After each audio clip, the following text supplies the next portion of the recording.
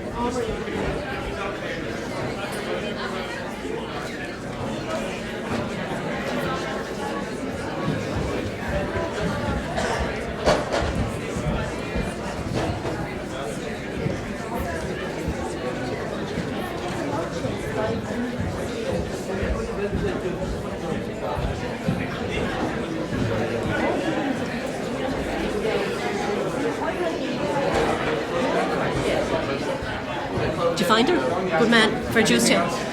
Just stick with me. Like, stay up here at the top.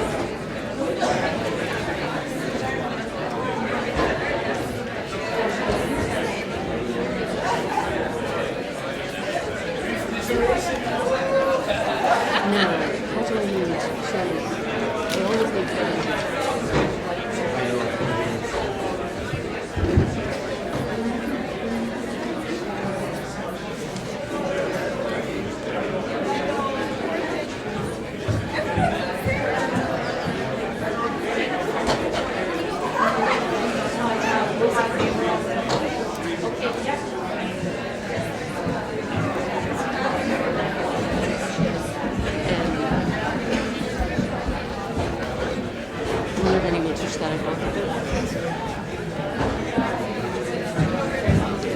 Sorry, Mr. Good, how are you? My name is Seamus Cahill and I'm producing.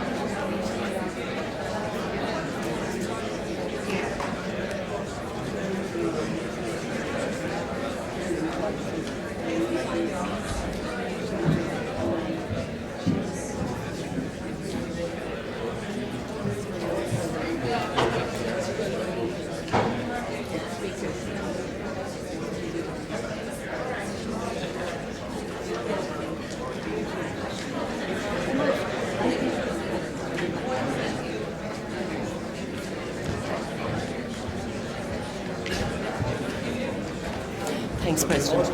Yeah, you're first. So Someone introduce you start. I'm do you? introducing you. And then, brilliant. So I'll sit in the corner there and I'll come up. Excellent. So I can use this here. Sure. Brilliant.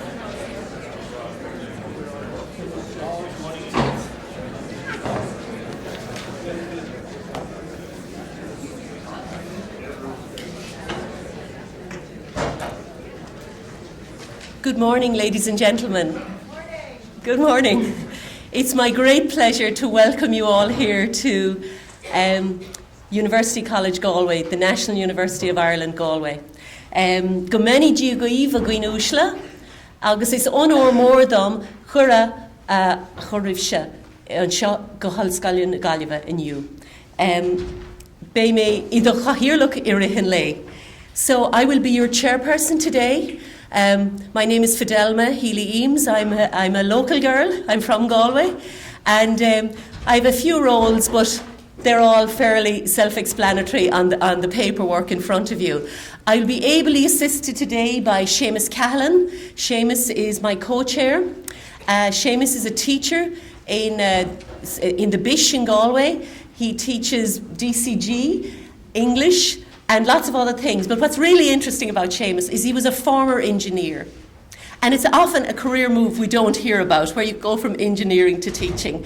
And he's the former president of the alumni here in Galway, in NUI Galway as well. Look, it's a really exciting day, and this is your day. And this is a very special day. And you can see that when people were asking me who's present at the conference, and all I could say is, it's like a veritable map of Ireland. People are here from all over the country, and that's wonderful. Largely, I guess in education, we also have some people that are parents specifically here, and we have a really interesting group of young people, of students, because guess what?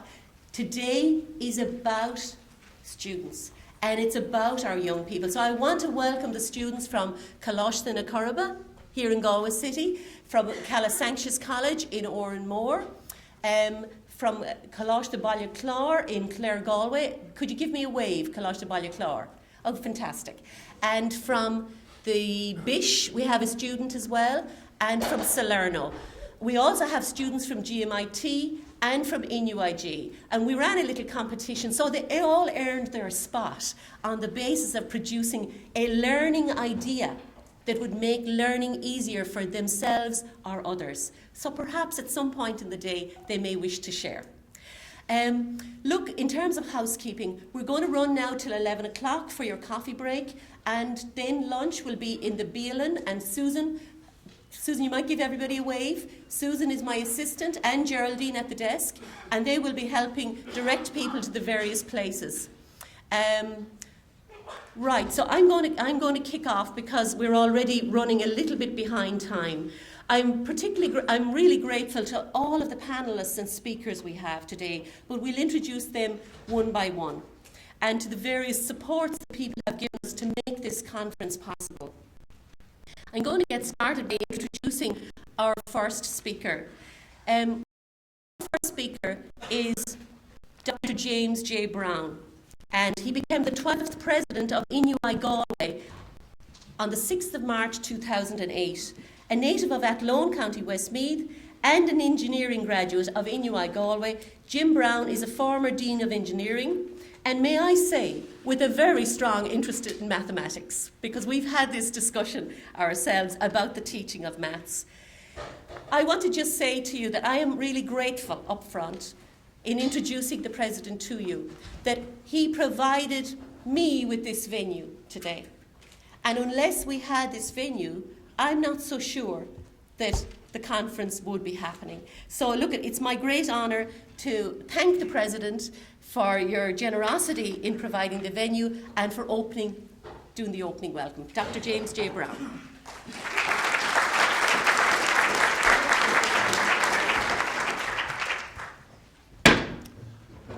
Garmagat, agus a fáilseo of Galéir, Imagine, a Yanador, a Irara, a Colakaha, a Corja, agus Ian Specialta. Can you hear me? Yes. Yeah. While I'm reduced from weeks to go on with Galéir, so chance to hurt on couple of fucking Roliv, Egas, Okaj, Soon Sukshaw. I'm soon going to manage an Tanyuv, agus an tult as an law. Let me say first of all, it's my great pleasure to welcome you here this morning to this important event. It brings together lots of different people, as Senator Healy Eames has said, representatives from right across the spectrum of second and third level education. Teachers, lecturers, students, and students are very welcome to this. It's good to have the student voice heard. Parents, school leadership, members of education and training boards, politicians, journalists, and indeed business and social leaders. I want to particularly welcome our guest speaker, Professor Pasi Sahlberg from Finland. I think we look forward to his observations on reform in education, and certainly his experience worldwide is an important, I think it offers important possibilities for us in terms of insights into what's happening in education reform. The conference is clearly very timely because I think it's widely recognised that we're in an era of reform.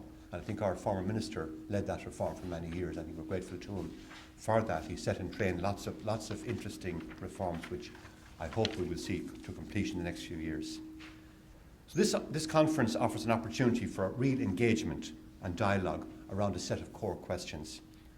And those questions, to my mind, are as follows.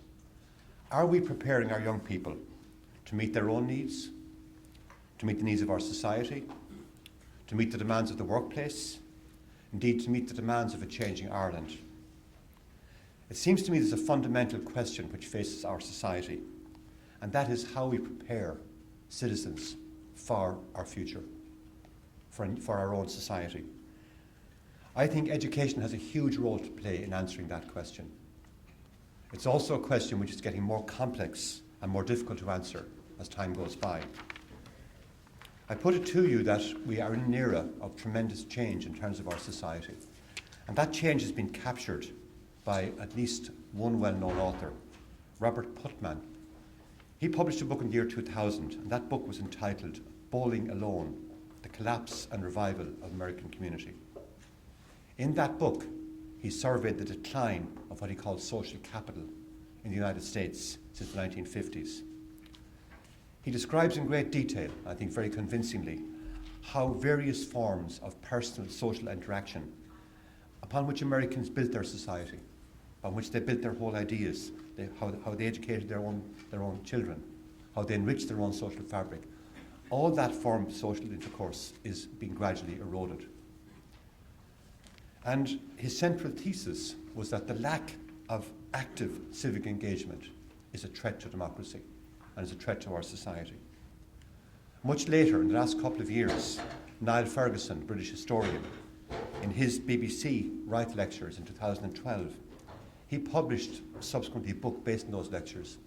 That book was called The Great Degeneration: How Institutions Decay and Economies Die. Again, I think he argued very convincingly that a key part of degeneration is the weakness in civil society. He argued that civil society is critical to the development of our civilization and our democracy. He also argued, as Putnam did, that the death of traditional association and associative life in our society is a threat to our society. He points out, for example, that Facebook, that virtual social network, that creates huge societies with very little depth, lots of breadth and no depth. And I would argue that those two authors, Ferguson and Putnam, what they're fundamentally saying is that our society has become atomized. Our sense of a shared common consciousness is being eroded. Think of how, for example, young people interact with society today, how they choose to interact. In many ways, they create their own virtual societies, the old birds of a feather style model, where people come together with common interests. They almost join what you might call tribes, sort of groups which are based around, for example, football fan clubs, chat rooms, Facebook and LinkedIn groups and all this. They plug in their devices and they walk through society unconscious of where they are. They're living they're walking through the streets of Galway, but listening to perhaps something from who knows where it's coming from. The point I'm making is that the notion of a shared public space is being gradually eroded. And that, I think, is really fundamental to our traditional democracy and our traditional society. I think it's the question that has been posed by Putnam and restated by Ferguson is one that we need to keep in focus. And I would say that in face of that challenge, we need to rethink how we build our citizens, how we build citizenship, and how we, if you like, educate young people to be active, engaged citizens in a future democratic society. How to reimagine a democratic society, if you like, faced with all these challenges. Fundamentally, we must try to create a shared sense of community, a shared model, which is the basis of any democratic society. This university understands that issue and is trying to address it. We're trying to address it through a set of initiatives. I'll mention one or two of them. A very important initiative here is an initiative called ALIVE. ALIVE stands for a learning initiative and volunteering experience. And fundamentally, it's about encouraging our students to engage with society in a volunteering way, working with lots of different groups inside and outside the university, indeed inside and outside of Ireland, ranging from engagement with clubs and societies in the university, to engagement with Samaritans, with COPE in Galway, with the Chernobyl Children's Fund, with all of those organisations which require support and where students learn by supporting them. We promote that notion of pro bono volunteering in order to create active, engaged citizens, in order to inculcate in our students a sense of involvement in community, to try to ensure that when they go out into the world as professionals, whatever, teachers, engineers, architects, whatever, that they also understand their role as part of a wider society, and they don't retreat into their own little professional niche, but they engage fully and become volunteers and become people who are contributing to and engage with all strands of our society. We engage in service learning, encourage our academics insofar as it's possible to bring into the classroom opportunities for students to learn outside the classroom and to value that in terms of credits. And that, I think, has been quite successful across the institution. We developed a youth academy to bring in younger students from primary school into university, to have our staff engage with them, to give them some sense of, if you like, the continuum of education from primary through into third level. Having said all that, we realise, of course, that skills are also necessary. We're not naive. We realise that students need more than that. We know that skills are at the heart of the academic mission, so we do our best, and we try to ensure that the university also creates graduates whose skills are valued and needed by our society. In the area of education, for example, there are a number of big initiatives underway here. We have engaged strongly with the initial teacher education programme that the former minister launched some years ago. We've engaged, for example, in the new professional master in education, the recast HDIP as it was called. We have the Master of Garmus in Educus, with the BA in Mathematics in Education to produce maths teachers through a 4-year programme.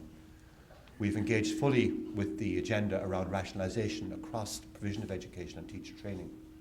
We are actively engaged in consolidating St Andrews College into this university, and that, I'm happy to say, is progressing very well. We recently signed an agreement with St Andrews on how we will integrate St Andrews into this university, and that's now gone to the department for ratification.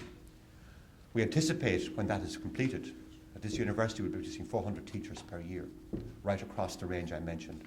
The teachers Tre Gaeilge, teachers in mathematics, and the masters in education.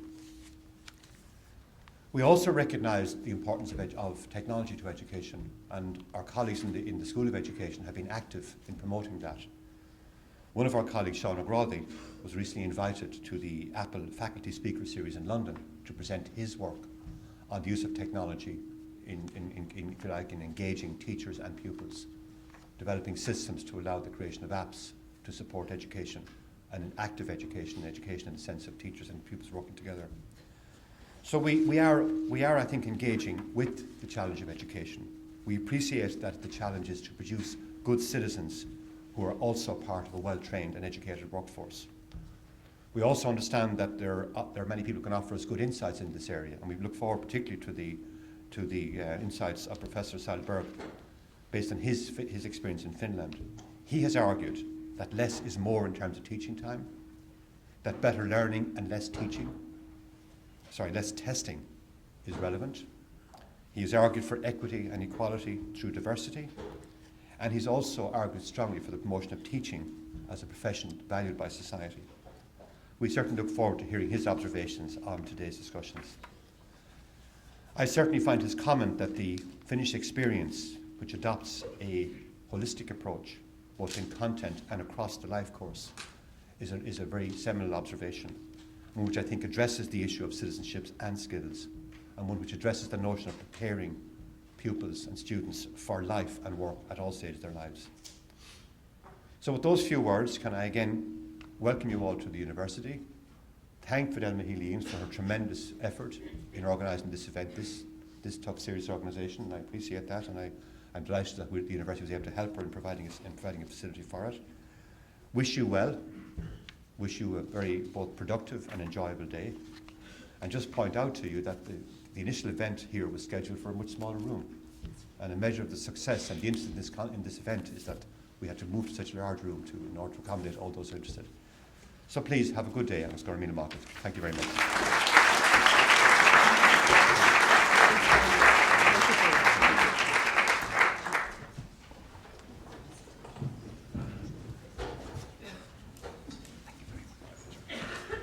Sorry, just people who are in late there, if you'd like to move in, and everybody there's plenty of seats, so in the middle we'll just let you.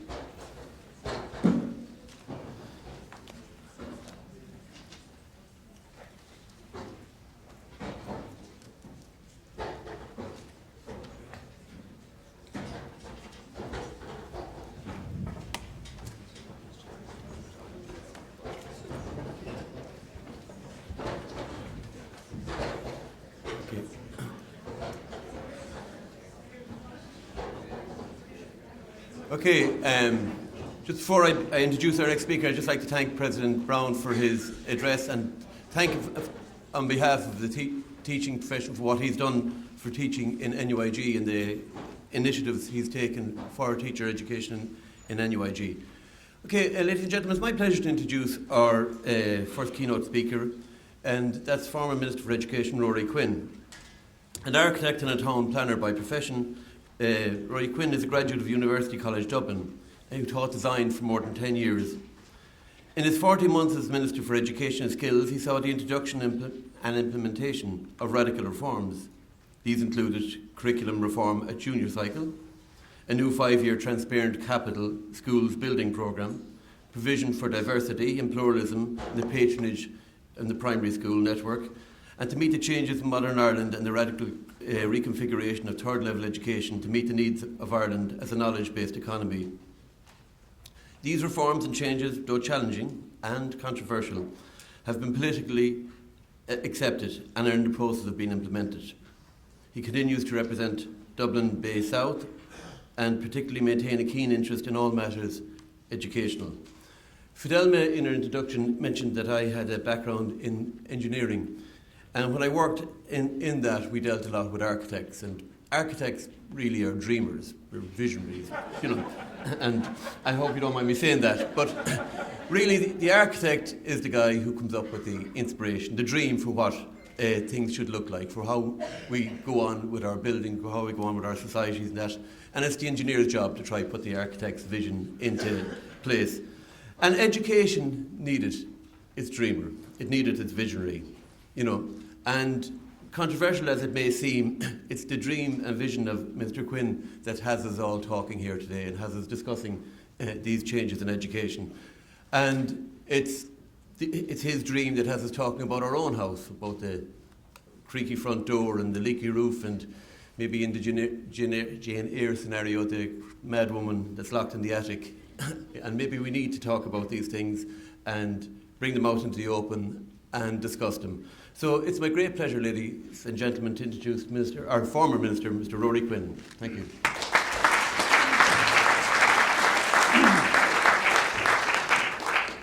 Thank you very much, Seamus. I have to start with the following anecdote. I was late in applying for UCD School of Architecture back in the last century.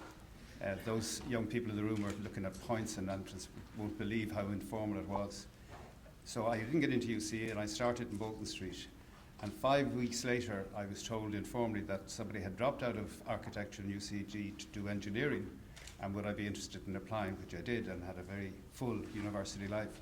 But as luck would have it, didn't I meet the guy who left the slot that I filled in a canning factory in Essex in England making summer money. And after a long conversation, Seamus, you might be interested in what he said, when I put to question him, I said, why did you leave architecture to do engineering? Apropos of dreamers.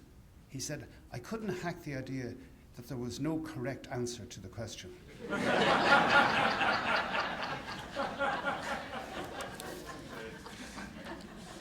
Look, you're all involved in education, and we stay involved in education right through our lives. I just want to focus on one thing that I, on reflection, think are the weak links between the various stages, which can very much affect the quality of how the entire education experience is had and put to the use that President Jim Brown spoke about. We have a formal structure called primary, post-primary, used to be secondary, and vocational, when there was that apartheid divide, if you like, and then third level, and then lifelong learning. And really, those structures, which have a historical background, determine how excellence is achieved in the spaces which they occupy, but where the transition or the movement from one to the other can be faulty because nobody's really responsible for it. So I will just say to you, if we were to start today, would we have primary, secondary, post-primary and third level? Would we relate it to the growing experience? Would we have early childhood? Would we have children? Would we have teenagers? And would we have adulthood?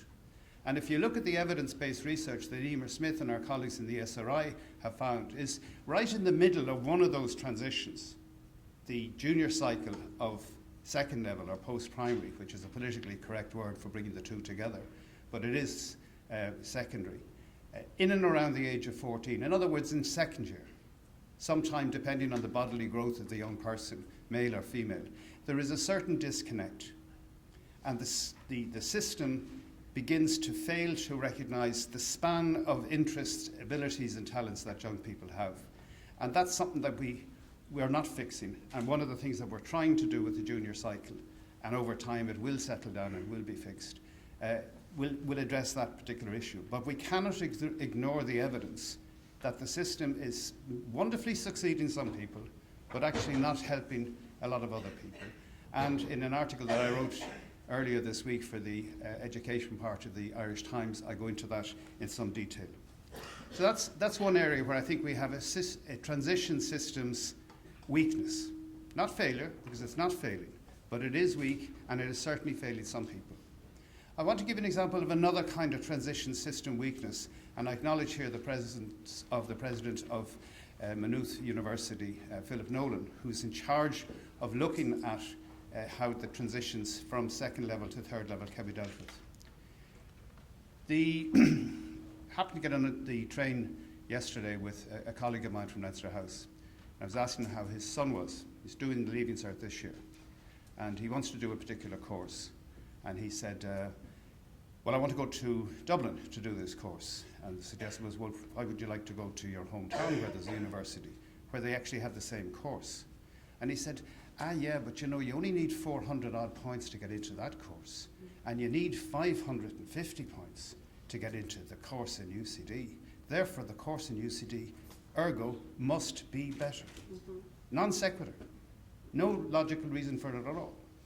Now, in a way, there's a lot of professional educationists in this system, and I've worked with a lot of professional educationists in our system. And we have a very good education system by international standards. And that's not a political observation from me, because I don't have to anymore. But if you look at where we are in a whole host of areas, in a paper that I gave on Monday night, there was a study done by Gareth Fitzgerald that looked at the spend on education as far back as the first 2 decades of the 1800s. The first 2 decades of the 1800s. And it demonstrated that the spend, insofar as it could be measured in Ireland, was extremely high in education. And what I did with Gareth's paper was to overlay the current European Union per capita income, the rich areas of the European Union and the poor areas of the European Union. And there was virtually a direct correlation. Now, the statistics were very ropey. You wouldn't meet the standards of scientific analysis today. But insofar as you had any indication, there was a clear correlation between investment in education and outcomes over generations. And we are the lucky inheritors of an investment, cultural, emotional, parental time and money into the education system. But we are weak, I believe, in making sure that we have a joined-up educational system that successfully goes from preschool to primary, from primary into junior cycle and then into senior cycle, into course selection, and how the effect of the points race and the little anecdote that I gave to you is filtering back into the system, where a really inspirational educator who's teaching English as a senior subject for the leaving is confined to maximising the outcome, because the parents and the sons and the daughters measure the successful outcome by how many points they actually get. Now, this is a problem that I believe can be fixed. But because it's nobody's responsibility, and people will retreat into their own sort of areas of occupation or training or trade union representation, for example, there's no union for transitions. There's the primary schools union and the 2 unions in second, and then we have these weak links. And I'm going to finish at this point. Just as you're going through today's interesting array of speakers, ask yourself, how better will this contribution make the passage from preschool to primary, from primary to junior cycle to senior cycle, and on into third level, and on into the rest of your life, because quite frankly, you never stop learning. In the career that I chose for myself voluntarily, we had exams every 3 or 4 years. We call them elections. Sometimes you get bad marks. Sometimes you get bad marks, sometimes you get bonuses, sometimes it changes. But we're all being tested all the time, formally or informally. And I would just say we have a good system. We have a wonderful respect for teachers that many countries would die for. We take it for granted that teachers are well respected and are well trained. The Secretary for Education across in the United Kingdom is wondering whether in fact teachers should have a 3rd year added to their 2-year primary school teaching. And the final point I would make is that the Teaching Council now, and it's represented here by Tomás O'Rourke and others, we have no unqualified teachers in our classroom anymore. As a result of the registration that started in January of this year, to be paid by the state and to be in a primary or a secondary school classroom, you have to actually have a qualification. That is abnormal worldwide compared to this country. So let's start with the good achievements that we have and fix the transitions. Thank you. Courageous man, and he has presented us with challenges and, and dreams, and they are for us to solve, and there will be opportunities today for interchange with the audience. Just before I introduce our next speaker, I just want to say to the audience that we have a hashtag for today, so you can let the wider world know about what's going on. The hashtag is EdReform, capital E-D, capital R-E-F-O-R-M, EdReform. So if you're tweeting, you can include that hashtag. Last August, I thought about this conference, and this thought came to me for a number of reasons. I suppose there was 3 real motivational reasons. In summer 2013, my eldest child, my son, did his Leaving Cert. I saw the pressure that this put on families, on the school, but I saw the pressure it put on him. But more so, as bad as the pressure was on the family and from the school, it was really cultural pressure, because the Leaving Cert has become king. And, I also saw, twinned with that he was uncertain about what he'd like to do in his future. But that became secondary to the exam. And I just said, So basically, there's a real push to do the Leaving Cert and do well, and at some level we're giving the message to our children that you're sound then. And really, I suppose this was really a motivational factor for me in looking at this conference. A year on, I saw a good number of his peer group, some who'd got 590 points, some who'd gotten 350, of about 10 or 12 of that peer group had already either dropped out in first year or wanted to change course. I am talking about middle-class kids. I am in the main talking about boys. And then I looked at the stats. And I saw 29%, almost 3 in every 10, drop out in first year from the ITs, and about 12% in the universities.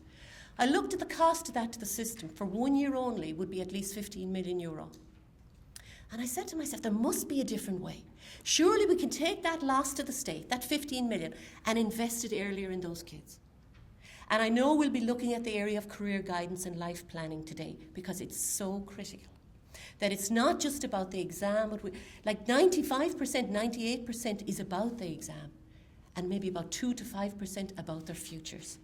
So I think we need to get that balance better. And then, in August 2014, Emer Smith and the ESRI produced a study, which she's going to now talk to us about, which said that 50%, half of our young people, by the time they come to 21, are disappointed with their college choices. And I said, bingo, there's a reason for this. And I have to say, this is the reason for this conference, Emer, because, look, I've been a researcher in the past, but I know you have to go on more than a hunch. So in a way, you verified my hunches. And I feel very lucky that Emer accepted to be our first keynote speaker for today, because she is the basis on which we're going to get, the facts and the information about our young people. She has tracked these young people for 10 years, about 900 people. And it's really worth looking at. Emer Smith is a research professor and head of the Social Research Division at the ESRI. Her main research interests centre on education, school-to-work transition, gender and comparative methodologies. She has conducted a number of studies on the effect of schooling contexts on student outcomes. And she will talk to you about the study that I have referred to. I had the pleasure of working with Emer in 2010 and 2011 when we did a joint Oireachtas study, which, to be fair, the former Minister Quinn strongly supported. We were on the joint Oireachtas Education Committee at the time, and we did that study on early school leaving, and Emer was one of my expert group at that time. So I look forward to hearing you this morning. I'm sure the audience, like me, will welcome you, and it's my pleasure to have worked with you in the past, and I look forward to working with you in the future. Thank you very much. Emer Smith.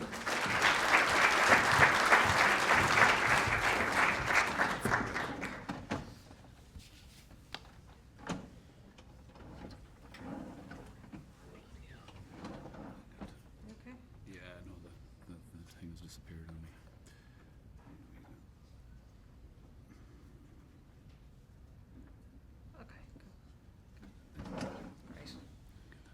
Good morning.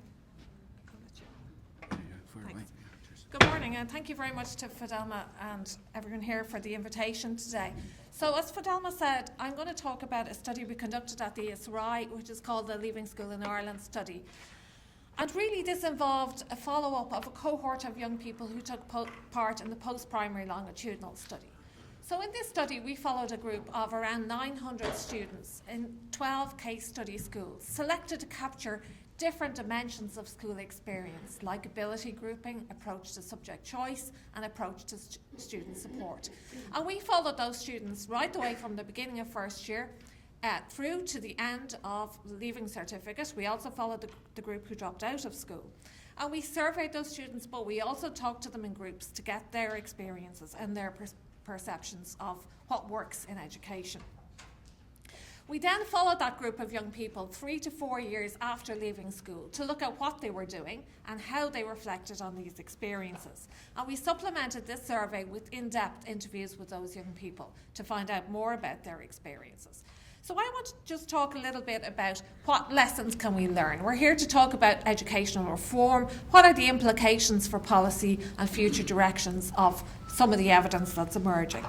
So I want to focus on two aspects. I want to kind of look at the extent to which schools matter for longer term outcomes in terms of the role of educational success at an early stage, the impact of school climate and school social mix, and the whole issue of guidance and decision making.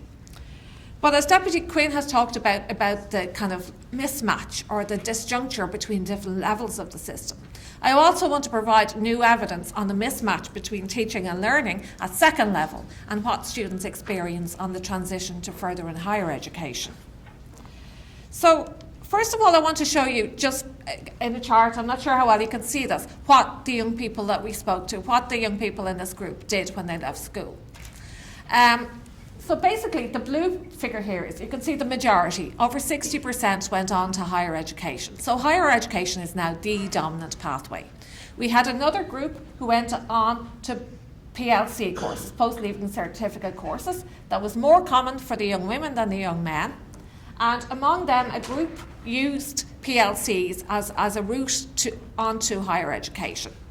Young men were much more likely to go into apprenticeships, not surprisingly given the structure of our system, and much more likely than their female peers to go into the labour market on leaving school. And these are all the young people who completed their leaving certificate. So we looked separately at the early school leavers, but these were all leaving certificate leavers. Now, okay, you might say, so what? But what we tried to do is go further than say what they did, but to look at why they did what they did and how they experienced that. So what we found, this was the first study that we've had in Ireland really, where we've been able to link how people experience school and what they did after leaving school. Before, we were relying on retrospective accounts of how they got on in school, but we actually could track these young people as they moved through the system. And what we found is that junior cycle experiences are absolutely key to what happens even after young people leave school. So as young people make the transition from primary to post-primary, many struggle with the new subjects, so they're positive about them as well. But we found out, as Deputy Quinn mentioned, when they get to second year, that's really the key period for engagement or disengagement. And it's those young people who are struggling academically at second year that are in greater difficulties. And actually, all else being equal, they're less likely then to be college bound on leaving school. We found too that educational aspirations are formed very early. They're formed in junior cycle, and that young people's views and aspirations are pretty stable after that. And that has important consequences for policy on guidance and support. We found that the whole climate of interaction between teachers and students in junior cycle sets the tone for later educational engagement. So it's those young people who have had negative interaction with teachers, who've been reprimanded, given out to, and even been had punishment like a suspension or detention. Those students are much less likely to go on to take PLC or higher education courses later on. We found that ability grouping has reduced in prevalence over time in Ireland. So streaming is less common than it was, but it's now more concentrated in disadvantaged school settings. We found that streaming has a very significant consequence for what young people do later on. I'm not sure how well you can see this. This shows those who are in mixed ability classes compared to those in stream schools, higher, middle and lower stream. You can see that the lower stream here, none of them are accessing further or higher education or leaving school. They're going into the labour market, but most of them, because they entered school during the recession, most of them are unemployed or inactive at the time of the survey. And this is particularly striking because 60% of this group who started in lower stream classes had actually dropped out before the Leaving Cert. So this is the group who stayed in the Leaving Cert. In comparison, those in the same schools and higher stream classes are much more likely to go on to higher education, but in the mixed ability schools, an even higher proportion go on to some kind of post-school education and training. And the system we have where students have been required to choose between higher and ordinary level also helps to channel people into college-bound routes or not. We can see that among those who take very few, 3 or fewer higher level subjects for the junior cert, a very high proportion go into the labour market and many to PLCs, but very few then go on to higher education. Whereas for those who experience that early success, who are channelled into higher level courses, who take 8 or more higher level courses, the vast majority of those go on to higher education. So in this way, junior cycle sets the tone for later outcomes. And it's those who experience educational success that are more likely to access higher education, this group here, in terms of their English and Maths junior cert grades, but also are more likely to access higher education by doing a PLC first. We can see in particular that there are big differences in terms of maths. There are fewer differences in terms of post-school outcomes in terms of English performance. But because of a huge differential in the take-up of higher level maths, it's really maths that separates out students in terms of their later outcomes. So those who go straight into the labour market are a group that have had particularly low maths scores at an earlier stage. Now, even taking account of junior cycle experiences and how people got on in the junior certificate in terms of their grades, we see that senior cycle experiences also influence engagement with post-school education and training.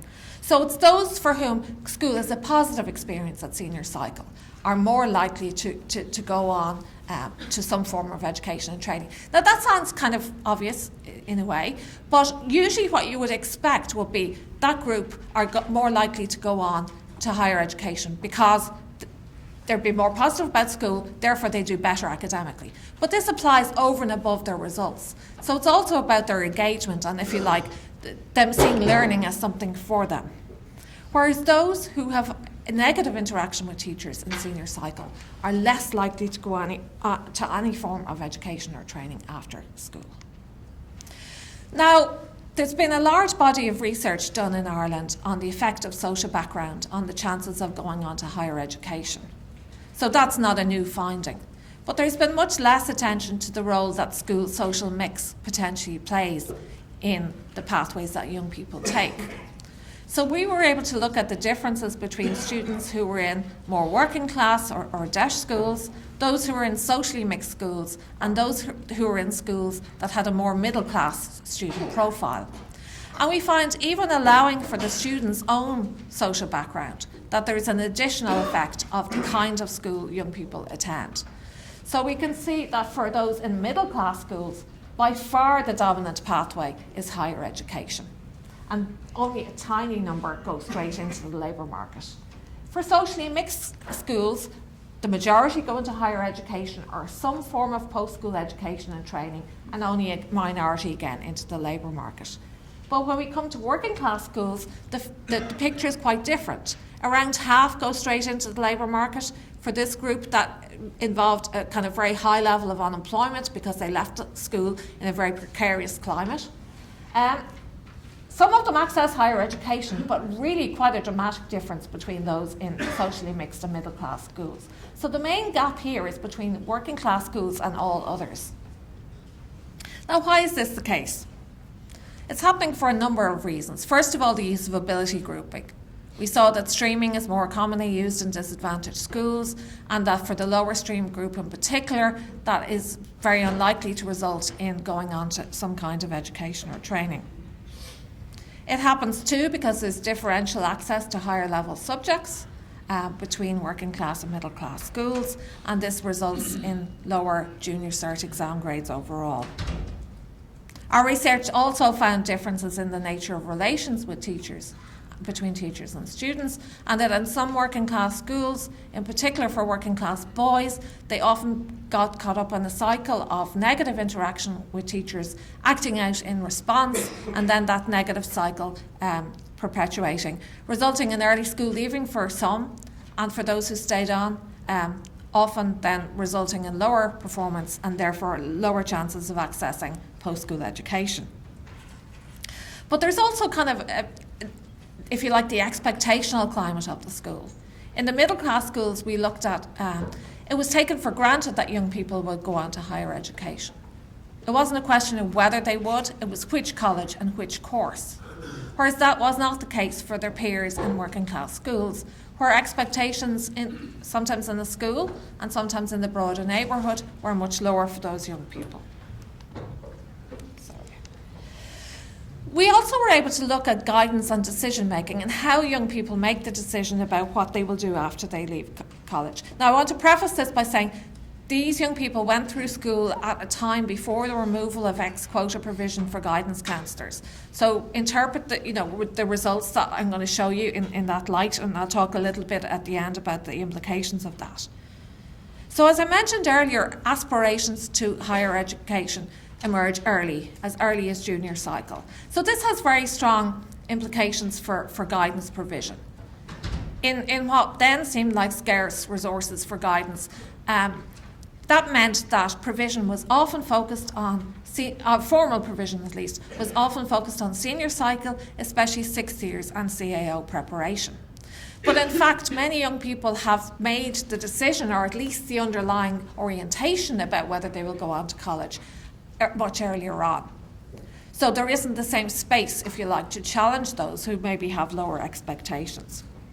We find that parents play a really important role in supporting young people's choices and decisions as they move through the system.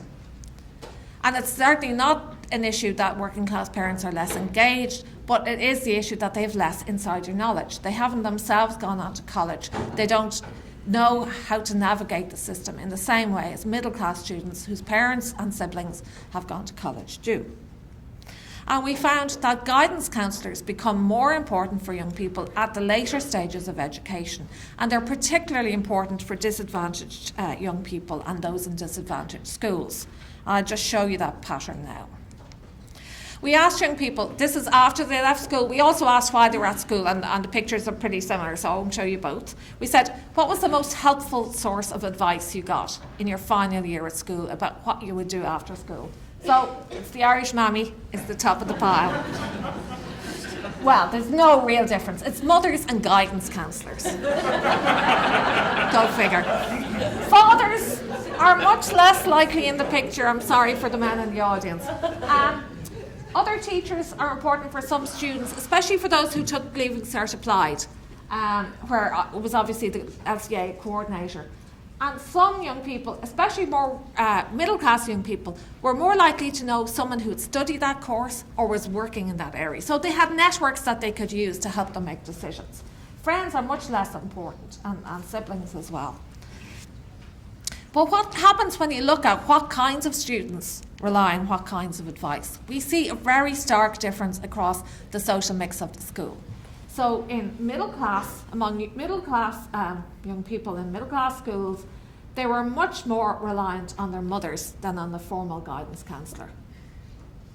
But that pattern is reversed when we get to working class schools. So young people from more disadvantaged backgrounds, because their families don't have insider knowledge of the system, they're much more strongly reliant on formal guidance provision within the school.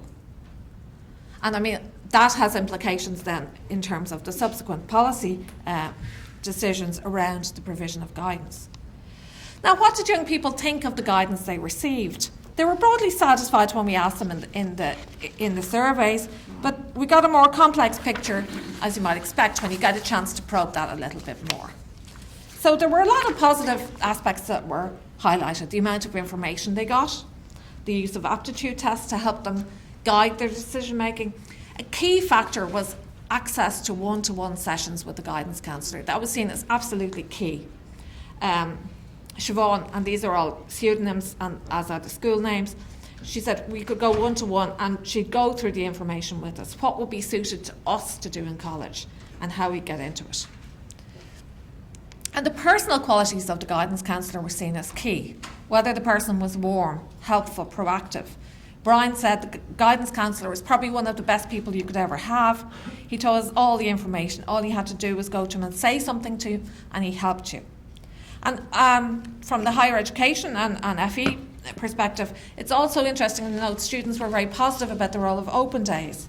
They felt you get a feel by talking to students about what they were studying, what the course was about, and that was for some that was the best way they found out about stuff. But there were more critical views emerging as well, in particular around the lack of time. And again, this was the pre-policy change period. And especially around the lack of time for one-to-one sessions, which, as we've seen, young people valued. Sandra said, it's not about just ticking boxes off on pieces of paper in class. It was about getting to know the person and making an informed decision, helping them to decide, talking to them about it, and giving them information on what the course would be like. And an issue for many young people was that the absence of access to formal guidance at junior cycle level meant that they had, in some cases, closed certain subject options off to themselves. For example, I was looking at the CAO form, and I can't do that because I don't do sciences. I can't do that because I don't do business. So prior choices were influencing what was open to young people. And therefore, many of them felt they should have got more information on the consequences of choices that they made over the transition from junior to senior cycle.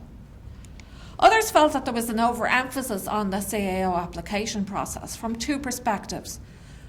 Some young people felt that weren't told about other options, in particular about apprenticeships, or trades as they put it, because they don't talk about trades really. And other young people felt that the focus was much more on what kind of course they would do, but not on the implications of that course, what careers that course would actually lead to, what you could do out of the courses rather than the courses themselves. Now, the second strand of what I want to talk about is about this issue of the transition to further and higher education. We've had a lot of discussion about the mismatch between the two levels. We haven't had much hard evidence, so this study does provide some new evidence from the point of view of young people themselves. So we asked them a lot about how they experienced that transition, and you'll see here, the vast majority felt that teaching and learning was very different in further and higher education than it was in second level education. And you can see that that difference was even greater for the higher education group. Only just over half of the group felt their schoolwork prepared them for that transition. And again, the mismatch is greater for the higher education group than for those who moved into post-leaving cert courses. And a striking feature of their current courses was the emphasis. There was an emphasis on tests and exams, but there was a strong emphasis on project work. And when we had spoken to those young people in 5th and 6th year, they had very little experience of project work, except for the group that did Leaving Cert applied and who were therefore not accessing higher education directly. So they had very little experience of the kinds of project work and managing deadlines around projects that they were going to experience over the transition. So in first year, they faced challenges. Many of them faced challenges, in particular about knowing what standard was expected of them, about the difficulty of the course, and about completing coursework on time and juggling deadlines, and often juggling work and study. But financial issues also emerged as a key challenge for young people, about dealing with the costs of attending college, not just the direct costs in terms of registration fees, but the subsistence costs as well. But it really was the shift in learning styles that was a challenge for many young people. Sandra says, in school you're learning for an exam, in college you're learning to think for yourself. It's completely different. I don't think school really prepares you for it. Fiona contrasts self-directed work in college compared with secondary school, where you've got someone behind you saying, you have to do this, you're in 6th year, you've the Leaving Cert coming up. So these academic difficulties, these difficulties around adjusting to the new approach to teaching and learning were essential in people dropping out of college early, particularly where they felt the course wasn't what they had expected. And some groups experienced greater academic difficulties than others. Science and engineering students seem to report greater difficulties than those in arts and social science and business. Largely, they seem to centre on their longer hours of class contact. And having other responsibilities, working part-time or having family care duties also contributed to struggling. But colleges and institutions themselves played an important role. Where students felt there was support there, academic support and social support, they settled into the new regime much more easily. So just my final slide, I just want to tease out some of the implications for policy direction or where we might go. I mean, I think this research shows that the previous model of junior certificate had a number of negative effects on young people's engagement with school and also with their engagement with learning after school. So there is a potential there for junior cycle reform to provide a positive and engaging experience for all. But it's absolutely crucial that this is underpinned by a positive school climate. That reform of structures in itself won't be effective unless it is underpinned by positive interaction between teachers and students, on a day-to-day basis, because this is key to later educational participation. And this finding, it sounds very nebulous, but it has very strong implications for initial teacher education and for teacher continuous professional development. In many ways, teachers may not realise how important an impact they have on students, not in the formal learning sense, but in that informal interaction sense. The study also highlights the importance of both whole school and specialist guidance for young people as they move through the school system. For that guidance to be early, so that young people are encouraged to keep their options open in terms of subject choice, but also so that more traditional expectations and low expectations are challenged. But guidance is especially important for young people from more disadvantaged backgrounds. Our study too highlights the mismatch in teaching and learning between the levels, and therefore the importance of facilitating self-directed learning in junior cycle reform, but also in addressing these issues around self-directed learning, project work and other forms of teaching and learning and assessment at senior cycle level as well. A lot of the discussion about the mismatch between second level and further and higher education has placed the responsibility for change on the second level system. But the findings also highlight the important responsibility of educational institutions at the further and higher education level, in that academic and social supports for young people can help to integrate them and retain them within courses into the future. So therefore, it is a question of looking across the levels to find an integrated approach to engaging young people for lifelong learning. Thank you.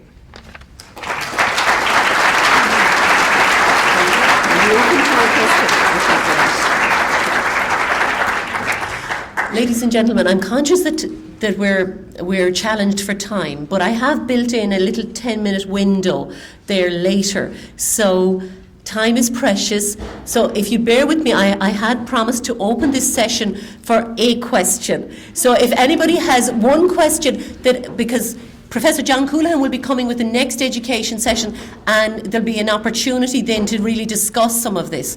So if there's a question from the audience to put to Emer, I'll take that now. And if you'd start by saying who you are and where you come from. Yes. Well, I've asked you a question because your work inspired my own doctorate on what I looked at was junior side in particular, the students' self-efficacy belief.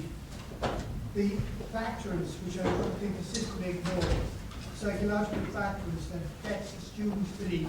They can speak a language, they can solve a maths problem, they can do a painting. Yeah. But that whole area of student self-efficacy belief, I'm not talking at all about self-confidence, which is much broader and in fact counterproductive sometimes. Yeah. But I think you probably yourself, what you said, would see that whole question of students' belief in themselves. And let me just say that central, absolutely central to that, is what I would call class atmosphere and the broader world of school climate.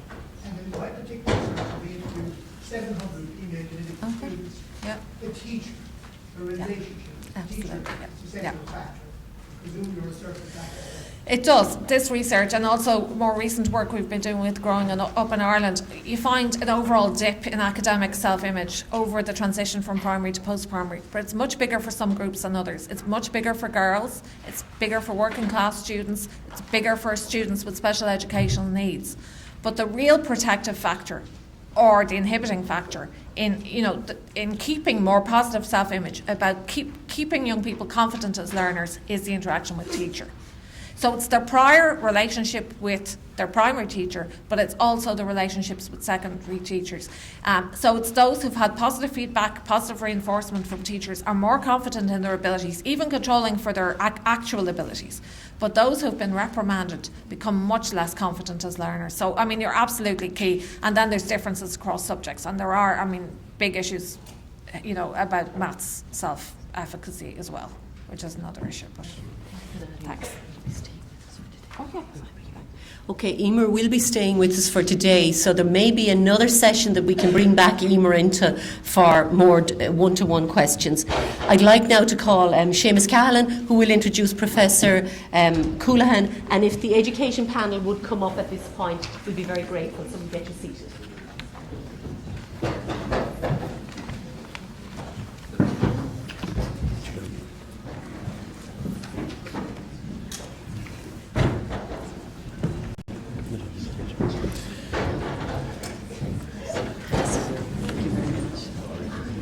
Okay,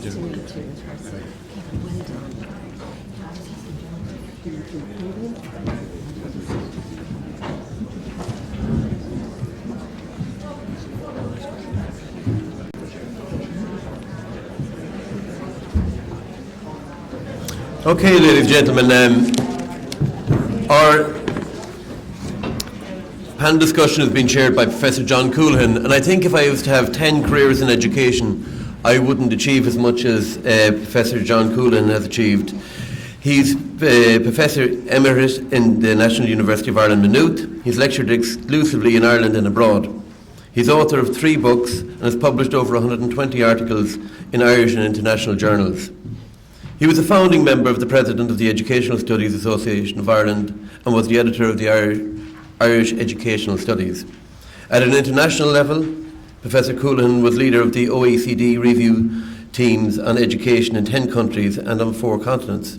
He was Vice President of the EU Committee on Education, consultant to the World Bank and the Council of Europe, a member of the review body on education in Northern Ireland, and a co-founder and co-chairman of the Standing Conference on Teacher Education, North and South.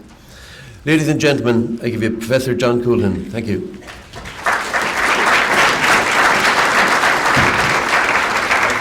Thank you very much, Seamus, for that very elaborate introduction. Good morning, everybody. Welcome to the panel session. Sorry. Can you speak from the podium? Well, you see, I was just going to experiment with this because we're going to panel discussion and we haven't mics across everybody's place, so I was just wondering, could we manage without it? But if we can't, that's okay. But it means individuals then have to come up and it kind of cuts across panel scenario.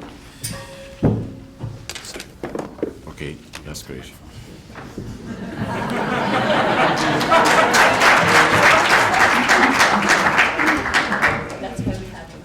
Good stuff. Well, that'll make life easier, I think, all round. We're living in a very exciting era in Irish education. As with all countries, there have been cutbacks due to the recession. It's not unique to Ireland, cutbacks in education. But what's striking here, I think, is a tribute to all involved, that morale remains high. And many of you out there in front of me are very much part of keeping that morale high. It's an era of much educational reform and educational change, and I won't go into that because we haven't the time. Some of it was touched earlier on, but it is a remarkable period over the last number of years of educational change and reform. But there are also a number of constants there, and Rory touched a bit on that earlier on. One is the high regard of the public for education and the great public appetite for engagement in education, which is very distinctive in Irish society and very deeply rooted. A second constant is the status and quality of the teaching force, and the recent changes there on the major developments in duration and quality of the courses as well is further signs for the future of development of that one. But an iconic feature of our times is the massive quantificatory expansion in terms of quantity of participation in education. We're by way ahead of most countries in terms of participation as things stand at the moment, right through to the end of second level cycle and the participation in mass higher education and in the further emerging developments of further education and training at the moment. The quantificatory aspect is quite stunning in the Irish society, linked to some of the constants I've said earlier on. But in recent years, there's a considerable amount of attention being focused, as today, on the quality of that engagement. Are our teenagers and young adults at these vital periods of their formation and development, are they being best served by the nature of that engagement? Since the 1960s, we've had a commitment towards a holistic form of education from the academic, cultural and social points of view. But there are question marks arising, and Emer's very insightful and informative talk there just now touches a lot on those queries. Are the well-being, the talents and the potentials of our young people being developed and nurtured to their best potentials for their own benefit and for society's benefit? And that's what we're teasing out further in this session, but she certainly teamed it up very well for us just a few moments ago. Now, we have a panel here of 6 speakers. I won't spend time introducing them because it's in the documentation and our time is very precious. But what I would hope to do as we approach this is to raise some questions with panel members, indicated things they've already indicated to us, areas of their concern in this field, and then hopefully we'll have a bit of time towards the end of engaging the audience as well. So I would first of all like to ask Kevin representing the students of Ireland, and they are, after all, the most important people in the whole system. The whole system is there to serve students. So I would ask Kevin, he's indicated to me in a note that he's concerned about how students can be best equipped for second level to cope with third level. And of course that catches some of what Emer says there. But from his perspective and his colleagues, he might like to talk to us a little bit about that. This equipping students for the transition, he's indicated as an area of interest. Is that okay, Kevin? Yeah. I sit on the board for the National Forum for the Enhancement of Teaching and Learning. Oh, pardon me. Hello? Yeah. I sit on the board for the National Forum for the Enhancement of Teaching and Learning as part of my work, and one of the focuses that we have is around teaching for transitions and the difficulties that are created in terms of moving from second to third and then moving from third level into the workplace. I think there is a focus overly in terms of what I've encountered up until now in terms of the reform that need to take place at second level. I think we also need to be looking at in terms of how people are taught at third level. Are we teaching them the right way? Having said that, I think the Leaving Cert creates a number of difficulties in terms of the fact that you don't go to second level, especially in 5th and 6th year, to learn. You go to learn how to sit the Leaving Cert. That's a significant problem. And people attach value in terms of the course that they choose, in terms of the points that that course has attached to it. If a course has 400, 500 points, it seems to be more valuable than a course that has 200 or 300 points attached to it. And you see significant difficulties later on, especially in the ICT courses, where you have a massive dropout rate because the points for the courses are low, but the courses are they're way too difficult for the people who are entering it, and that's the problem. There's not a value placed on it in terms of the course that you want to do. It's on the points that you're trying to get, and you'd see it particularly in, I suppose, in schools that would be dominated, I suppose, by middle class people, in terms of the fact that it's not whether or not you go to college, it's what college you go to, and so that's the problem as well. I suppose then in terms of some of the reforms I'd like to see at third level, I think I'd like to see an increased focus on accreditation for participation. So it's not just about the module that you sat, it's about what you did when you were in college. I think that's very important in terms of employability. I think societies provide an awful lot of value to that in terms of what you can get involved with.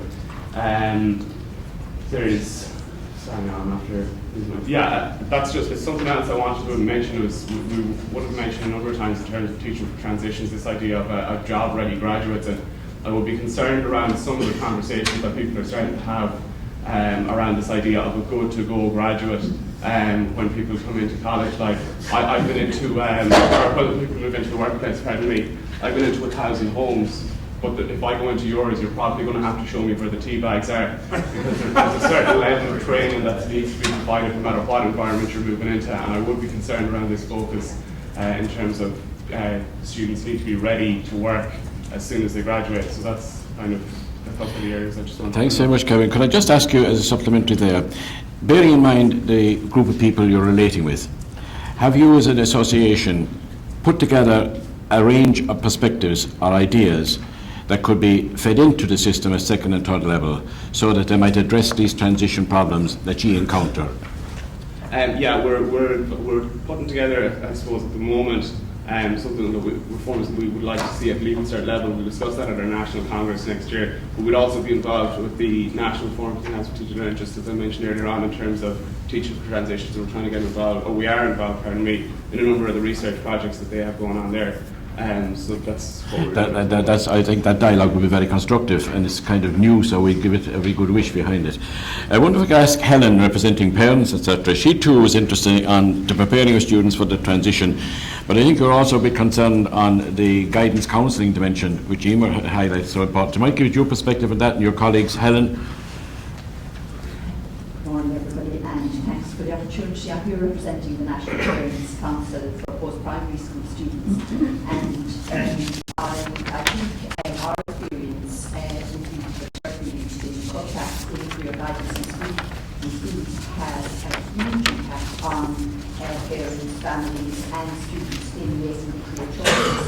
Emer Smith's study certainly highlighted for us a lot of the impact of those cuts, in the sense that we get phone calls every day from parents where it's not just to do with career choices and subject choices, but stuff that previously the career guidance counsellor must have dealt with in that conversation, we're talking about young people with sexual identity issues, subject choices, as said, being one of them, but a lot of stuff around health issues and personal issues for just part of development and growing up. And that's coming into the National Parents Council as a result of those cutbacks. And I think schools particularly feel it, where you have principals and deputy principals taking up that pastoral care role in schools simply because there's nobody else to do it. They're doing that alongside their other work. But for the young people, and Kevin referred to talking about going into third level, unprepared, making poor choices, I can go back 120 years when my oldest son came here to NUIG, and at the time the career was biotechnology, was the buzzword, and he got the point, so he went into biotechnology with no idea what biotechnology was about, and there was no career guidance at the time he was doing. Of course, we're not going back 120 years, we're only going back about 20. But he subsequently, of course, he finished the course and he's gone into a totally different career.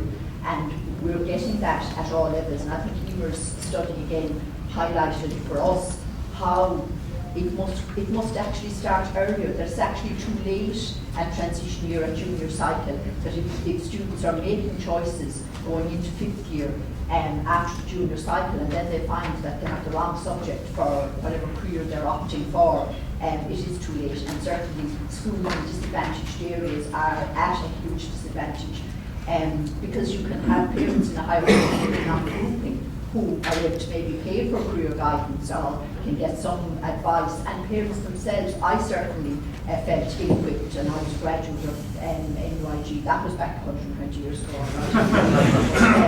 When I thought I knew it all, of course, as a young mother, and I didn't have a clue, and was guiding my children, 5 of them, and all of them graduates. Not all of NUIG, but only 2 of them have actually followed the career path for which they graduated. And there I was thinking I knew the business. But that, what certainly again is coming into us is that lack of capacity the parents feel, even people who are, say, in the higher socioeconomic grouping or with higher education themselves, but that lack of capacity to guide or direct young people in terms of career choices and how they would go, and that put that in schools in career guidance, and that put that in certainly the one-to-one sessions that young people have, has implications far beyond just making career choices. Thank you very much, Helen, and thank you also for emphasising there not just the academic guidance, but the pastoral care and the, if you like, nurturing the personal qualities of the individual during those vital teenage years. We've had the student and the parents' voice. Maybe we might have the teacher, Mary Nihill, might talk to us. And I think you also are concerned about this guidance and the nurturing dimension of the thing that maybe some of the officials don't quite fully understand the significance. Mary, the floor is yours. Thank you very much, Professor Cullen. I suppose as a school principal and working in the area of school leadership as well, I see this as a significant area, because during a period of time when I was working in school leadership with other school leaders, we often had visited leaders from other countries, and one of the things I suppose they remarked on, and this is borne out to some extent in Eva's research, is the role of pastoral care in the Irish education system. The teachers come from a situation where they value greatly their role as pastoral leaders. Now, the contrast then is that at a systems level, we have removed and put inside the quota the most significant person in that pastoral role, the guidance counsellor or counsellors in the school. So I think there's a disconnect between what culturally our system has been very positive around and what at system level has happened. And I think it's broader than that, because I think that, we have regarded perhaps teaching at second level in a very narrow focus. And it is becoming maybe increasingly narrow because of the lack of decoupling of the second level system from the third level. That has become the tail wagging the dog again, and many researchers and educationists have remarked on that. But it has left a little bit of a vacuum where we don't really formally now value that pastoral role of the teacher. And I suppose we don't really reward teachers either in that role. Perhaps we don't reward them as leaders of learning either, because the only reward you get, significant professional reward as a teacher, is you get rewarded out of the classroom into administration. So I see in a slightly broader context, very important. I see a slightly broader context that we need to look at system level as to what we value at second level education. Do we value the innovative teacher? Or do we value the good teacher, the good iron maths teachers that gets the student ready for the valued course in a very important university? I think we need to look at it at a system level and to say, what are we going to reward teachers for? And if we reward them for their role as pastoral leaders or for innovative teaching methodology, I think we have made a significant start then in even at second level decoupling us, perhaps, rather than looking to the third level colleges to do it all for us. Maybe at second level we need to start looking at charter teachers, looking at other career paths for people who take significant pastoral role areas. Thank you very much indeed, Mary.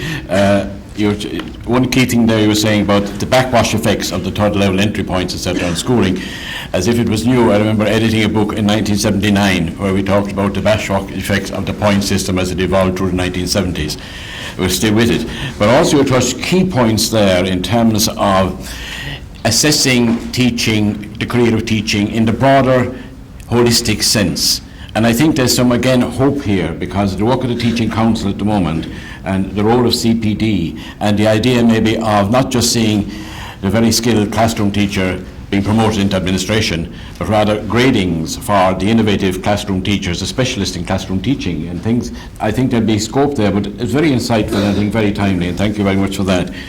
We might move on now to John Hammond of the NCCA, who of course with his team in the NCCA have been focusing on the qualitative dimensions of trying to improve the learning processes of young people and maybe also modes of assessing young people in the schools, perhaps trying to break away from older molds there, bring it more into keeping with new concepts of learning and children's enhancement through their engagement in those types of learning. The floor is yours, John, for a wee while. Thank you, John. Good morning, everybody.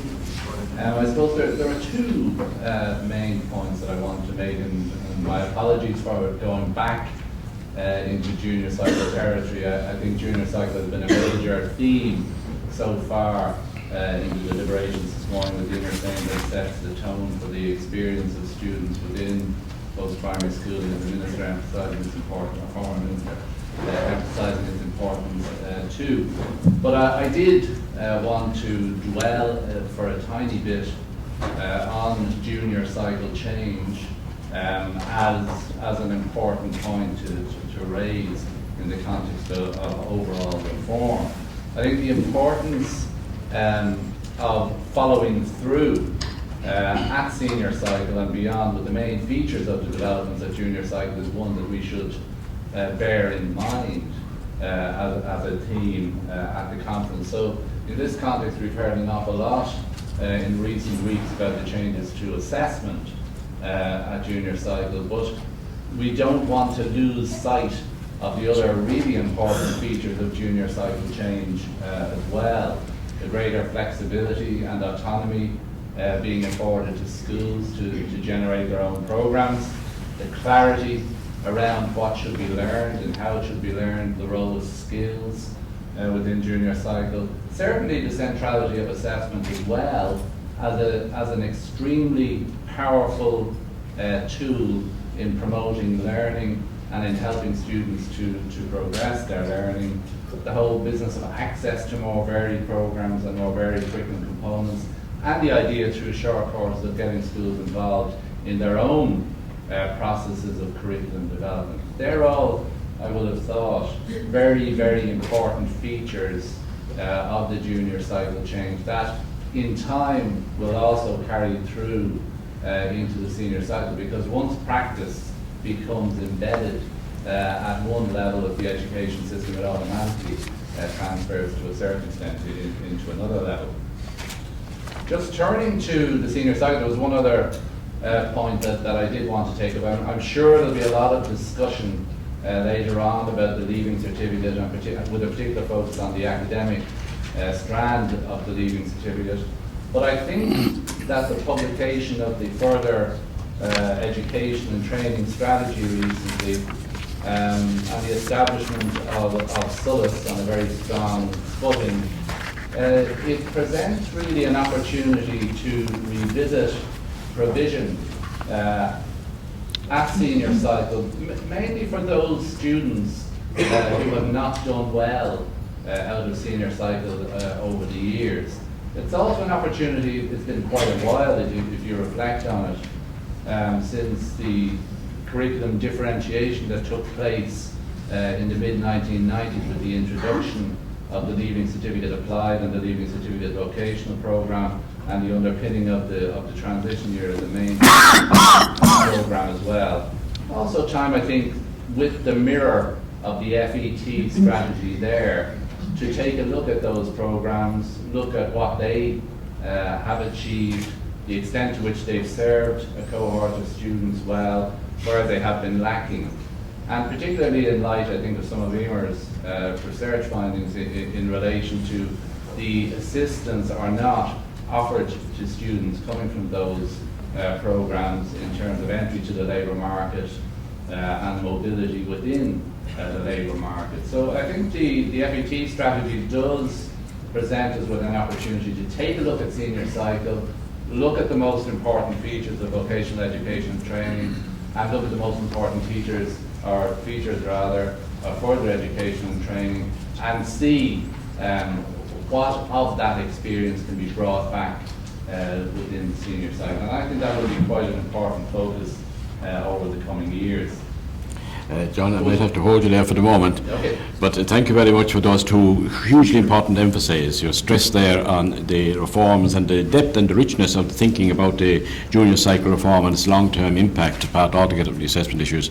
But I think also very timely, you're reminding us and putting emphasis on the whole FET development and the SULIS now, and it's a way to, maybe a whole new cultural thing could evolve there, which would open up the debate in the best sense. Where the choices are genuinely choices. We don't have an overemphasis on academic as being the be-all and end-all, but the richnesses of phronesis and the actuality of practical and academic/practical education as well. I think that those things ongoing again give us cause for hope. I'd now like to give the podium to Anya Hyland. Anya Hyland, who has been a pioneer in this whole concern, guiding us in the point system, which he evaluated a number of years ago, examining it from various angles, and continued to sustain her key concern in this area up to now, trying to probe as to how we can get that transition better organised between second level and third level. One of the key experts in the field, Anya. Thank you very much, John. I think many of the issues that I would like us to talk about this morning have already been raised by Rory Quinn and by Emer, but in particular the backwash effect that the Leaving Certificate has and continues to have on teaching and learning in second level schools. I think that is becoming increasingly evident, and even my colleague here beside me talking about the points that are required. The points, of course, are a factor of supply and demand. ICT is a particularly good example of that. When early on there was a high demand for ICT courses, the cut-off points were very high for ICT. When demand fell about a decade ago after the dot-com crash, then the points fell dramatically, with the result that there was a very high failure rate and a very high dropout rate. So the number of points required, as indeed has been so well mentioned already this morning by Fidelma herself, the number of points, the myth that the number of points required tell you how good or otherwise a course is, of course, is a total myth. So I think the work that's currently underway, thanks to the intervention of Rory Quinn about 2 years ago, is the transition committee that has been set up in the Department of Education, which is looking at that transition between second and third level, is a very important development, because there have to be changes both at second level and at third level to bring a greater sort of coherence and common sense into the system. So the issue, for example, of the extent to which the Leaving Certificate is being gained by students quite understandably so that they can maximise the grades they get. How those grades are then translated into points, and then how in turn the application system into higher education operates. The very high number of highly specialised first year courses, which as parents know mean that very often a young person applying for a course hasn't a clue what it means. And they end up then, as has been shown in the ESRI research, very disappointed with their experience. So these are all the issues that are now currently being looked at for the first time by all the partners involved, both in second and third level together. Surprisingly, when we had the conference in 2011, September 2011, just after Rory Quinn became Minister for Education, that was really the first time that the NCCA and the State Examinations Commission had come together with the Higher Education Authority and some higher institutions. And that was quite surprising. And as Rory had mentioned in an earlier talk he gave, that so many people believed that the points were somehow determined by, the point system was run by the department. The point system is run by the universities, and they can change it at any time. And increasingly over the 35, 40 years since the point system existed, when I heard my own colleagues in higher education complaining bitterly about the point system, even presidents, dare I say, not aware that it was entirely their decision whether they wanted the point system or not. So these are the kinds of issues I'd like to hear us talking about. Thank you very much indeed, Anya. And again, your cause for hope, the fact that the committee is working at the moment on these issues with the various partners, as well as our discussions today. This is again indication that we're on the move. We're on the move towards addressing the issues that we're raising. And thank you for your continuing inputs in that field. And our final panel member is President Philip Nolan from NUI Maynooth, who has been representing the universities and showing great personal commitment, as well as representing the grouping in moving forward this particular thing. The Transition Committee giving a great deal of time and thought and feeding in the university perspective into the debate that Anya has touched on there. The floor is yours. Thanks very much, John.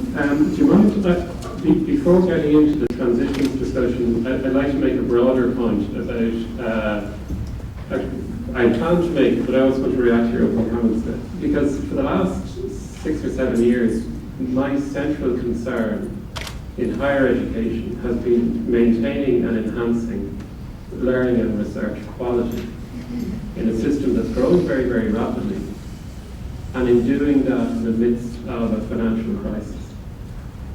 And it's caused me to reflect upon, what does make a good system? And what makes a good system is having excellent teachers and a vibrant teaching profession, investing in those teachers and valuing them, giving them very high levels of autonomy, and establishing mechanisms of positive and engaged accountability and incentives for positive performance. And if you have that context, then reform becomes a collaborative and regenerative process. It's a professional norm, it's a matter of professional pride to continually improve the system. And I'm concerned, I have to say, because those conditions require very high levels of public value in teaching and the profession, and very high levels of public trust in people and institutions. And whereas I think those things have been a constant, John, in our system, I'm really worried that the global economic shock, its particular expression in Ireland, confused with political and industrial relations agendas, have begun to erode both that value. I think the Irish public value education, but they're not quite sure how much they value it. And I think they trust teachers, the evidence shows that, but I'm not sure they trust institutions and the organising systems that are necessary for an effective education system. And I'm saying that because I'm saying that largely as a way of dealing with my conscience problem, which is I'm concerned about how did we as leaders let that slip, and how do we regain it? Because if we're going to have effective reform of transitions, so I want to make 2 comments then on reform as I see it. We badly need reform of the transition from secondary to tertiary education. All of the evidence, including what we've seen today, shows it. And if I can just give one example, and it's not anybody's fault, if you think about it, if we had a perfect leaving certificate, students being highly motivated to do really well in it, in order to get into a prestigious course at university would be great, because they'd be motivated to do precisely what they want. The problem is, this is the real world, and we have, by definition, no examination system is perfect, so we have an imperfect, it could be much improved, an imperfect senior cycle assessment, made an awful lot worse by the effect of the point system. So we all have to change. We're going to just give one example of how invidious this is. And it only occurred to me when I heard what Emer had to say today, and also what others have said. Yes, a course that's 500 points is seen as harder and better and much more valuable than the course worth 400 points. There is at least a 40-point differential across the socioeconomic groups. If you look at the highest and low socioeconomic groups and their average performance is at least 40 points in the difference across that. If you're, as an institution, successful in attracting students from poorer socioeconomic backgrounds, by definition they will have lower points. Your institution then is less good or less valuable, and we are at risk of promulgating a system where there's a form of social exclusion that better off, middle class, more capable students say, I will go to that high points university, which also happens to have lots of rich kids, and an institution with poorer students with lower points. And so there's self-fulfilling prophecy there. So the system that we have created has potentially appalling consequences that were never intended when it was designed. The second thing that I want to say is I think there's a huge scope for reform.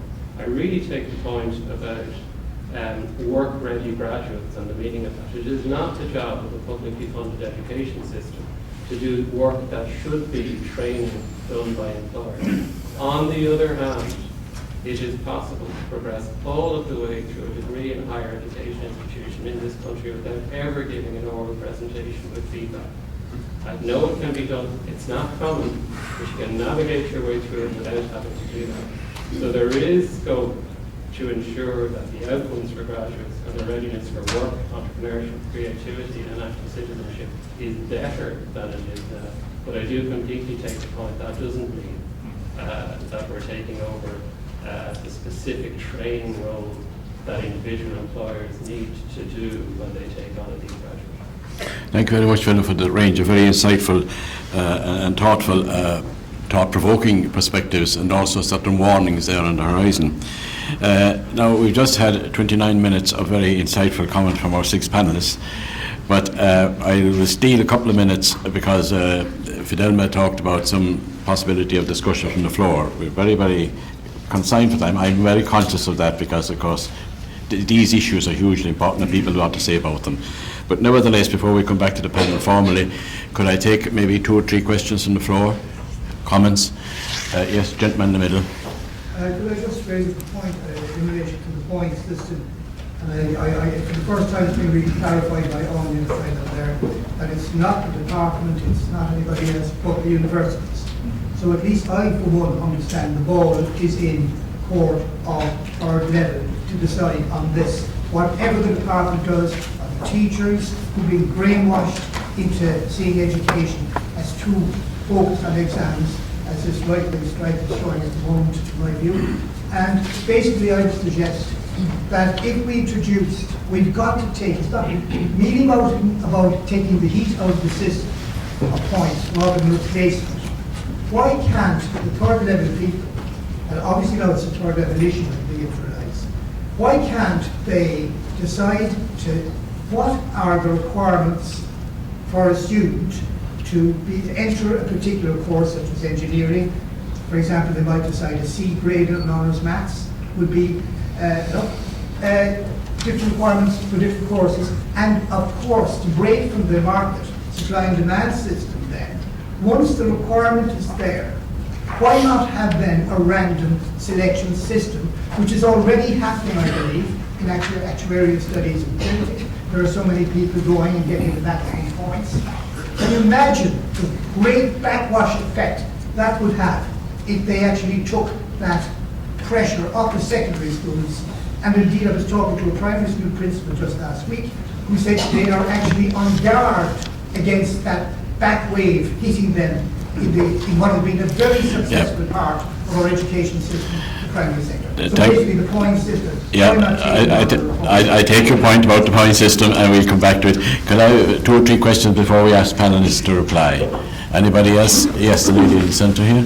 Just, there was brief mention of the further education system, and it was very interesting to see the stats and Emer's research, because I think it's one of the areas that we haven't actually looked at. And as a graduate who would not have gone into the further education system when I did my Leaving Cert, once again in the last century, but who now work in the further education system, I just wonder, does the panel think that the potential of the FE system has not been realised, and the potential that has been realised is weakened by the reference to using it as an alternative system, the back door to progress? And I'm as guilty as anyone else in using that terminology when we are promoting the further education system.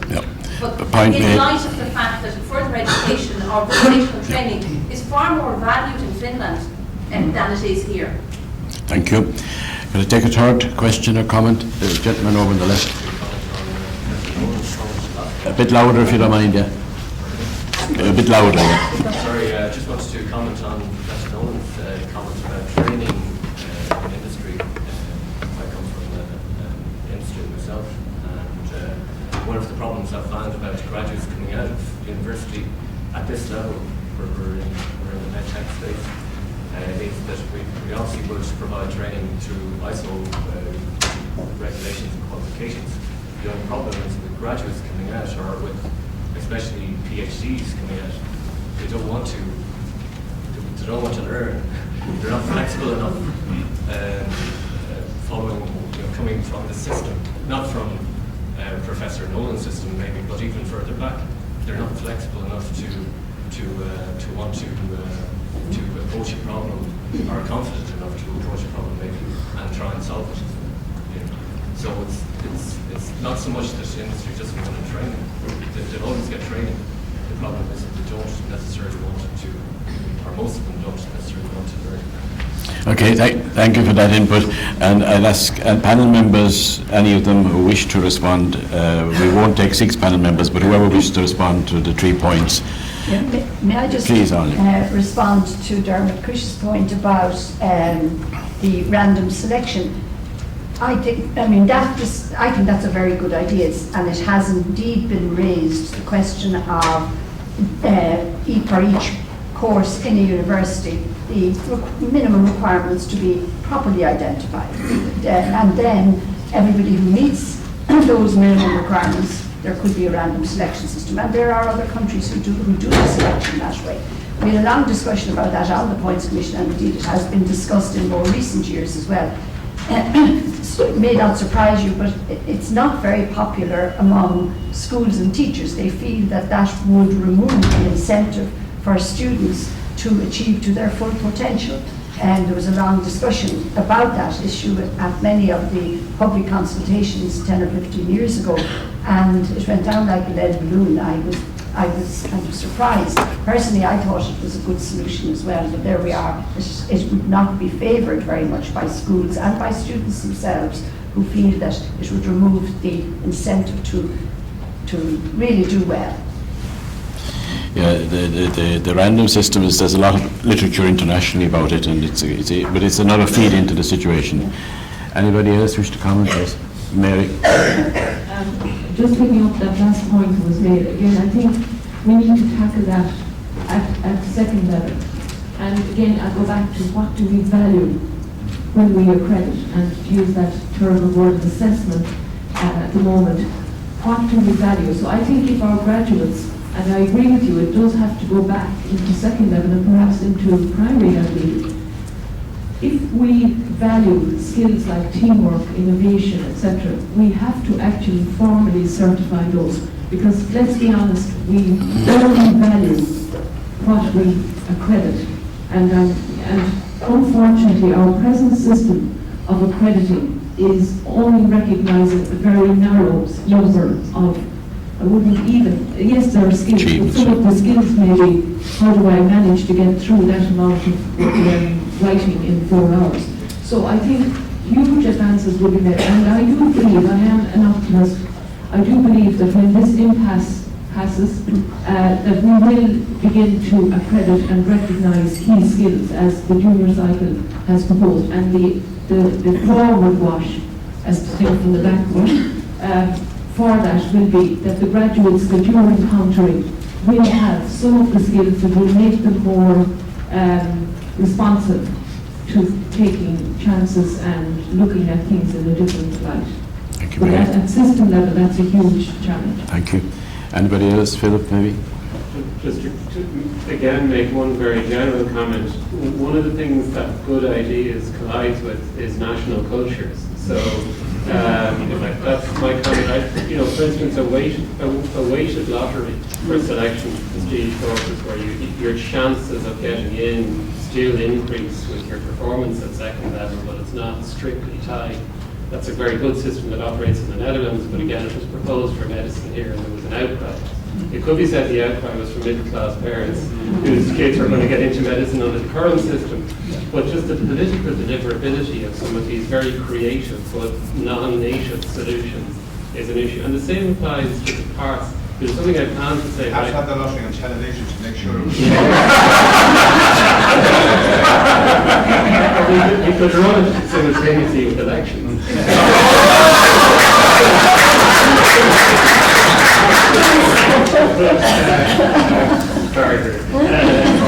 And the same applies to the role of different parts in our system. I did plan to talk a little bit about, we have a very diverse post-secondary system, and that's not diverse enough actually.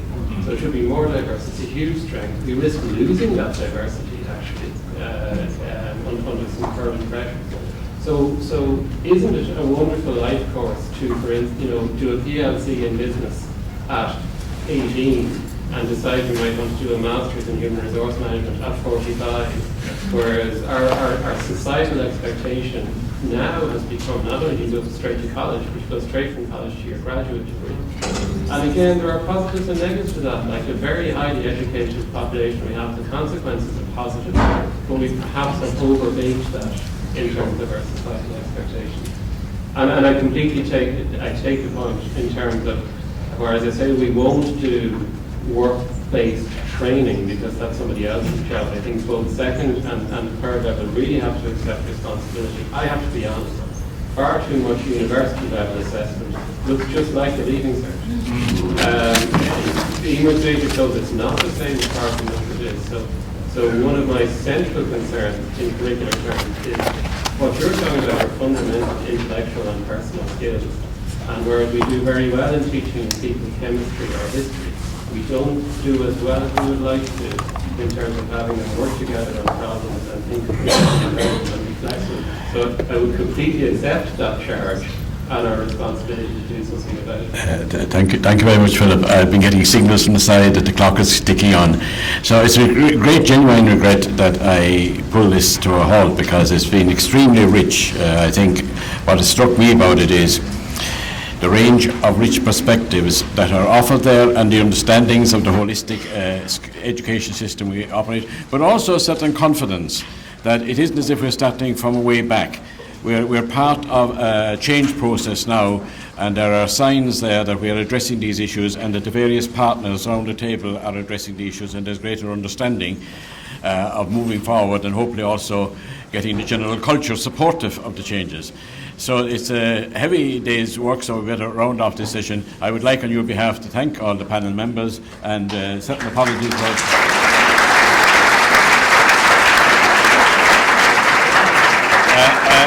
and thank you also for your very, very rapt attention, and we look forward to the rest of the day. Thank you. Okay, there's tea and coffee outside. If you want to go downstairs where we come in, you'll see the tables there, and please help yourself. And we'll see you in a little while. 20 minutes, please.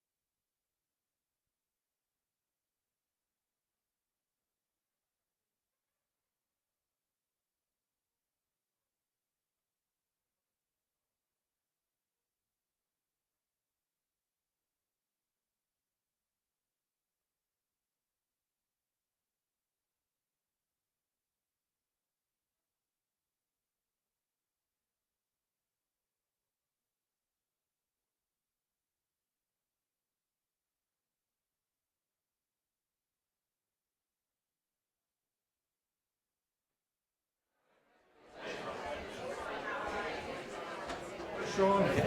How are you? Nice to meet you. Tony, I'm the chair. Yeah, we've met before. We have. Definitely, yeah. So, you're very good. Thank you very much.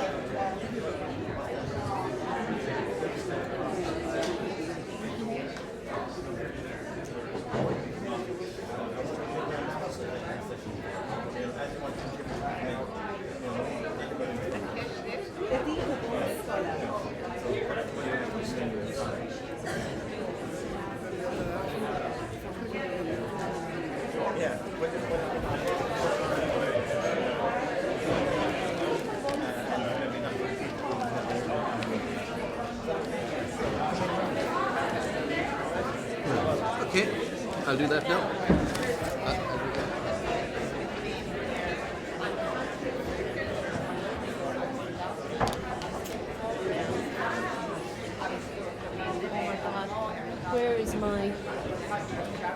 Where's my folder gone? Here we go.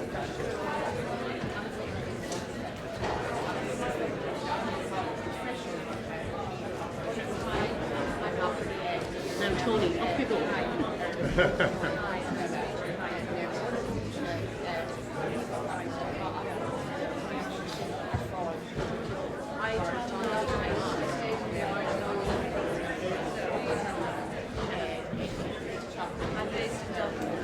Okay, if everybody would take their seats, it would be great.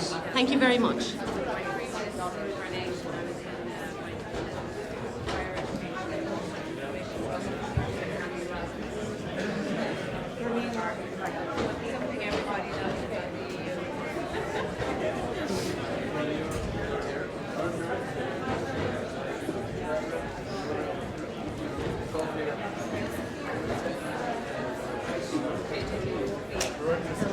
It's good justice now, Michael. Yeah, You want to do it?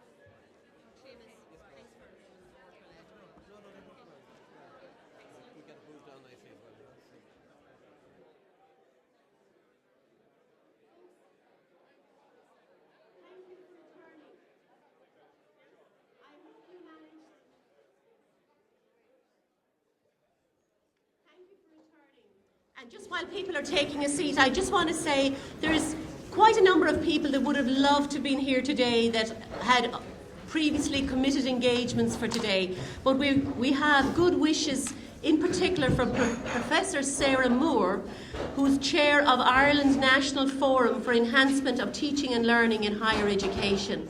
So she's watching the proceedings today, and I just want you to tell your friends out there that this entire conference is being live streamed today on YouTube. It's been live streamed on the NUI Galway YouTube. So even though people can't be here, they may be able to catch some of it at home. And Cormac, I think that is going to be stored there, isn't it? The conference office. Through the conference office. Okay, very good. I also want to use this opportunity to just mention a new publication of Education Matters, which is due to be launched on Tuesday night. And Education Matters is for sale today at a special due to conference delegates. I think it's €10. If not, I'm sure they'll let you know, but I do believe it's €10. It's an incredibly impressive volume. It's edited by Dr. Tony Hall, who's here, president in UIG. But the two people behind this is Phyllis Mitchell, who's doing this now, I understand, for 28 years. And it's a treasure trove of articles and key issues and key names in the education field. So it's well worth looking at. And to be fair to Phyllis Mitchell and Caroline Duggan, who is a new Masters in Journalism student as of last week, just graduated from here. They have given incredible support to me in putting this conference together, as has Stefano Coulon, who is also on the board of Education Matters. So I can't say enough of good things about the goodwill and the intention of the people behind Education Matters. So I would recommend that you take a look at it when you're out there for lunch. Lunch is 12:30 to 1. Thank you for coming back on time. And also on their table, sorry, 12:30 to 2, Gamalishke. I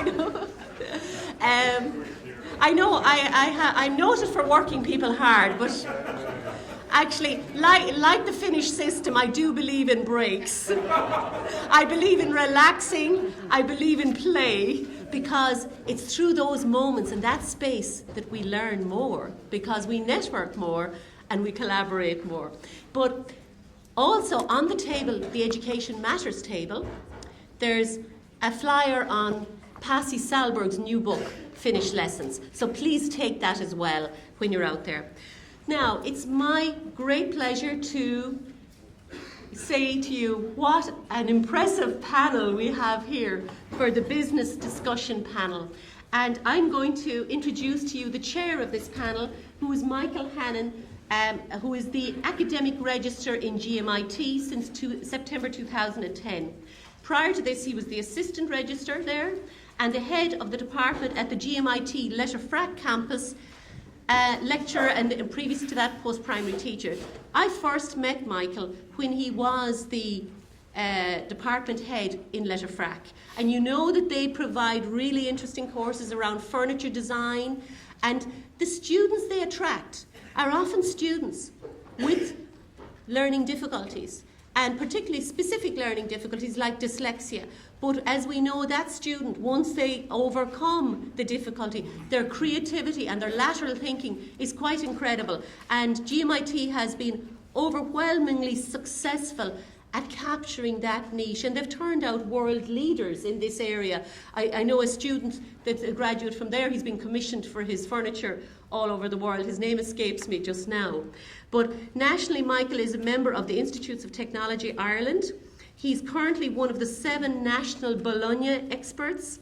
He has widespread quality assurance experience. His educational philosophy places the student at the centre of the learning experience, and a philosophy he practiced himself in his own teaching career. He's currently pursuing a doctorate in higher education with the University of Bath. But I suppose if I were to sum up Michael in 2 words, committed and caring. I give you Michael Hannon.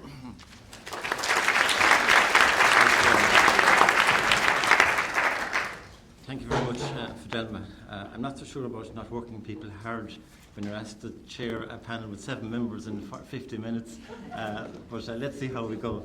We'll do our best. We're here today looking at the relationship between business and education and the engagement with business and education. And I'm going to first of all just introduce the panel to you. On my left is Barbara Nolan. On her left is Alan Monge. Then we have Sean Cottrell. Then we have Tony Donoghue. Then we have Emer Mulligan.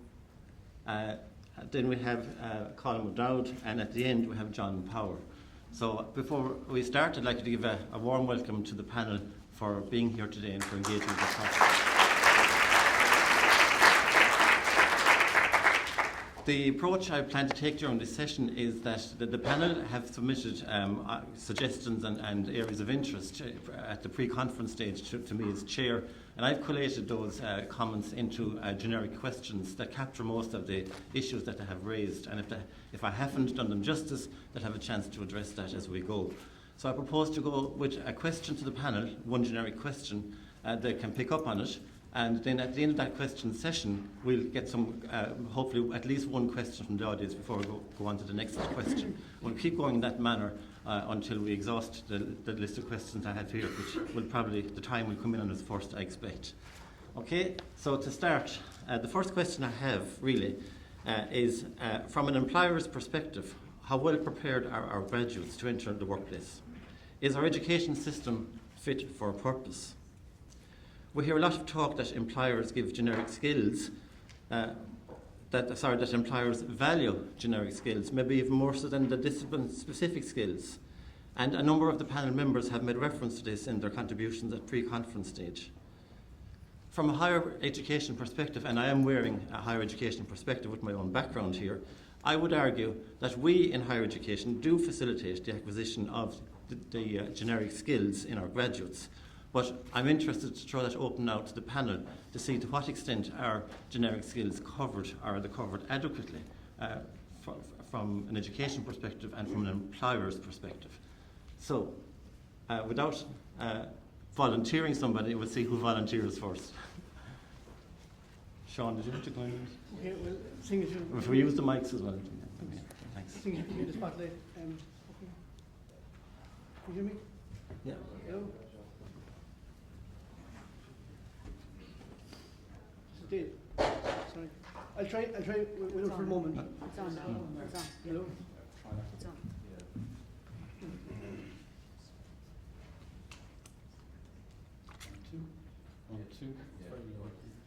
Hello? Okay, I'll try and get as loud as possible. I'm obviously not employed in the third level sector or in the third level sector for that matter, but in a conversation that I had recently with Louise Phelan from PayPal, she talked about the difficulties that they have finding people not just coming in as with generic skills, but basic skills such as spelling, such as being able to write a letter of application, fill out a form, and when put in a room of other applicants to do some group work and to follow some instructions to see are these people able to actually do more than what their CV simply says, they found that 30% of the people that actually came through their application process weren't cutting the mustard. And she was questioning, like, why is it that highly qualified graduates with lots of technical skills and abilities aren't actually able to do that basic thing of putting themselves forward in a professional way. Okay, that's fine. Tony, you wanted to come in? Thanks. Thanks, Sean. Yeah, I actually don't think they are, because they're not embedded in the curriculum at third level. We might see some evidence in them in the more vocational orientated subjects, but academics, particularly those in arts, humanities and social sciences, don't really agree, I think. I think there's an intellectual argument here. I think, and it was touched on in the earlier session by Kevin Donoghue when he was saying it's not the job of universities or institutes of technology to produce good-to-go graduates. I quite agree, but I suppose my central thesis on this is that there is absolutely no dichotomy between educational values and what business is requiring, despite the sort of debates that we hear. Are we educating people for a society or for an economy, which I think is a fairly sterile debate.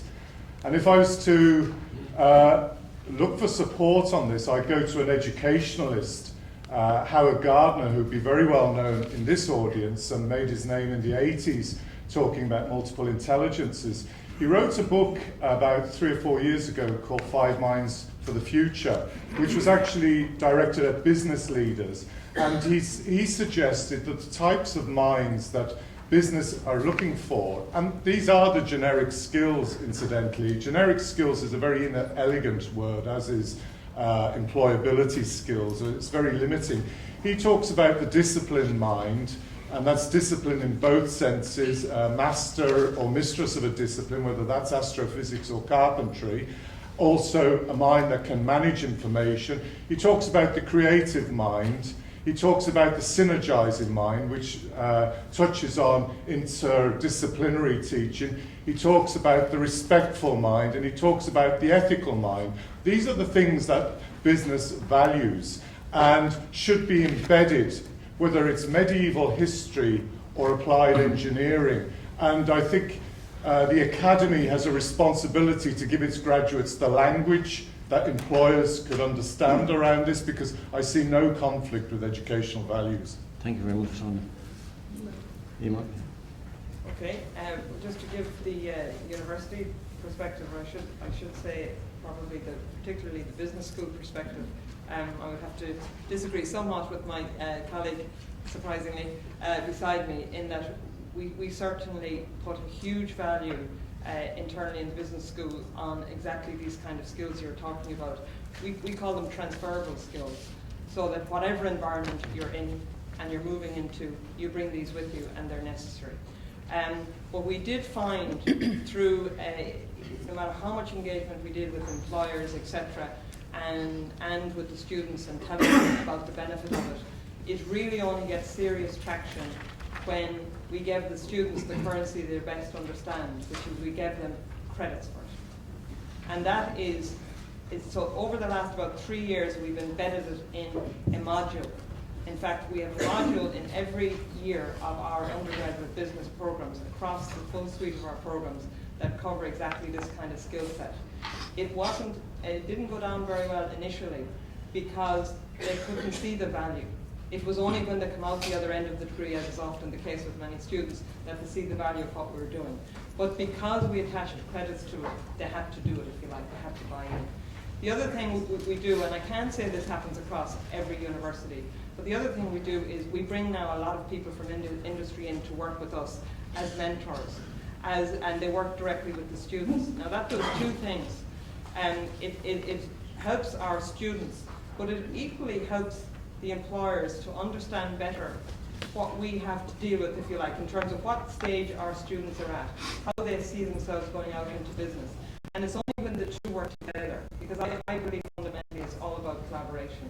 Because we all are entrenched, we all have our views, we all come from some perspective, but it's only when you understand the other perspective that you'll get best results. So the mentoring has also worked. The third thing we've introduced, and then I'll pass on to another colleague, is the whole area of internationalization. And we now try to give every student that comes into the business school an opportunity to go abroad. Now you might say, that's fantastic, and I'm sure they all do it. Believe it or not, the biggest challenge is getting take-up. And it's not all to do with money. Sometimes it is, but it's not all. It's to do with confidence, and it's to do with not being afraid to go away for the year, to go away for the semester, and not be worried without the usual supports of either university or home supports with you. And that is a very significant challenge. And that's something I think we could work a bit more closely with secondary level, which is to build the confidence in the kids. You think they're, the current generation would be extremely confident. An awful lot of them are not personally confident. So we need to do a lot of work on that. And again, I don't think it matters what discipline you're talking to. If you have confidence and if you've got transferable skills and you're willing to move on and be flexible, etc., I think we have a role in a university to be a part of that, but at the end of the day, we do have a core academic role as well. And that's where the tension is, I guess, in terms of what it is we should be doing. So there would be my main 3 points in response to that. Thanks, Eamon, for that mixed reaction there. Colin, you wanted to come in, did you? Yeah. Barbara coming in. I suppose I should really set the tone from where I'm coming from. I'm a CEO of a spin-out company from NUI Galway. We set up in May 2010. And, I'm ex-CEO of a small spin-out company which spun out of NUI Galway in 2010. And we were mainly funded by EU funding and various other support funding. We had about between 60 and 21 employees, full-time and part-time, and we recruited from science and engineering. So there was around 50-50 split in sciences, maybe chemistry, biology, and also then in engineering, material scientists.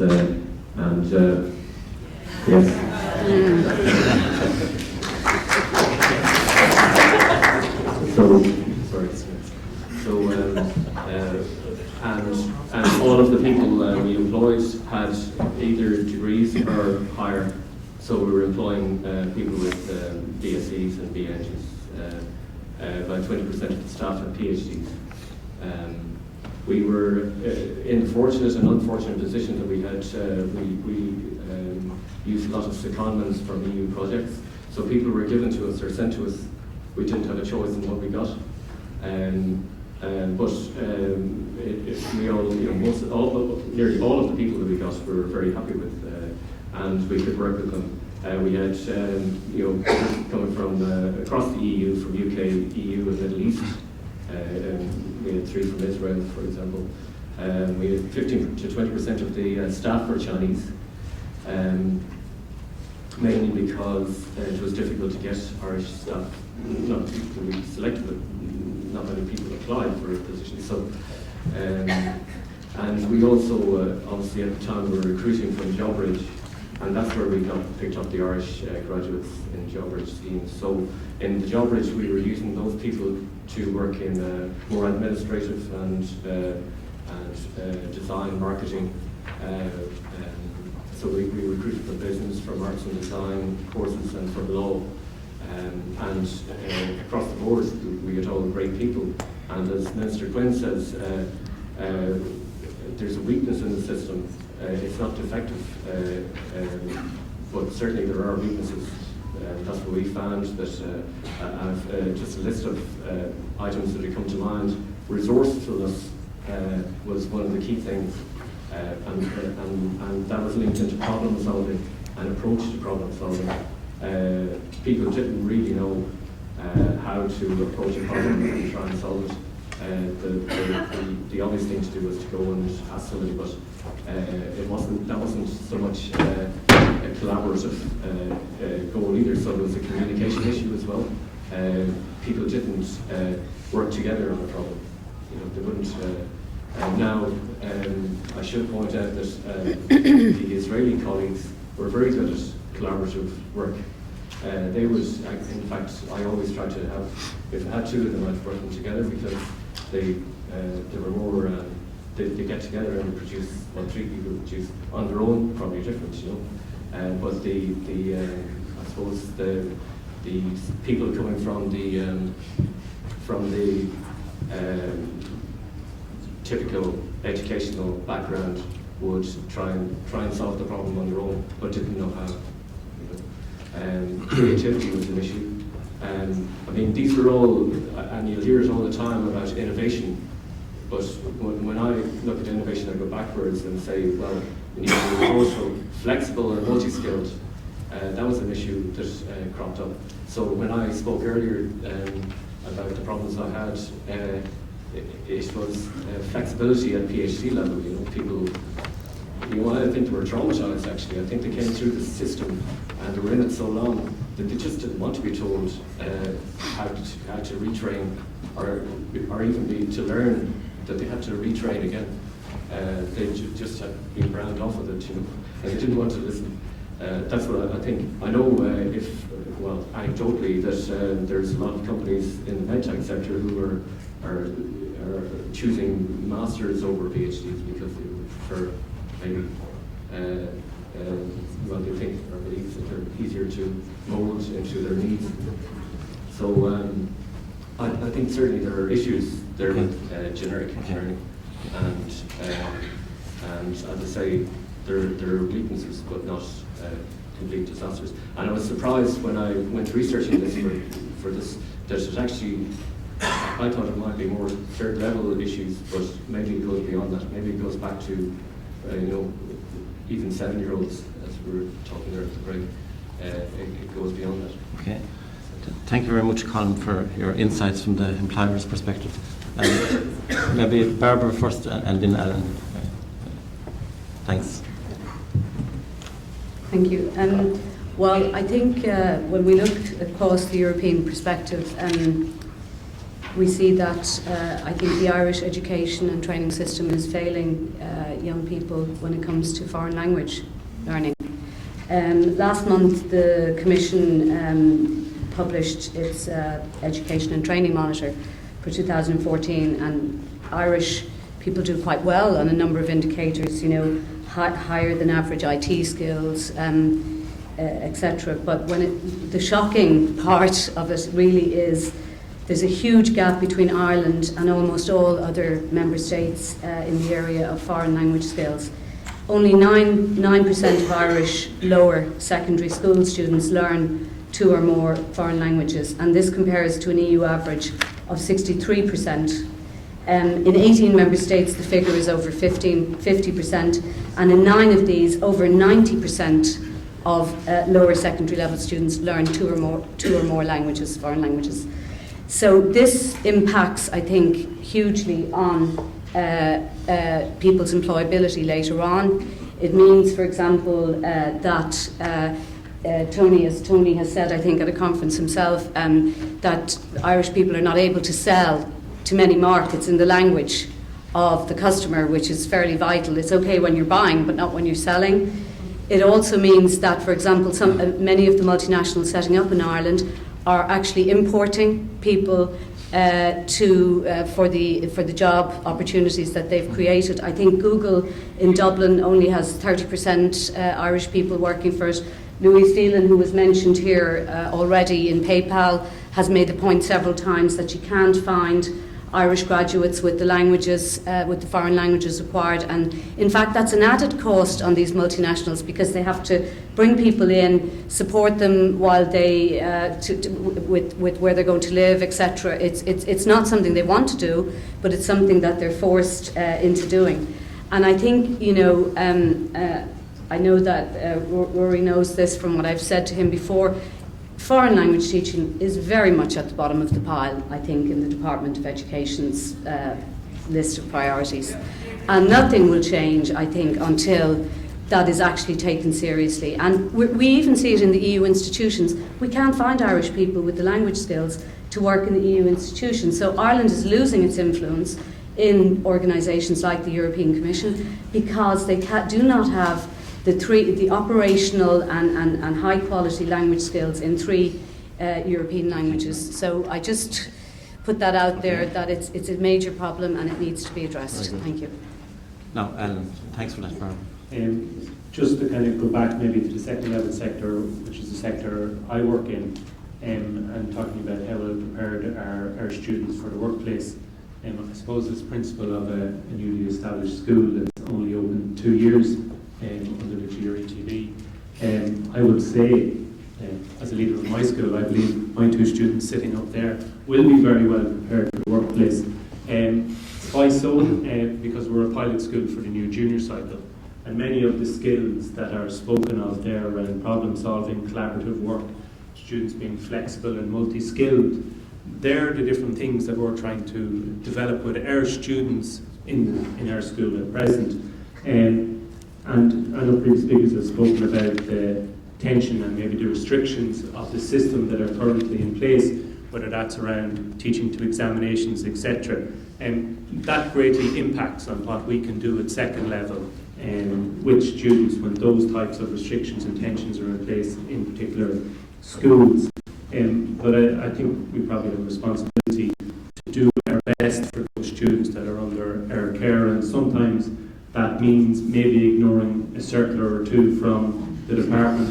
And I suppose sometimes I can maybe say that with a little bit of confidence that I do because I was a former school inspector, and maybe I just take that chance.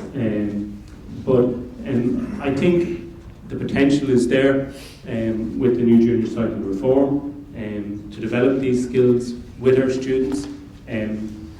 If some of that tension and restrictions of the system around teaching to the test and all of the issues that are around assessment at the moment, if they can be alleviated or removed, it will give greater freedom to teachers in schools to actually work on what is important for students, not focusing on content knowledge, which is essentially what we do at the moment. In our school, we are essentially trying to work on what we want our students to become. So what do I want these 2 individuals up here? What type of people do I want them to be when they leave our school?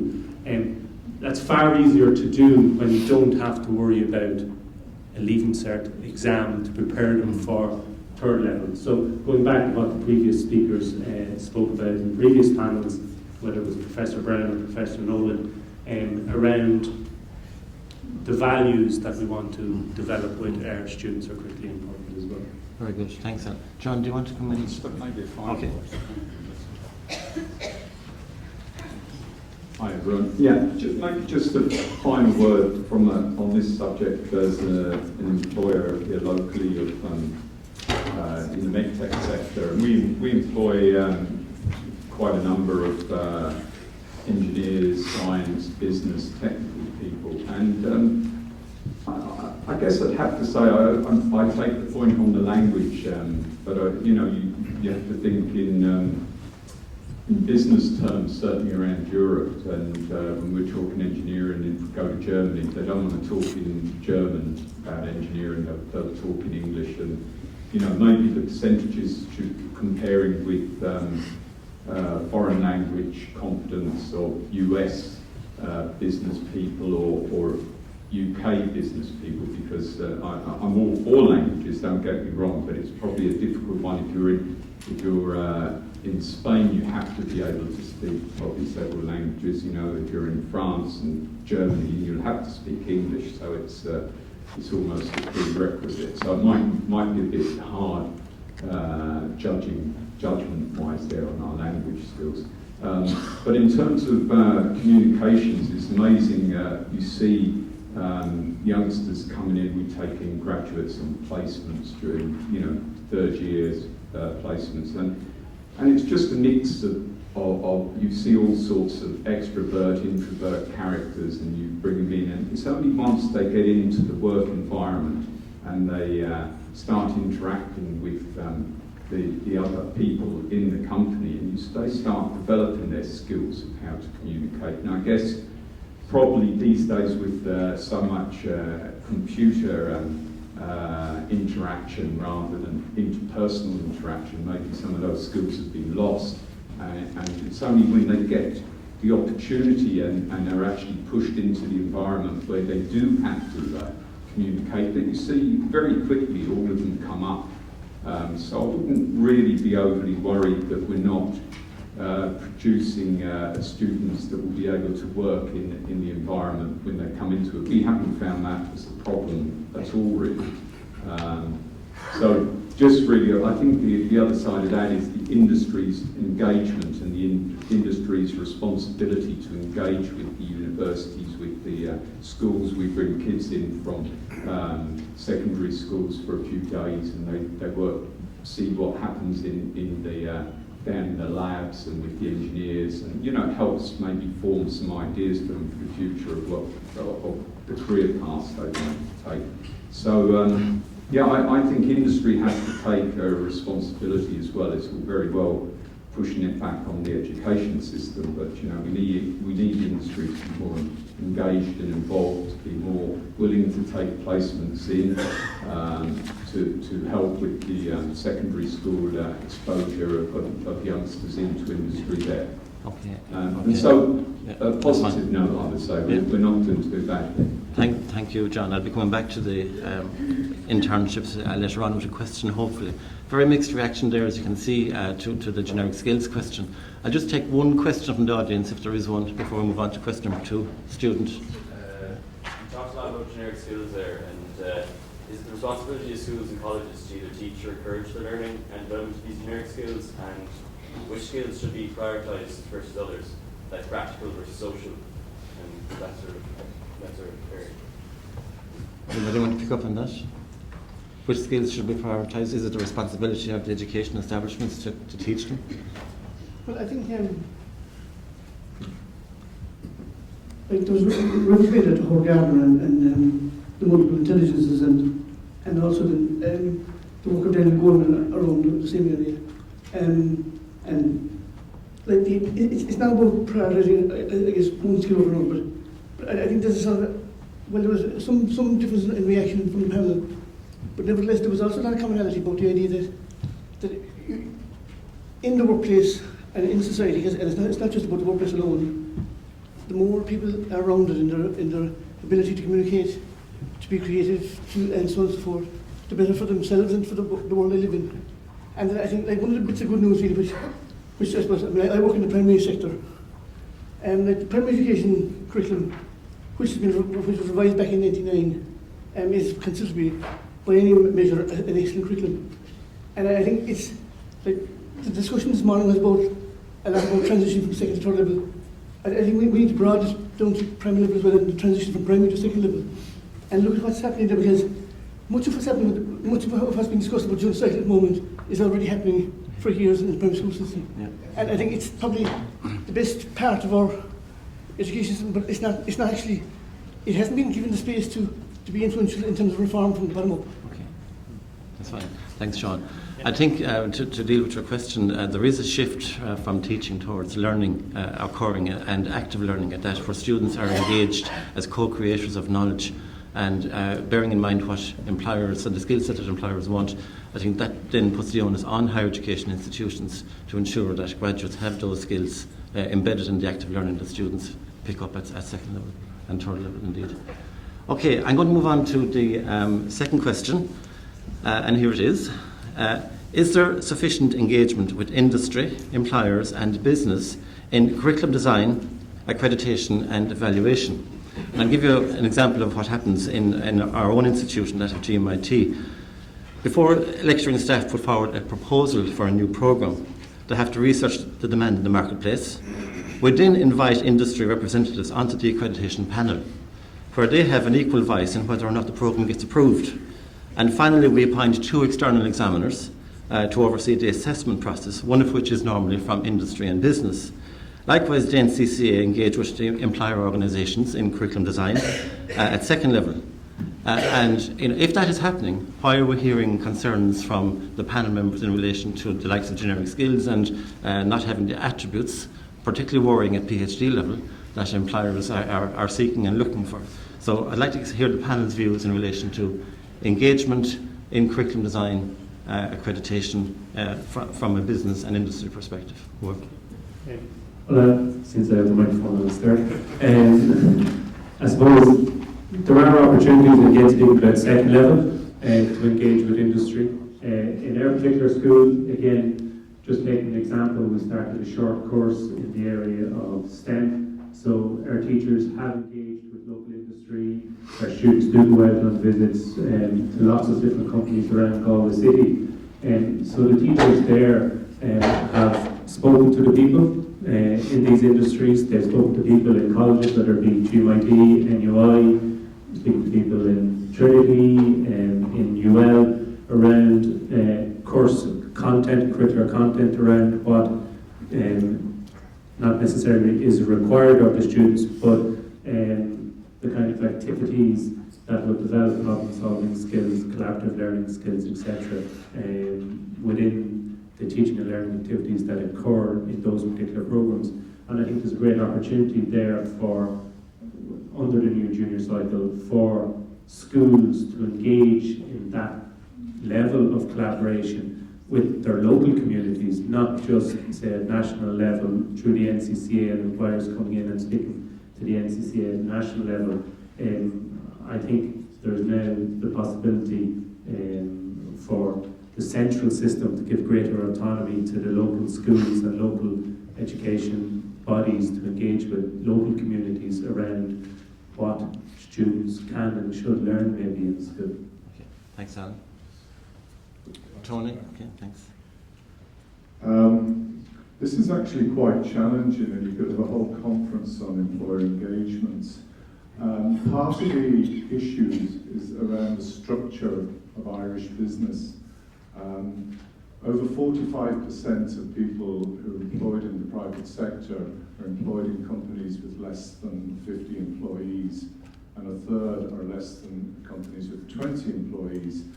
And that's a really difficult constituency to engage with. You know, we have people who, usually through personal networks, like John and Colin, that will come to events like this, but expecting SMEs who are basically, you know, their whole concern is keeping their companies going, to engage with either third level or second level is quite challenging. I'm not saying it shouldn't happen, but it is challenging. You've then got about just over 400 companies that account for a third of the rest of private sector employment, and they're the names we'd all know, and everybody beats a path to their door. So structurally, it's quite challenged. Self-evidently, it should happen.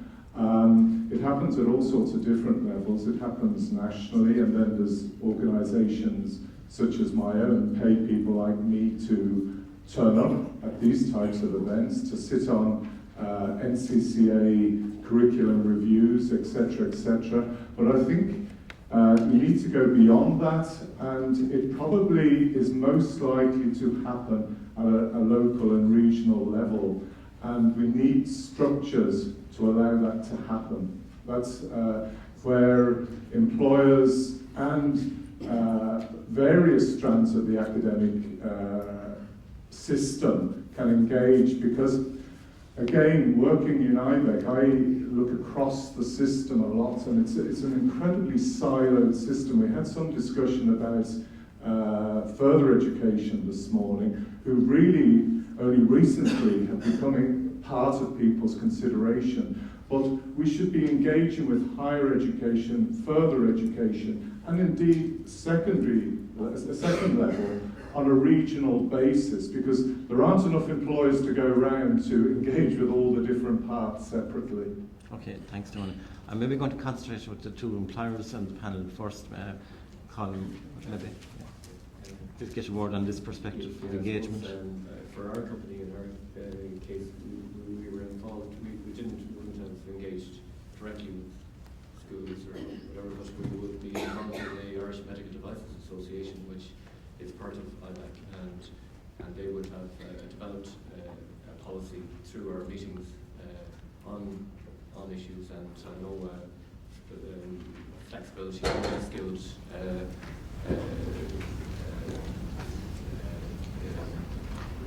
multi-talented or skilled people would have been an issue brought up a few times.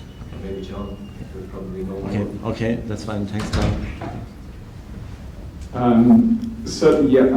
Aerogen, just to sort of paint a picture of what we do, we're a company, we develop medical drug delivery systems for the hospital markets and around the world, so we export to around 70 different countries. So the model we run as a business is it's all around innovation and marketing, so we outsource our manufacturing and we sell through distributors around the world. So that tends to mean with that concentration of people, we have about 100 people in the company now, about 65 here in Galway and the rest, a dozen in America and in other places. They tend to all be people that would come from a business, medical, engineering background. So it's kind of the knowledge-based enterprise, if you like. But our emphasis on engagement with third level might be higher, proportionate to the number of people we employ. That's what I'm trying to give the perspective of. But certainly, I found it to be fantastic. I mean, we have programs with probably every university. We run some level of program, whether it's innovation partnership or whether it's a full program that's been maybe 3 years of research with places like Limerick and Tyndall Institute. Really first rate. I think the universities have changed hugely in the last number of years, where they are now required to engage with industry to get a lot of the funding, and so it's made it very collaborative and beneficial to both sides. And interestingly enough, having worked a lot with American companies, and sometimes it's a lot harder to engage. We have people in a previous company that were leadership all came from Stanford, so they're all out at Stanford and connected at Stanford, but trying to engage with Stanford in research was like, what you basically do is sit down with two groups of lawyers for a few months and negotiate, whereas I feel I can walk into GMIT or into NUI here, into the engineering or medical groups and talk about an issue and see if there's a solution, that they've got some academic or they've got students that might work on a program. I think, again, we can be very critical. We've actually got it very interactive, and it depends on how willing the companies are, I think, often. But certainly I see it, that the willingness is definitely there in terms of the education groups in the country. Anybody else from the panel? Thanks for that, John. Okay. Just on this point, I think there's been a huge improvement over the last number of years on the level of engagement with industry. But particularly on program design, I think an area of frustration can be around industry want us to change now. You know, so they have a need, they come in, they meet, you know, heads of school or discipline experts, and, you know, we can't always, you know, a lot of people here in the education system, we often cannot turn it around as quickly as industry demands. So I think that's something we need to work on and to try to improve. And just one final example of a more recent engagement to get, I suppose, deal with the issue that you spoke about in terms of getting SMEs to engage with us. We have put together it's being led by Enterprise Ireland, but they're working with both NUI Galway and GMIT on this exact regional basis which you spoke about. And what they're trying to do is get the companies into us, the smaller organisations into us, to understand in what way we can help them. They frequently don't know. The larger companies are very familiar with engaging with universities and ITs. The smaller businesses not so. So they'd often say, well, what can you do for us? What can we do to help? So we have set this up, and we've had 2 very good engagements, and that's going to continue. So there's a lot of things happening in this space, I think. Thanks, Eamon. Okay, like the last time, I'm just going to throw that out to the floor maybe for one question. That person at the top, yeah? Okay, child who grew up in the 70s, I suppose on a farm and in rural Ireland. I just question for the panel. The question is, in reflecting on all your contributions, do you think that we're compensating to a large extent the fact that our young people now no longer grow up as closely linked to the world of work and to the world of adults than many of us would have been used to at an earlier period? That's an interesting perspective. Anybody want to pick up on that? Tony? Yes. Yes. I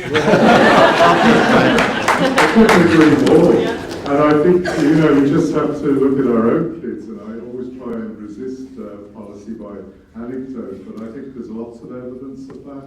And I just give a plug for a particular passion in the policy world of my own at the moment. There's actually, if any of you looked at the Department of Education website recently, there's a background document on strategy. It's called Service Delivery and Reform. And there's 33 high-level reforms set out there, each with their own layers of detail under them. But if I was to pick 2, the first one is the junior cert, which has got a lot of airing today, and I hope we get an opportunity to come back to it, because I think there's a little more to be said about that.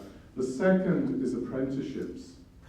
And the Apprenticeship Council has just been established, and we've got a very narrow view of apprenticeships. They also suffer parity of esteem issues, and there's only 26 of them in the traditional craft areas. In order to bring that world of work back to young people, or raise it in their consciousness, I think this feeds into the whole debate around further education and training as well. I think apprenticeships are potentially very powerful part of this armoury. And I'm not talking about transposing the German system into Ireland, because that quite clearly won't work. But the idea of a much broader range of apprenticeships across lots of different types of occupations, and much more significantly, apprenticeships that run from level 5 right up to and including level 10 offer huge opportunities to bring that world of work back to kids at an earlier age, because we've got a very middle-class notion of education in this country, very academic. We define education attainment in terms of how many CAO points we get, and it's very narrow, and it only rewards one type of learning. Okay, Tony, before I actually go further with that, I'm going to stay with that particular point, because that was question number 4, so it's now become question number 3. The whole area of vocational education and the fact that it is not valued, this came up from the panel contributions at the pre-conference stage. Vocational education does not seem to be valued to the extent that it should be, and trades certainly are in that category, and apprenticeships that Tony is referring to. And he referred to the Apprenticeship Council that has recently been set up. So what can we do to restore the balance between vocational education and higher education? Or is there a need, are the boundaries becoming sufficiently blurred that vocational education is morphing into higher education? And is that the way we should actually keep it going? Now, Colin, you wanted to come in on that maybe, or was it? Well, not quite that. Yeah, just that's an interesting question. I'll just quickly tell a story about two graduates that we had.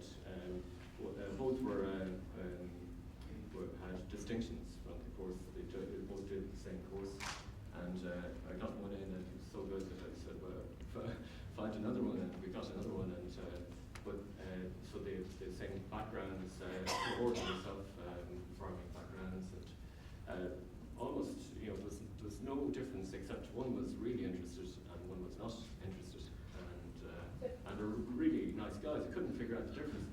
One, and this ties into Emer's research, which we all laughed about earlier. One spoke continuously about his dad. He was always working with his dad. And the other guy spoke continuously about his mother. And she's collecting him, and she, this, that. And I was kind of interested with your statistics there this morning, where 25% of students decide on their higher education future based on what their mother has said or told them. Now, I'm not saying that mothers are wrong or anything like that.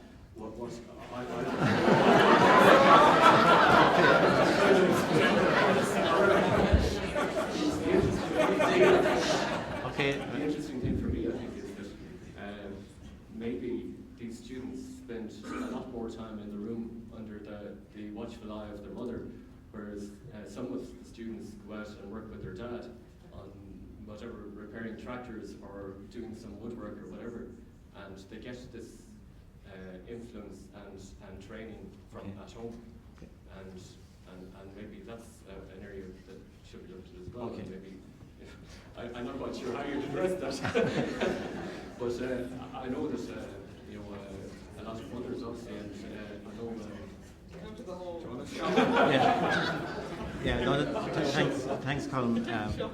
Really, I suppose the difficulty I feel that coming back on what Tony started in relation to apprenticeships, I think the difficulty with trying to expand apprenticeships into a broader higher education base, going right up to PhD level, is that it has a culture and an identity at the moment that's going to be very hard to break.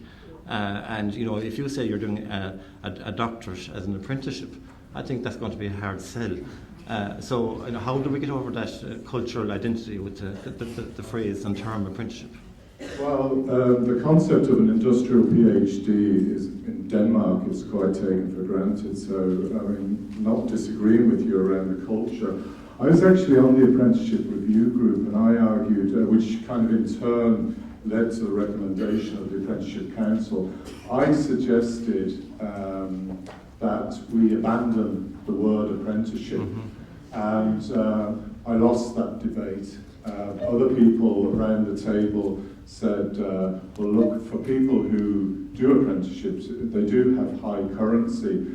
But we came up with what I would think is a reasonable compromise, in that apprenticeships would be defined in terms of the relationship with the employer, but for the sectors to which they are applied, they can be branded as as they might be. In other words, I have been pushing for the idea of a professional traineeship. So if that's appropriate to the particular occupation, so be it. A couple of days ago, we launched in IBEC what is very much like an apprenticeship, a thing called an associate ICT professional, which is a level 5, level 6 qualification. It is an apprenticeship to all intents and purposes. So this is about marketing and branding, but it's also about higher education sort of buying into this idea of advanced apprenticeships. And last week, in the UK, they launched degree apprenticeships. And one of the people on the group, on the apprenticeship review, was a lady called Hilary Steedman from LSE. And they've done loads of things really badly in the UK around apprenticeships. But she said where they work, and she gave the example in the engineering area, where the earn and learn model is now challenging the traditional university engineering degree, where fees are sort of £9,000 sterling. and they are finding that more and more people are coming in through that route. So it's not impossible. Okay, thanks, Donald. I'd certainly, just from a personal perspective there, I was a child of the 70s as well in, as you can tell from the accent, rural London. Rather than on the farm, I spent my summers on the building sites. But no, I left school at 16 and trained as an apprenticeship through draftsman on drawing boards with ink and vellum before CAD systems. Yeah, so I've never regretted it at all. The learning through industry was fantastic. I got sent then through night school to do my engineering and ONC, and then a HND, and then later in life I did through distant learning an MBA. But certainly the experiences gained on from working on the factory floor up through industry is it's hard to really put a high enough valuation on that. And I've often seen when we've some of the best engineers we've hired over the years have been engineers that maybe their parents were, or the father was a mechanic, or the kids liked working on cars or bikes or something like that, and developed practical technical skills and then complemented them further with education. So I'd be whatever. I'd like the idea of calling it, maybe changing the name from an apprenticeship into a sort of another route to a degree. But I think it is a real path for a lot of youngsters, and I would encourage it. And I would say not only to get through degree level, but a lot of the girls and guys in my company I would encourage to go and do, that have primary degrees, to do a master's, then, whether it's in biomedical science or biomedical engineering or an MBA, and they can do that through the university in the evenings and at weekends. I think that's a great pathway forward. You know, they can apply the knowledge that they're gaining as a young engineer, and they're far more successful then when they go in and do a master's. And the colleges here, as Emma talked about it earlier, trying to adapt quick enough.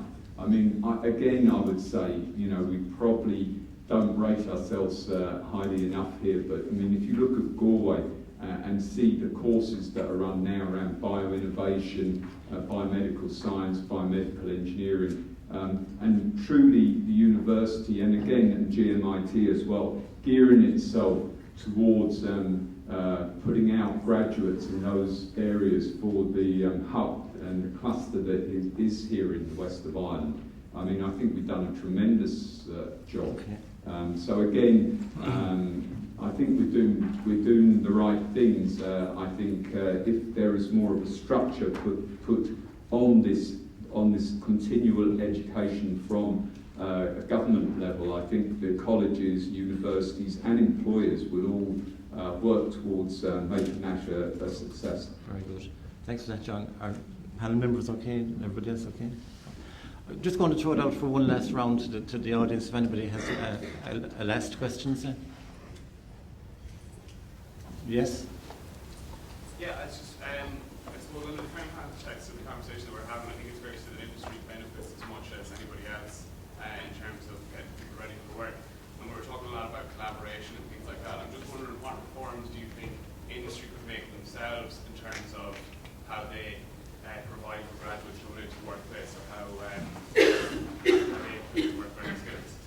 So like the reforms that industry can make. I know we were talking about the difficulties faced by SMEs in terms of the fact that they're smaller and they're capacity. Is there something that can be done there to allow them to be able to contribute more?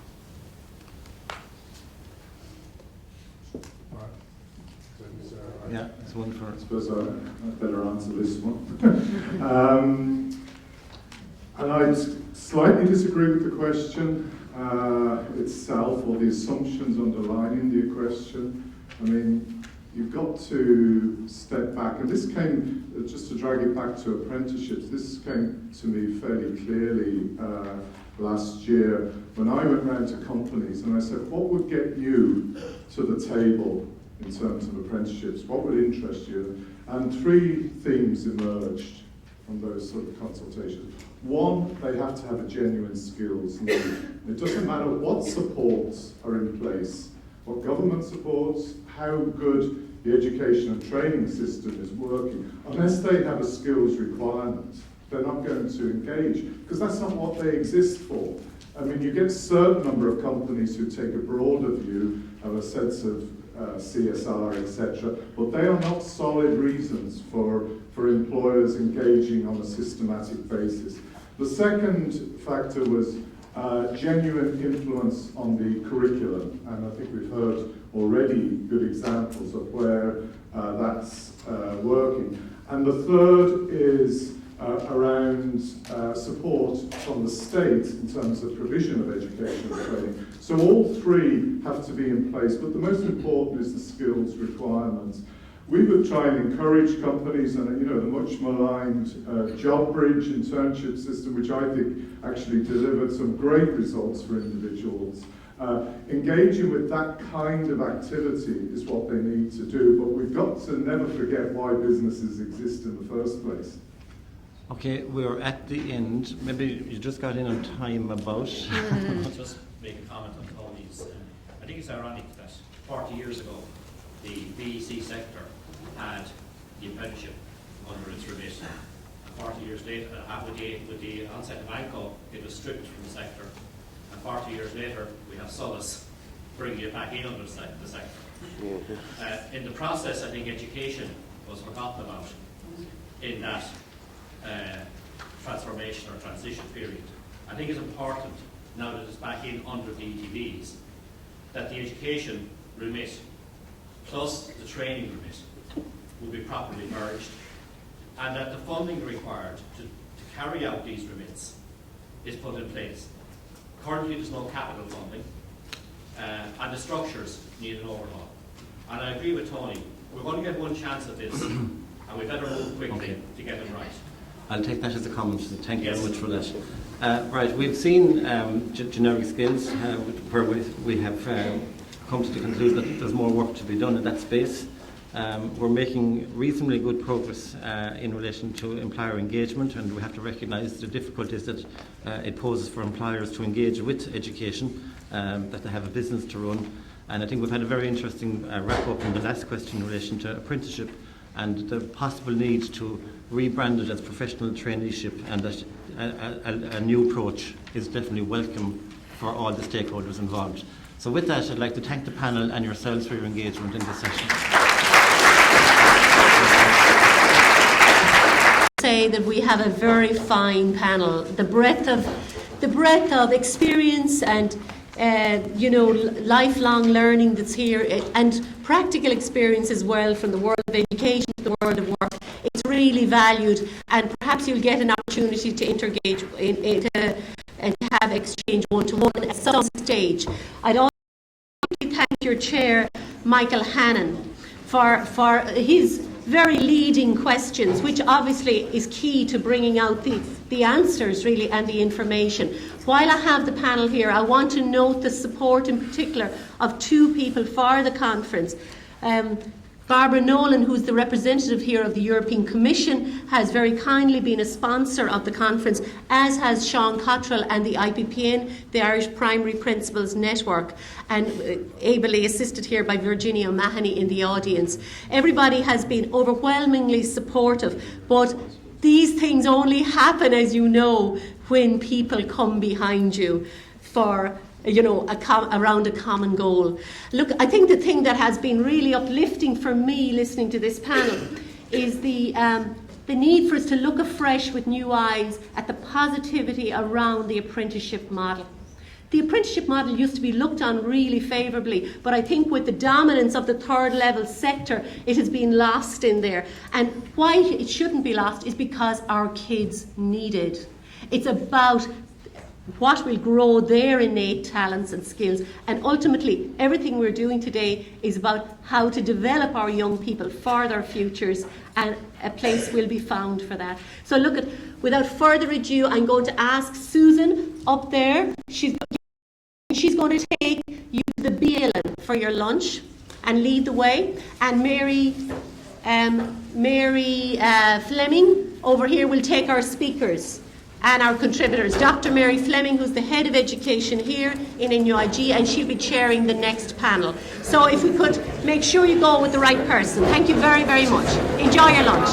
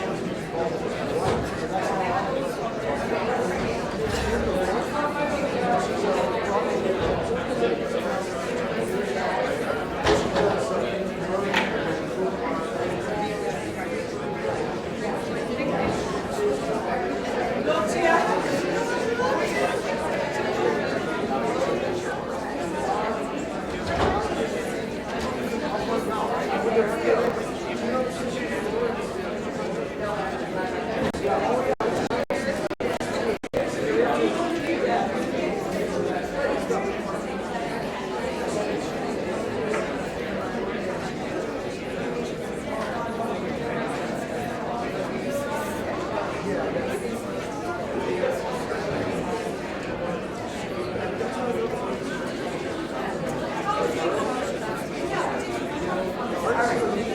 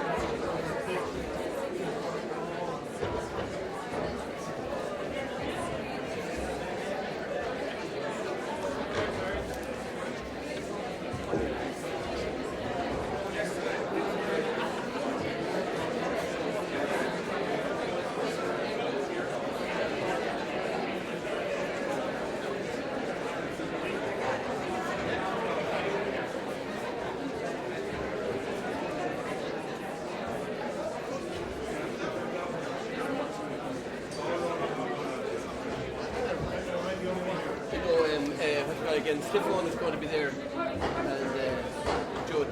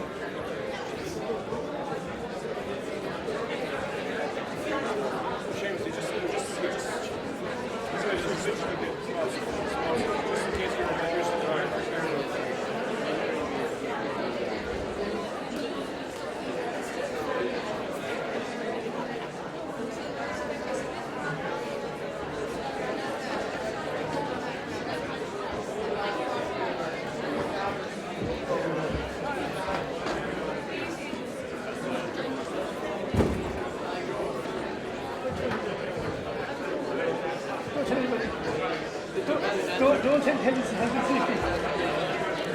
That woman's going on the cruise soon, you know.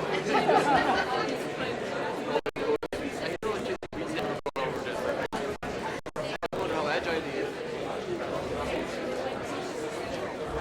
Oh, yeah.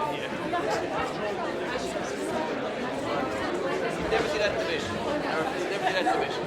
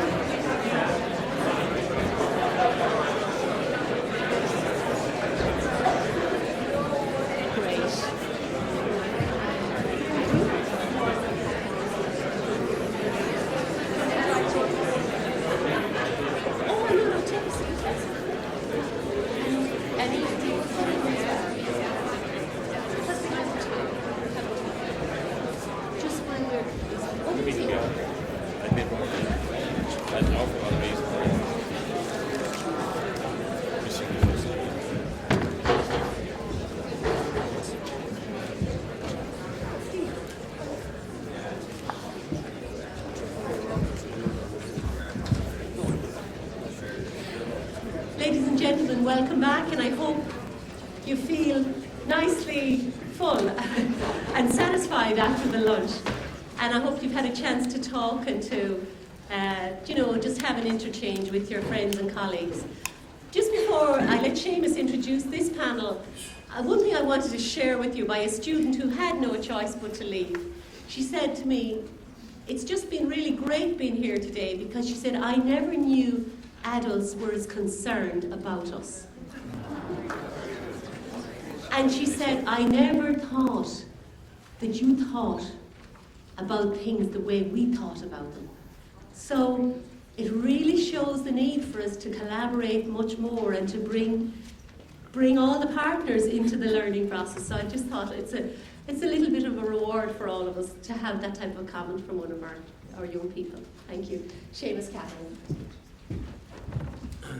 Well, thank you, and thank you for being so involved in the debate earlier this morning. Just reminded over lunch, I was remembering back to when I qualified first, and the conversation that appeared this morning about the more or less oven-ready graduates coming out ready for the world of work.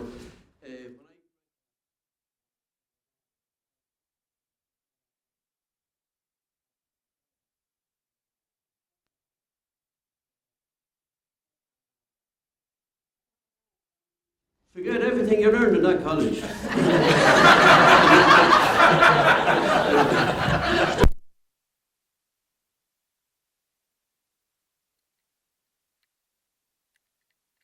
Dr. Mary Fleming, and there's a very glib statement that goes around every now and again, which I don't ever like, and they say that those who can do, those who can teach teachers, But Mary is very much a person. Dr. Mary Fleming is head of the School of Education in NUI Galway.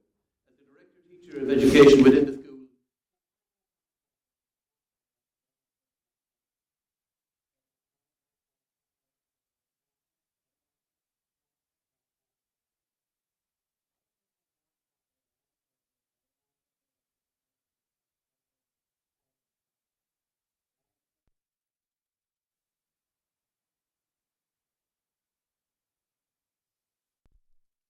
recipient of the President's Award for Teaching Excellence within the university, and attributes this success to the implementation of the new teaching and learning. I welcome everybody to NUI Galway, and I am proud that this conference is taking place with us here today. This afternoon, we're going to probably broaden the perspective a bit and look at the whole social impact of education. And as we look forward, look at what's happening to our young people as they move out from the formal into the informal life that's ahead of them, and also look at what's happening to our young people as they migrate through the education system as it is. Can that education system change fast enough, for want of a better way of putting it? Is it responsible enough to adapt to the needs of the particular cohort of people who will be our future leaders, our future citizens into the next century? So, to introduce our panel, on my extreme left we have Emer Smith back again, and then to Emer's right we have Pat Mansell, who is the principal of Limerick Institute of Technology, the further education college in Limerick, and who... Limerick College Further Education. Sorry, the Limerick College of Further Education, my apologies. To Pat's right, we have Joe Tracy, who's an addiction counsellor in HSE West. Next to Pat, we have Michael Mulvey, who is registrar in DIT and also a member of the CAO board. To Michael's right, we have Stefan O'Coulon, who's acting principal in Coláiste na Curba here in Galway. And finally, to Stefan's right, we have Professor John Coonahan. So, our panel, each and every one of them will have a perspective on two questions that I want to pose to them today. And in order to speed up things a little bit, some of the panel have already given me feedback on what they would like to talk to. So as we converse I will bring them to their own area of interest and their impression on how we can adapt, reform, rethink learning as we move into the future. So, my question to the panel is, what are the key values and principles that will guide this relearning into the future, so that we can enable our young people to be active citizens in society? And on foot of that, the second part of the question probably will be, what do you think are the challenges and issues that we really need to tackle now as we relearn and reform the education system? Okay, so basically, like a good teacher, you repeat it. What are the principles that we need to work to? What are the basic values? And on foot of that, what challenges are there for us to meet immediately? Who would like to start? Okay, Michael. Okay, good to go. Can I just make a quick point before I just go into to answer the question? There was a lot of counter this morning just around the points system, as we call it, and so on and so forth. And just as a board member of the CAO, I feel a slight responsibility to kind of stick up for the CAO, as it were, and just to say that please remember that the original concept behind the CAO was to provide, and it's still the case to this day, is to provide a one-stop shop for students applying into higher education, as opposed to what tended to have happened previously, whereby students literally had to go around to each individual institution. So just to say, that was the kind of underlying founding principle. And in whatever changes that come into the future, hopefully that one-stop shop concept will be kept. I think it's been a substantial contribution to Irish higher education and to Irish higher education generally. And the other thing just to say is that the so-called point system, which essentially assigns points to leaving certificate scores, leaving certificate outcomes, the same principle of assigning points to other types of learning can also be applied and indeed administered through the CAO. However, I just put that out there. Just going to in relation to the question itself, just at a practical level in relation to where I would come from in terms of dealing with the issue of active citizenship and preparing students for active citizenship. I would just cite a number of fairly practical things that we do. We have a set of graduate attributes which were carefully thought out and teased out over a long period, and we're in the process of embedding those. And one of those principles or attributes is the notion of engagement, the engaged student leading to engagement in society. And the thinking behind that is that students who are civically engaged in higher education, in civic activities, that becomes, it's a habit forming, and that habit continues for the rest of their adult life, as it were. The other area, and again on a tangible level, and was alluded to earlier by the president of UCG, was the concept of service learning, which in fact I was involved in the pilot project which introduced that to DIT. And effectively, it is embedded the notion of interaction with the community, particularly community groups, in many cases working with the most vulnerable populations in society, and building that into curriculum in such a way that credits can be assigned and it can be assessed and so forth. And the third area I would just cite to is the whole notion of how we involve our students as class representatives within the quality assurance system. In DIT, we have about 600 class representatives who we recruit. They're elected by their peers. They act as a focal point for their groups. They collaborate with the program committees in terms of feeding back on issues and so on and so forth, both good and bad. They're involved in writing up the reports on the programs every year. And we see that as there are many benefits to that. First of all, they're contributing actively to a higher education institution. They're being elected, they're involved in democratic processes and so on and so forth, and they're getting exposure to leadership positions. So I would say, in terms of just abstracting a number of principles in this regard, I think the notion of building activities into curriculum which engage students in civic activities is a principle. Building that into the curriculum, building that into assessment, because the way it is that to some extent, unless you're assessing something, it doesn't get the same emphasis or take-up. And the other, I suppose, final principle I would say is the notion of just experiential learning, that it is not just, that it is a range of different types of learning, but with particular emphasis on experiential learning. And the final comment, if I could make, if I may be running over time, is that my observation of students over many years, okay, I'm just talking about young Irish people, let's say at school leaver level, is that there were a lot of comments made about them this morning and so forth, but fundamentally, even without any structured involvement that we build in the curriculum and so on and so forth, students are extraordinarily active in terms of volunteering, nothing to do with DIT particularly, we know they volunteer.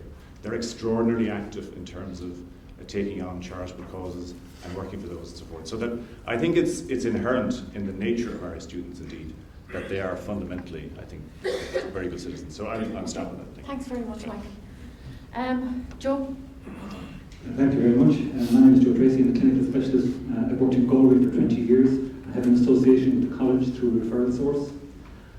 I think something very different happened in Ireland this week, where Dr. Stephen Stewart from the Mater Hospital highlighted one very important research data.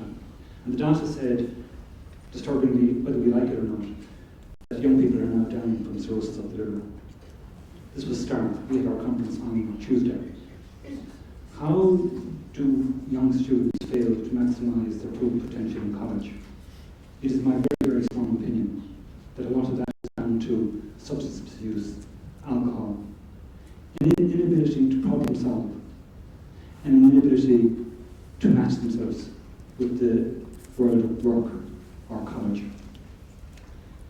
It is a stark, shocking statistic that 666 people killed themselves in this country last year in the area of self-harm. Young people are not divorced from that. It's been my observation, walking by the Cloud Basin, assisting to pull students out of waterways. It never hits the media. Galway is a waterway city. Its proximity to water is very stark and all around us. As parents have said to me, I didn't really send my son or daughter to college to be zipped up in a body bag. And that is the stark reality that happens on a very regular basis around the country.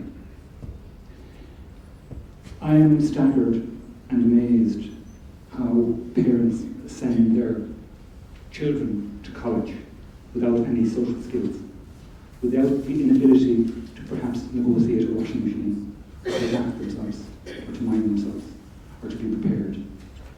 Students themselves have said to me, it's not the academia, Joe, that engages us. It's integrating, it's socialising, and trying to adapt to the huge culture of alcohol and substance misuse. Nothing has prepared us for this situation. I am struck by the gentleman's comment from the farming background. He said, the inability to adapt to any degree of work ethic. I'm always saying to people, can you manage to sweep the floor properly? Do a simple job. It's been my observation that they're coming straight from secondary school, straight into college with very little skills of work ethic. And that's where it's at from our perspective. The referrals into addiction are staggering. They're disturbing. They are the future. It is my very, very strong opinion that students have left this college, both in the GMIT and in water, because of substance misuse. We are in a festival city, unlike any other city. The difficulty in negotiating safely in those particular situations is a huge challenge for people I meet. The downturn or the upturn left a terrible taste in young people's mouth because we promised them everything and get them nothing. I am also sadly always amazed with this, that in the events of crisis, it's the many that usually contact services are as proactive in coming there. It's my anecdotal funny one. I've always said to parents, you should really come to Galway and you should socialise in the evening late at night and observe yourself and see what a beautiful city it is, but to view it at 3 a.m. in the morning, it can be a very, very different city.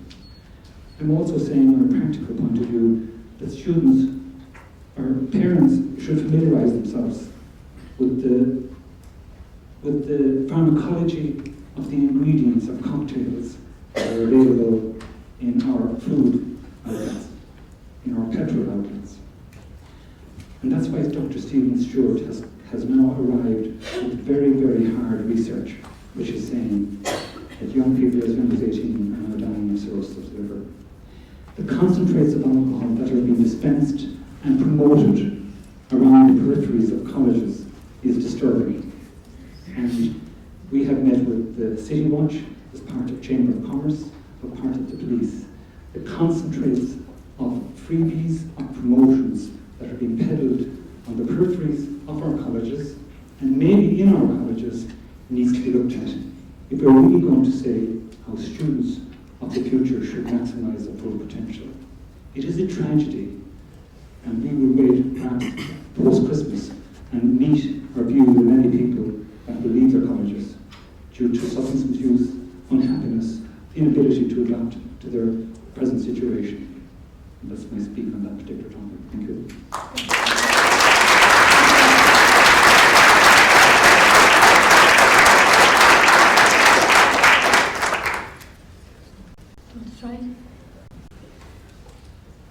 Good afternoon.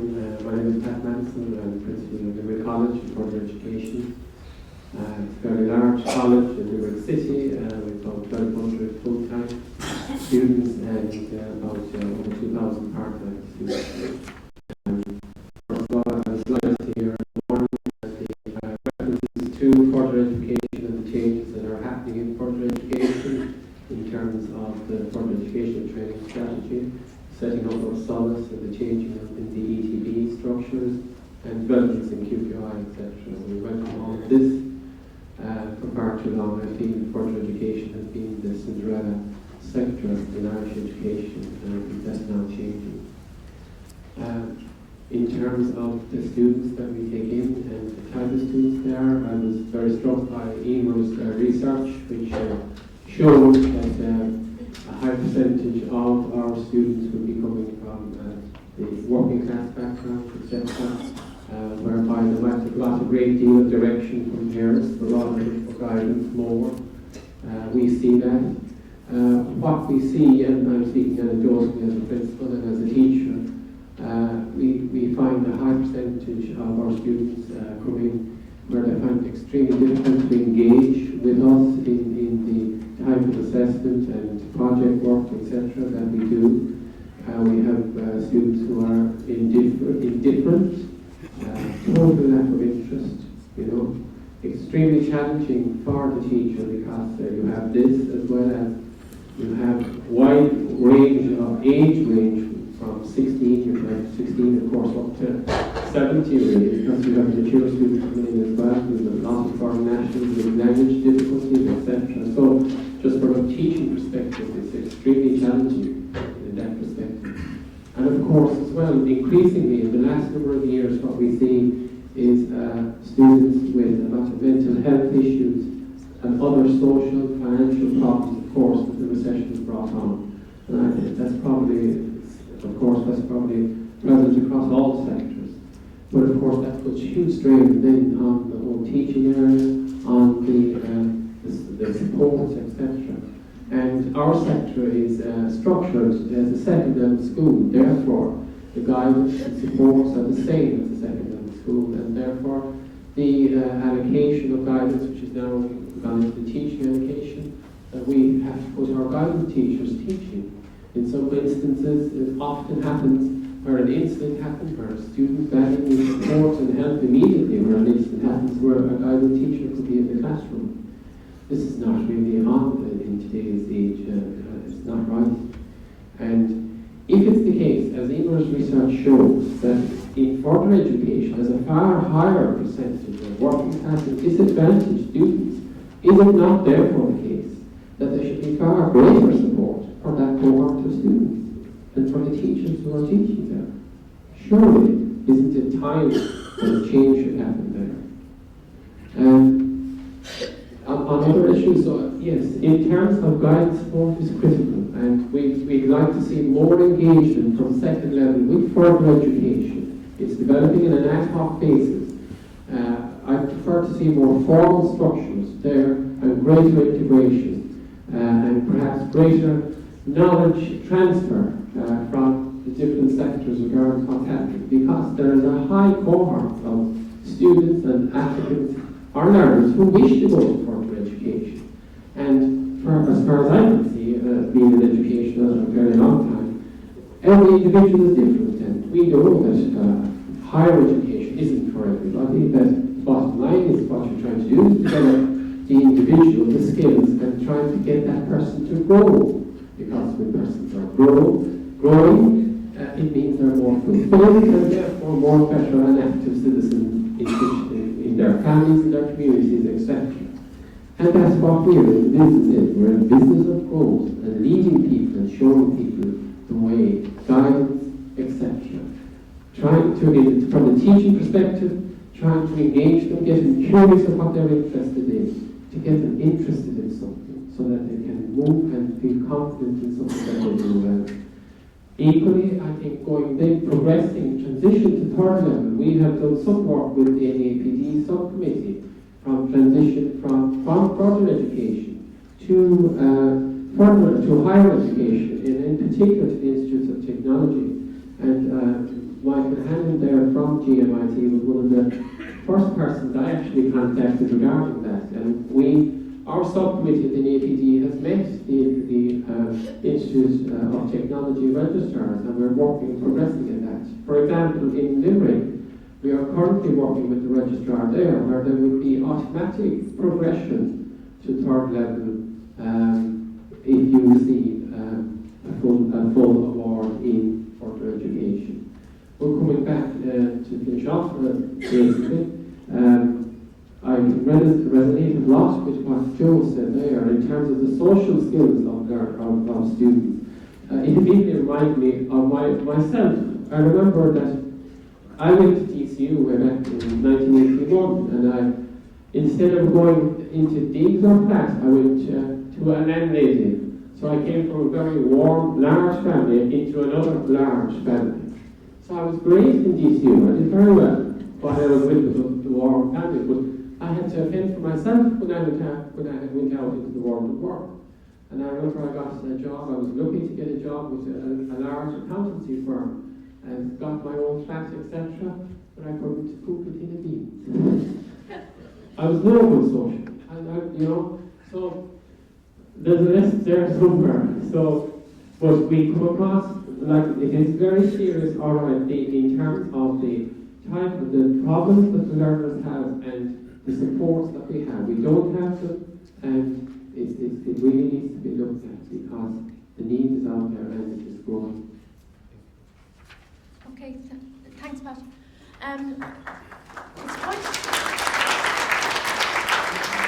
It's interesting, the similar themes that are coming out now that came out with Emer's introduction this morning: pastoral care, guidance, support, those principles that the child is centred, that we work from a student-centred perspective and we work out to meet the needs of the students. Stefan, please. Thanks, Mary. Like a good student, I should revert to your questions perhaps before I begin. Don't tell me you're not so. Your perspective, you asked about principles, the principles that should guide this reform.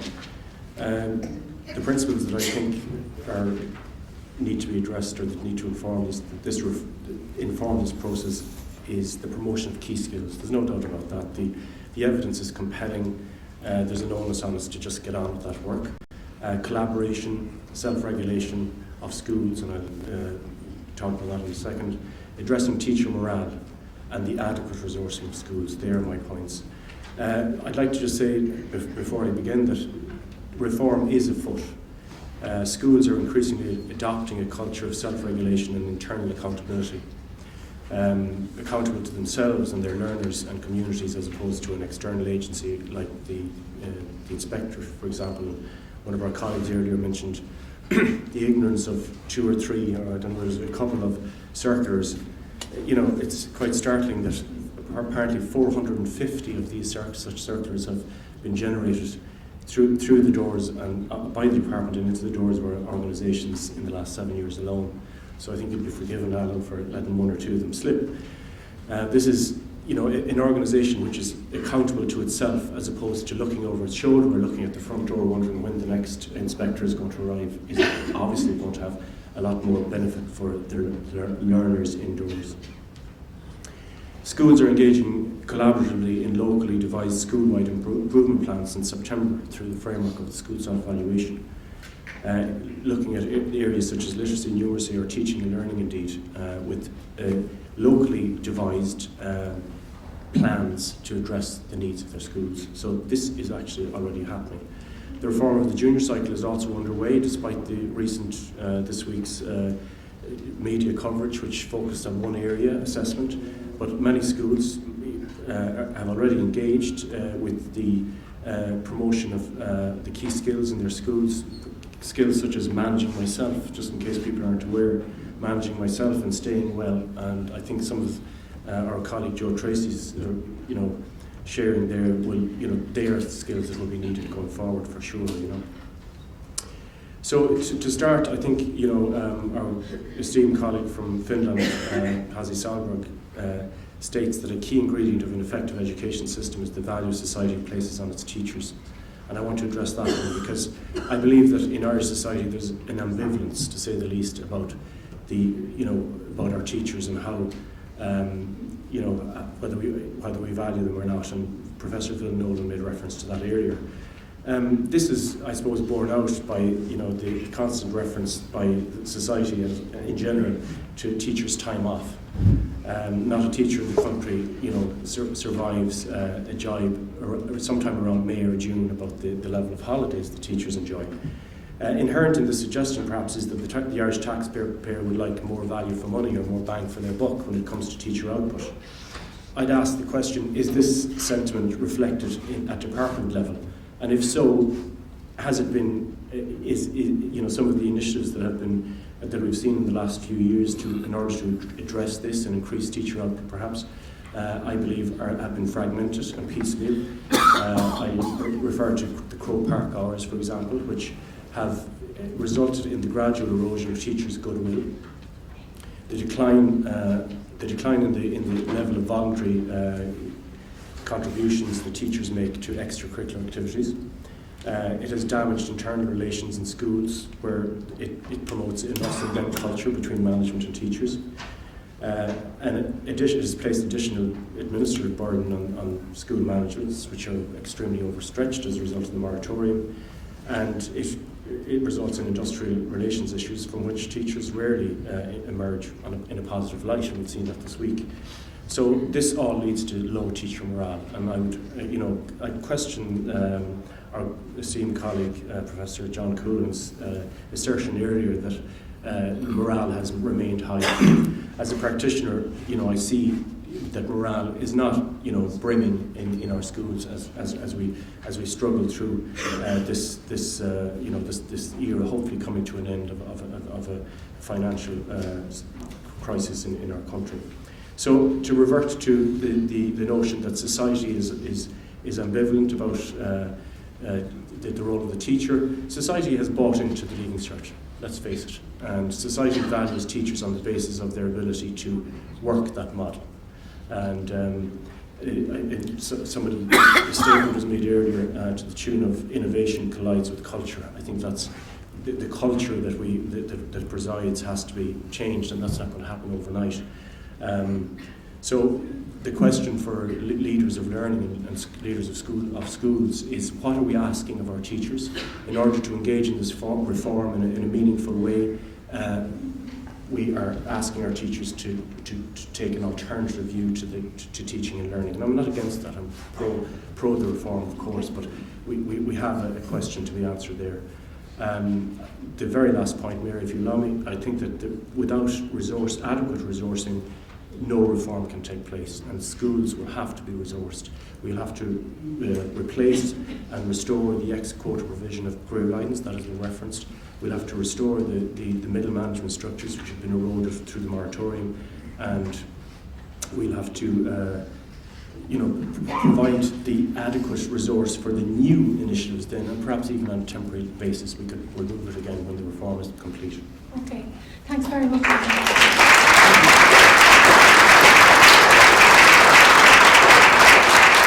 Okay, so the theme of trust, the theme of support, and underpinning all that are realigning our concept of teaching and learning, and how it will work in Ireland today, and building teacher morale in parallel. Okay, John, please. Sorry, John. Could I just make a couple of comments about the post-primary school? I think at once there is an underestimation of the role of the post-primary school, and there's an overestimation at the same time. The underestimation is we take it for granted a lot. As I say, our post-primary school now takes care of 90% of the children up to completion of second level. But bear in mind, we keep those youngsters at that vital stage of their teenage years in these artificial institutions from 9 to 4 every day. There are extraordinary variety of human needs in there. The stages of development are very fascinating. Nowadays our schools are much more heterogeneous in terms of ethnic mix, religious mix, and so on and so forth. The very fact that so many schools do so much for so many is in itself quite a goshka. At the same time, there's an overestimation of the school, because sometimes the schools expect to be able to compensate for society's ills. But it can't do so. It can contribute to that, but it can't adjust the society. And where you have a society like ours, where inequality is inbuilt and embedded, the school itself cannot adjust it. And as Eamon was saying this morning there, you can see the elements of that there. Schools can try and they can do their best, but there shouldn't be an unreal expectation. The society at large has got to grapple with some of its deeper issues so that the schools can act as a complementary support to society's work. But I think in society, insofar as the theme we're talking about is societal impact and development of civic values and so on, the school is doing it more directly through CSPE, social sexuality education, and the new skills that we're talking about. There's a significant move there in the direct treatment, and that's important to sustain. Sometimes I think CSPE is still regarded as the poor relation, civic, social and political education. I don't think it should be, and I think it should be a senior cycle as well. But as well as that, and as important but not as much attended to, is the hidden curriculum, the way of life in the school, the pattern of how relationships operate in the day-to-day basis. We nowadays have mission statements, etc., and they're all usually very admirable. But they should be reflected on more and more frequently, how they're being lived in the day-to-day life. Because the real word of ethos in a school is the way of life of a school, the day-to-day relationships, the affirmative experiences that occur, etc., for the individuals. And bearing in mind, as I say, that's a complex undertaking with all those varied heads in front of you in the course of the day, and you're trying to respond to individual needs. But nevertheless, the way of life of the school, apart from its direct curriculum, is hugely important for what evolves, what we were saying this morning. Young people feel they have somebody to talk to, that they're affirmed, that their well-being is nurtured, and that if they have problems, they can go to people to deal with them. We would wish that guidance counsellors were more in this place, as we said this morning. But I think that dimension is very important. And I think even arising from today's discussion, all day in fact, because there's some very common themes emerging, and very rich themes emerging, and an affirmation of the really qualitative elements of education, which I think is true for Irish education, generally speaking. We don't always quite articulate it. But I think one thing that would emerge to me if I was a principal of a school from today would be an affirmation of what I was trying to do all along. There's an awful lot in it. But in my next school plan, where I'd be working with my team, I'd say, now, can we pay more attention to that specific dimension of the way of life at the school, to watch the hidden curriculum and what dimensions are there, and to articulate them and keep an eye on them as we go forward. Because what we're trying to do, as well as produce kids who have the academic knowledge and so on and so forth, equally as important is the social and cultural knowledge and their sense of relationships and teamwork with each other. We're not too far away from it, but maybe we need to focus more precisely on it, with a sense of confidence that this is the heart of the matter. Thank you. Thank you, John.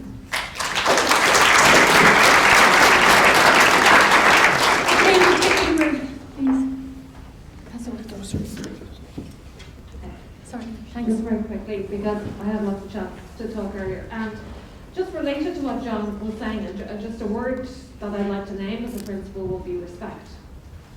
Especially within second level education, we still have quite a hierarchical system in many ways of a teacher-student dynamic. But yet young people's lives outside school have been transformed. Families may not always feel like it from either perspective, and they have become more democratic. Young people have more complex lives outside school. They're staying in school often to the age of 17, 18, 19, so they often are combining a complex working world, a social life, with trying to cope with preparation for the exams in many cases. But yet we have a system that they feel, and our research would support this, that often treats them like children, and which you have maybe a disciplinary climate where the principles of that climate are not spelled out to people, where the emphasis could be on obeying rules rather than what the underlying foundation and rationale of those rules are, which should be mutual respect between teachers and students. But sometimes schools can get caught up in, if you like, the policing of uniform, the policing of certain kinds of behaviour that are not core, and therefore you can lose sight of that kind of respect. And that's the real basis for civic engagement going forward. It is to cultivate that independence, that sense of being affirmed, as John said, as an individual, as a basis for developing your own independence. And Joe talked about kind of mental health issues and substance abuse in higher education. But we also have to recognise that there is a very significant impact of the system itself on mental health, and that we found very, very high levels of stress among students at junior cert level, but especially at leaving cert level, and especially among girls. And that is not a system that really, you know, if you're saying 2/3 of girls are saying they're losing sleep over worry, because of worry, and this is in February of their exam year. There is some lesson to be learned there in terms of the system. Thank you very much.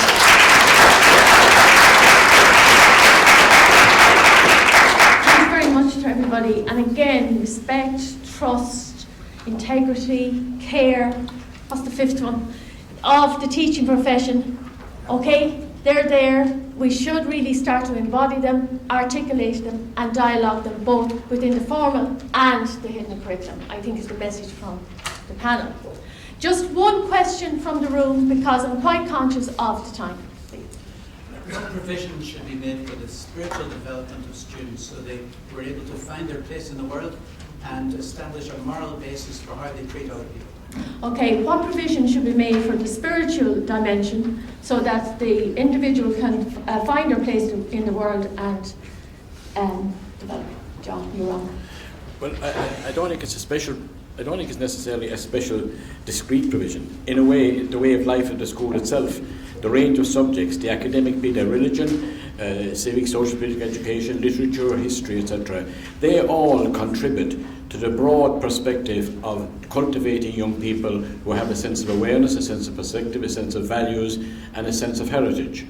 And it's in that way forward, I think, you form them. It's not so much a specific package. That can be helpful, but I'd see it more as a global engagement with the curriculum. In the way, by and large, we do it, and we did said earlier on today that we have committed ourselves to a holistic type curriculum with a range of the subjects in post-primary anyway, which is very distinctive and very valuable here. And I think good teaching in the way we talked about, improved teaching, teaching in the way the NCCA is encouraging us to go, and more importantly, the kids' engagement in learning through those processes is unquestionably appears to be the way to go to produce the kind of individuals you would like to see. Okay, thank you. Anybody else? Joe? I have done a lot of education. I worked in the UK prior to going to Ireland. I worked in the North East campaign. We spent 700,000 sterling on an education campaign. I work with the SPHE in the schools. I actively involve. I sit, I listen. I have 3 children in 3rd level, so I kind of bit in the picture, a bit in the ground. The disturbing thing when we meet with the reality therapy, as I call it, where young people translate on the ground, where they've done the SPHE, where they've gone through the very highest social care models in school. When it comes to crisis, problem solving, dealing with crisis, rejection, breakup of relationships. It just doesn't happen. It doesn't translate on the ground. It doesn't translate on the ground. I get perplexed when my children tell me they're stressed coming up to exams. I'm saying that college should be a very enjoyable, exercising experience. The dispensing pharmacists of Ireland have said most recently, particularly on the Western Seaboard, we're the highest prescribers now of the morning after pill. That tells its own story in relation to young people. We are constantly saying, we are now at the height of the Christmas festival, which is Galway. Protection amongst young people in the city is paramount. This week, race week, every week. To be protective around their own safety, which you would imagine is delivered very well in SPHE from a school perspective, and it's done to the very highest standards. We do this regularly, and then we sit afterwards and we meet people and say, did you not activate the SPHE, the areas that you self-esteem, the self-learning? Sadly, and this is shocking to me, it just doesn't kick in. They will tell you vehemently, college is not a walk in the park. The academia is okay. It's dealing with the social networking, the social aspect that's thrown up huge challenges. Thanks, Tom. Question? Last one. Well, I wanted to, I suppose, just to support what you were saying, John, and just to address Mr. Houlihan in that the holistic approach to education, a spiritual development to subject teachers who are up to their eyeballs, inundated with minimal morale, I think is beyond ambitious. And I think that when you're talking about the likes of relationship breakdown and emotional difficulties, you need a trained professional, a guidance counsellor to work and deliver those SPHE programs.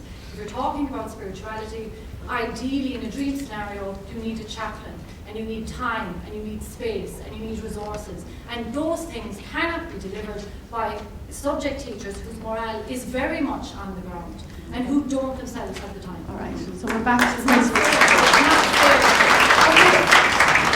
I know we could keep talking, questioning, seeking solutions. Let's start the dialogue today, and hopefully we'll keep it going. Okay, I'm going to hand over again to Fidel.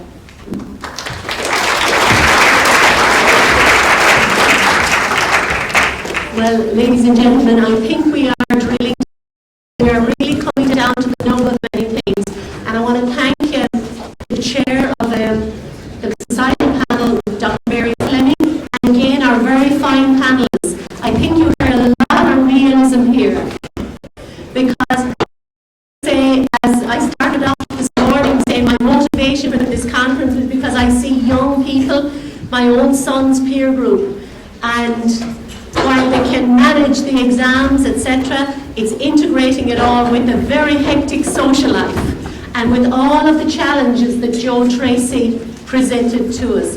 And this is real life. And these are the kids our teachers are meeting. And these are the kids that are meant to be able to get it together and go into the world of work. And it doesn't always come together. So we're facing a very different reality. So again, my thanks to everybody who participated in the last panel. I think it's a kind of a very apt time to be beginning to introduce our next speaker. And I'm very grateful to Passy Salberg for spending the day with us, for hearing the challenges that Irish education system is facing. And just a little story. In 2007, I got elected to Shannon, to the Irish Senate. And I was a member of the Joint Oireachtas Committee. And the one thing I asked that committee was, let's look at the Finnish education story. That was the one trip I felt was important as a study group. It took me about a year and we got it approved. And sure enough, the date coincided with the instatement of Brian Cowan's Taoiseach and the trip fell, excuse me. They went on to the second term, back in the Education Committee again, and in 2011 and 2012 I made the case again for let's study the Finnish education system. And let's really go into the classrooms and let's see what are they doing differently. Because we can read a lot, but sometimes it's what we imbibe, like John Coulihan said, what we see that isn't necessarily taught, what is caught, that can really, inform us. Anyway, 7 people applied for the trip, 6 were only allowed, and I was the person that didn't make the trip. So I then read the report. I heard about this man called Passy Salberg, who was commissioned by Rory Quinn, the minister at the time, to do the Salberg report on initial teacher education in Ireland. And I said, well, if I can't get there, maybe I'll try and get him here. I followed him on Twitter. I won't say I stalked him, but he responded. I watched him on TED Talks, and I was really impressed with this when he said, the most popular person to marry in Finland is a teacher. Everybody wants to marry a teacher. And I thought, given the low morale of our teachers in Ireland right now, and I think I just took note of that final comment, this is a good person to have coming in at this point in time to speak to us. What struck me is teachers at second level spend 20 more days at school there. They teach fewer contact hours and give less homework to their pupils. And we see they've been consistently achieving higher outcomes. We have questions to answer. We need to hear more about it. I am absolutely delighted to welcome to the floor Passy Salberg, a Finnish educator and scholar. He's worked as school teacher, teacher educator and policy advisor in Finland, and has studied education systems and reforms around the world. He recently was granted an award from the Scottish Government for his contribution to education there. His expertise includes school improvement, international education issues, classroom teaching and learning, and school leadership. His bestseller book, Finnish Lessons, What Can the World Learn from Education in Finland? I give you Passy Salberg.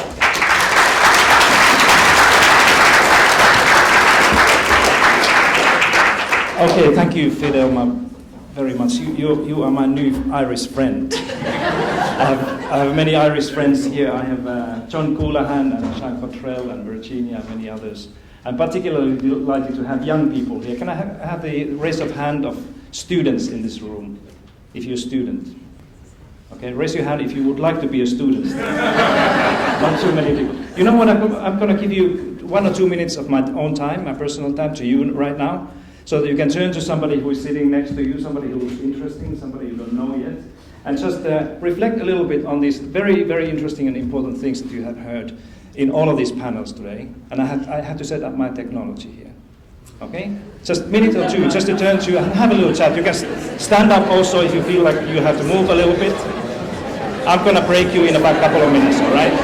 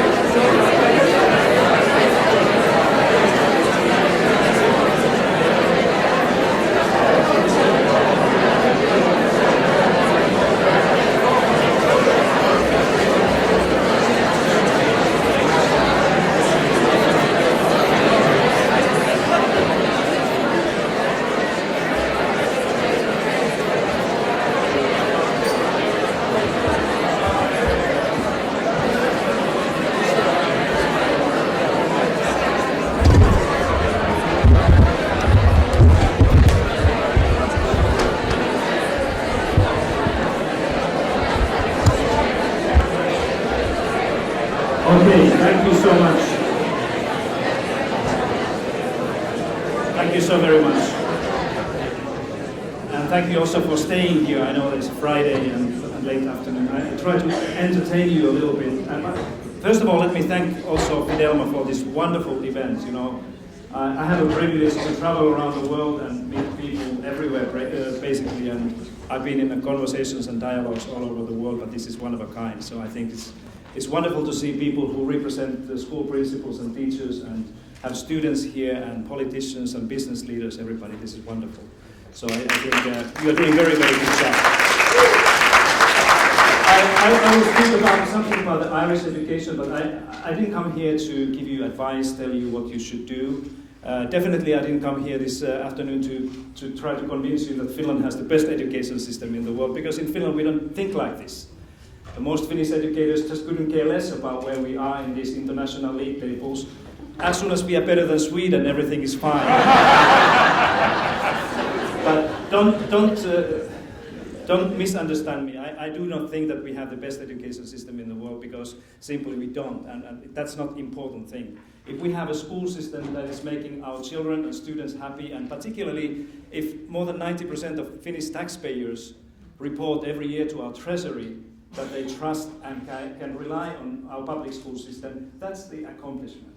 There are very few education systems or societies in the world that have the same privilege that we do have.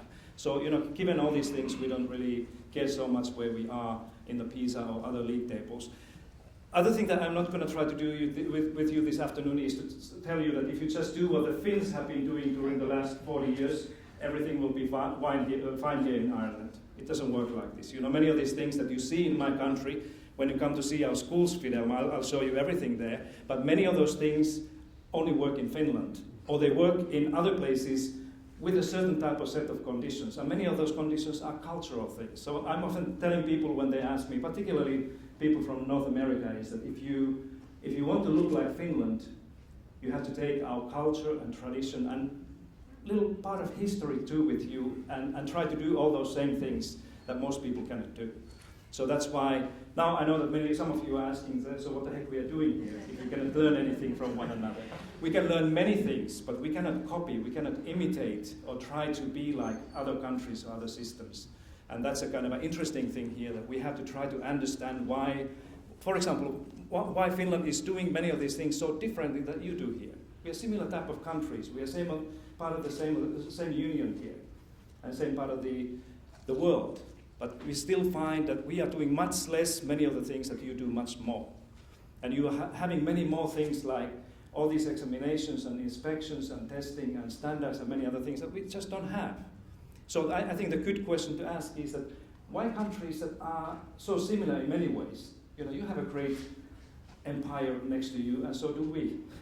And we share the similar type of kind of a suppression in our history that you do, okay? So I often say that Irish people and Finnish people have the same kind of a wavelength in their mentality. And that's why for me it's so easy to understand Irish people, because I know where you're coming from. We have the same type of thing in our history. But we are still very different in education, and that's a kind of a nice thing. Let me start by, I'm going to show you some of these things. If you want to follow me in Twitter, there should be a kind of an underscore here. That's my Twitter address. So I'm tweeting a lot about Finnish education, and now when I live in the United States, I tweet a lot about what's going on there, and global education as well. I share my news that I read and the places I visit. I'm going to also tweet this presentation afterwards if you want to revisit some of the images here, so just go and look at it there. But let me start by asking this. Now I've been here whole day and listening to your different people's ideas, and I think the question that we have here is that what is the problem that we are trying to solve? And this is not only the Irish question, this is a question everywhere. And often, you know, if I had a full afternoon here, I would ask each of you to write down the problem that you would like to solve in education, and I can tell you that we will have 200 different problems here. And that's often the problem, that we do not really understand what are we trying to do, and it's the same. Excuse me to say this, but it seems to me that we are still talking a lot about all sorts of important things, but we are not aware of what is the problem in education, okay? And remember what Einstein said. Einstein said that if I have 1 hour to work out the problem, I will spend 59 minutes to try to understand it, what it is, and 1 minute to solve it. And in education, we do exactly the opposite. So we spend 1 minute to talk about the problem and then try to figure it out for the rest of 59 minutes. And it's a wrong way to go. For example, if you ask me that what is the problem in education, I see the globally education situation is very dark. I think we are going wrong way, not only in one country or two, but all along. But we are trying to do the wrong thing a little bit righter. You know what I mean? But we are trying to fix the system that is becoming obsolete everywhere. And that's why we have these things that we call problems, that young people leave too early the school system, or we have more and more people who are not really motivated or engaged in schooling, or we have those who don't learn how to read and write and do math in the school. That's not the problem. The problem is that the system, in many ways, and systems all around, in Finland too, are becoming obsolete. They serve still, as I see it, they serve the old industrial or even pre-industrial model where we thought that we will need to train people for something in the future life. Just think about this. During the next 10 years from now, we're going to see about 1.2 billion young people graduating around the world, different institutions, and entering labor markets. 1.2 billion people, young people, within the next 10 years.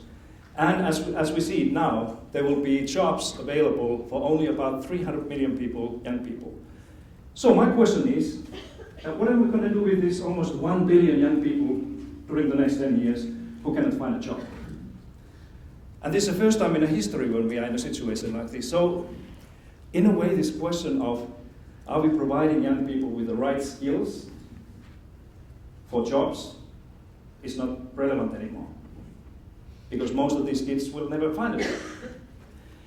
So now people are saying that if you really want to find a job in the future, create one.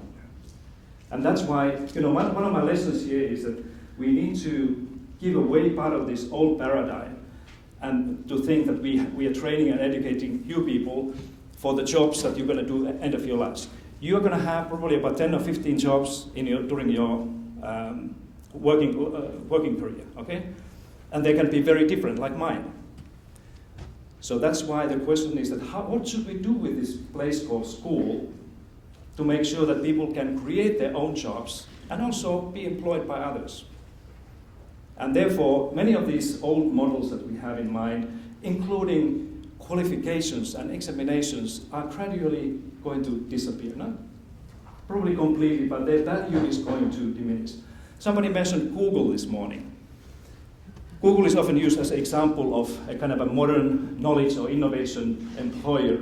And now, as we speak here, 14% of the Google employees, 14%, do not have any type of degree after secondary school. No undergraduate, nothing like this. Because Google, when they are hiring people now, they don't even ask your degree. They want to know what you can do with things, okay?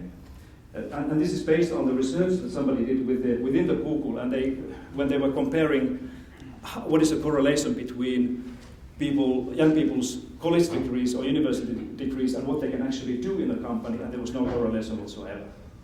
And that's why I think this is the direction in many parts of the world, certainly here in Ireland and Finland, that we're going to see the devaluation of degrees and formal learning, and the value will be given much more on all sorts of other things that people can do, and what type of habits of mind they do have. Okay, so this is the question I think all of us should be spending much more time rather than trying to answer the questions how to work out some of these things that are consequences of this real, true problem over there. How many of you like mathematics?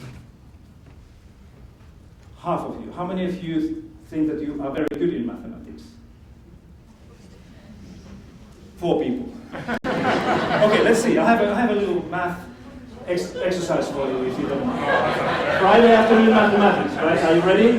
This is very simple. I can do this with second graders in primary school, or my university students in the United States. I'm going to do this now with you. The only thing you need to do is, when you see the number appearing here, You shout out this number as loud as you can. And think about being in a football or cricket or rugby game, and your own team is like a little bit behind, and somebody's going to beat you, and they ask your support, all right?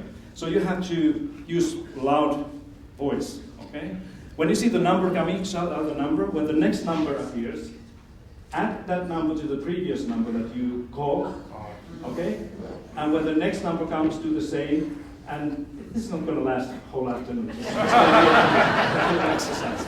But let me ask you, are you ready for this? Yes. Are you ready? Yes. Are you ready? Yes. Okay, good. So, okay, let's try. 1, 2, 3, now. 2040. No. No, you have to use voice. Okay, are you ready? Are you ready? Yes. Are you ready? Yes. Okay, 1, 2, 3, now. Voice. 1,040. Louder. 2,040. 2,070. 3,070. 3,090. 4,090. 5,000.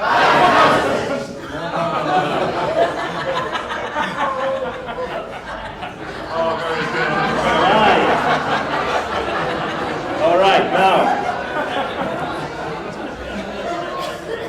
Did I hear somebody saying 5,000? Raise your hand if you said 5,000. Everybody. I heard somebody saying 4,100, but that's interesting, right? And you said that you're good in mathematics. They're teachers of mathematics. Now, you know, if we make a mistake with this kind of a simple arithmetics like this, that anybody can do, why we would say that we are not making mistakes with the complex things like education policy or reform. And what people normally take away with this type of exercise is that, you know, if you just keep on doing things like this, and you look around and listen to what others are doing, in the end of the day you make a mistake and you realize that it went all wrong. And this is exactly what is happening in education right now. And people are following and watching and seeing what the others are doing, and then they do the same thing. And most others, like your neighbor, the big neighbor there, is just going the wrong way. Completely wrong way. The United States is going the wrong way. And most of the countries are just going the wrong way, and we are just repeating the things, trying to do what they have done, and that's why we are in trouble. That's why we are trying to do the wrong thing a little bit, just a little bit right. Let me take you to year 2000 and just show you something, how quickly things have changed. If this was a conference in year 2000 of European education leaders, and Rory is not here anymore, no? Okay? If this was a meeting of the ministers, and there were many meetings at that time, in the OECD and European Commission and many others. If there was a question that, who are the education leaders in this room that think that they have the best or one of the best education systems in the world? Most ministers would say that we do. Seriously. There were countries like England, Germany, France, Sweden, Norway. You know, they were spending huge amounts of money in their education systems. Maybe United States, Canada, Australia, New Zealand, huge reforms in the 1990s. They would say that we are probably one of the best countries in the world when it comes to, you know, measured student outcomes. But not Finland. You know, Finland, you don't know this probably, that Finland was the only country in the very end of the PISA preparation process within the OECD that was trying to resist this crazy idea of having an international student assessment that will compare and benchmark so different countries like Mexico, United States, Finland, and Japan. But we lost. Everybody else wanted to have this type of thing. And that's why this, you know, all this what has happened afterwards has been so painful for many people, because they still remember that this was not Finland's idea in the first place, okay? So in 2000 we didn't really have a kind of an idea how the geography of educational performance looks like. There were a lot of kind of myths and theories of, you know, who are the best, and that's why there was so much consultation going on from England to the rest of the world, and the American ideas were very powerful, thankfully, because the whole Finnish system is built on American ideas. And that's a kind of an interesting thing for my American audiences often when I say that thank you very much for your education innovations. We have done exactly what you have researched here, found to be successful and workable in the education system. And they are not doing none of those things.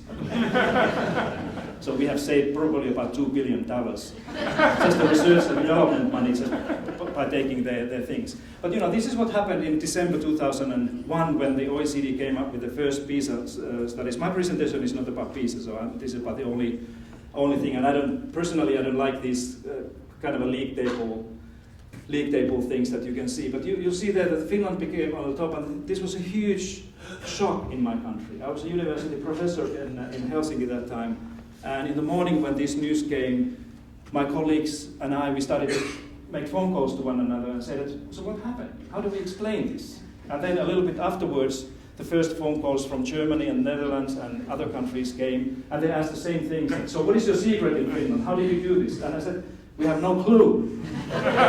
Nobody ever thought about this thing. What made us happy here was that we were better than Sweden, that is number 9. But you see that Ireland was number 5 on the top there. And soon after this, I moved to work in the United States with the World Bank there in Washington, D.C., in education work there. And I remember my first year there, everybody were talking about Ireland. And this was the kind of a years of the Irish tiger. Also the kind of an economic miracle here, but when people saw this in the bank, they said that there must be something special in Ireland. And we brought many foreign teams and groups of people here to Ireland to look at your schools and also look at your society, how the country has been able to turn around many of those things so quickly. But Finland didn't make any kind of a noise out of this. You know what we did? We said that we got together several times and tried to make a kind of a sense out of this. And then we said that, okay, maybe our conclusion was that maybe the OECD made a mistake. We went through all the scenarios, including that maybe we have done something right that takes us there, but then the kind of a winning opinion was that maybe OECD made a mistake, and it would be horrible 3 years later to find ourselves behind Sweden, or somewhere there in the middle, just by, and with the OECD's apology saying that, sorry, Finns, we screwed up a little bit. So we decided to do nothing. I said, let's wait for 3 years and see what happens. And that's why you cannot find really anything written about Finnish education, any research papers right after this one, because we said, let's wait and see, okay? And this is what happened next time. This was a reading literacy, this was a mathematics study, and you see that Finland continues to lead there. But this is interesting that Ireland was dropped in a mathematics scale now from the top. But the Finnish, our reaction to this was again that maybe the OECD made the same mistake twice. And we remembered what all of our grandmothers were always saying, that nobody's so silly that makes the same mistake 3 times. So that's why we decided to wait yet another 3 years before we make anything out of this. And we often said in my country that if this had been Sweden here, if Sweden had been number 1, thankfully it didn't happen, but if it had happened, you had seen the following year of the first PISA study, the IKEA of education taking place all around the world, where you can go and purchase the educational solution, the services for your own school system. Swedes are much better than we are in making business of good ideas, and we are still wondering, Finland is still debating whether it's a kind of a morally correct that you can sell services to other countries that come from public service. But there's still people who say that it's a wrong thing to do, that we should give them for free. If somebody wants to know what we did, that this should be a kind of a free service to help other children and other teachers in other countries. Some people are saying that no, we have to sell, we have to put a price tag and sell these things if somebody wants to buy this consultancy thing. You can decide yourself what is the right way to do there. And this is the third one, the 2006 PISA study, and this is we are talking about science here. So you will see that Finland continues to go there. And these first three OECD PISA studies really created 2 very interesting global narratives, almost like a research trends. The one of them was simply asking that, so what is in common with these countries that seems to be performing there on the top, like continuously, constantly? Finland, Japan, South Korea, Australia, New Zealand a little bit, the Netherlands. What are the things that make those countries perform better than others. So this has been a kind of a thing that people have been working on and writing and researching also since those studies were published. But then the other one, the other kind of a school of thought was asking another important question, that is, what's going on those countries that thought that they would be on the top of these league tables, but they were not. And that's what I'm going to tell you a little bit right now. I call this a global educational reform movement. This is not my idea alone, but I've been working with this question of what is in common with these countries that somehow have been promising to their people and teachers and children much more than they have been able to be delivering through the education policies by turning around and improving their school systems. I like this term, by the way, because if you take the first letter of those 4 words, you get a nice acronym, GERM. Because I truly think that many of these educational ideas, they really behave and move from one place to another like viruses. Okay? So you have consultants, education ministers. Now when Rory is gone, I can tell you that education ministers are very common agents of germs. You know, they go to these commission meetings or OECD meetings and they meet their colleagues, and then the colleagues say that actually now we have a great idea how to fix our school systems. And they take these same, they even send their consultants back to Ireland and say that what you need to do. And that's how the virus germ travels from one place to another. So let me show you, there are many elements there and symptoms of how the germ really looks like. How do you know that the country, the education system has a germ infection? And these are probably the four or five most common symptoms that you can easily find if you sit down with the policymakers or educators, teachers, students in any country. And I've been traveling around the world, as I said, and I have heard this everywhere, that people say that we have much more competition now between our schools, even between teachers and principals, that we used to have. And this is simply, if you look at the OECD background data, when they ask the principals that how much do you experience competition against other schools in your neighborhood now compared to 10 years ago, and there's 85% of the school principals in the OECD PISA study say that they have realized that they're in a more competitive situation against other schools than they used to be. Teachers feel much more competition against other teachers, and even students are competing against one another because they want to get a good place in a university or somewhere else. So this competition seems to be a kind of a driving policy idea. This was the main philosophy of the Education Reform Act 1988 in England, remember, when the Thatcher introduced this idea of driving the turnaround or improvement in England through competition and choice. But now it's everywhere. So this is one of those philosophies. Standardization is another thing. It's a kind of a related thing.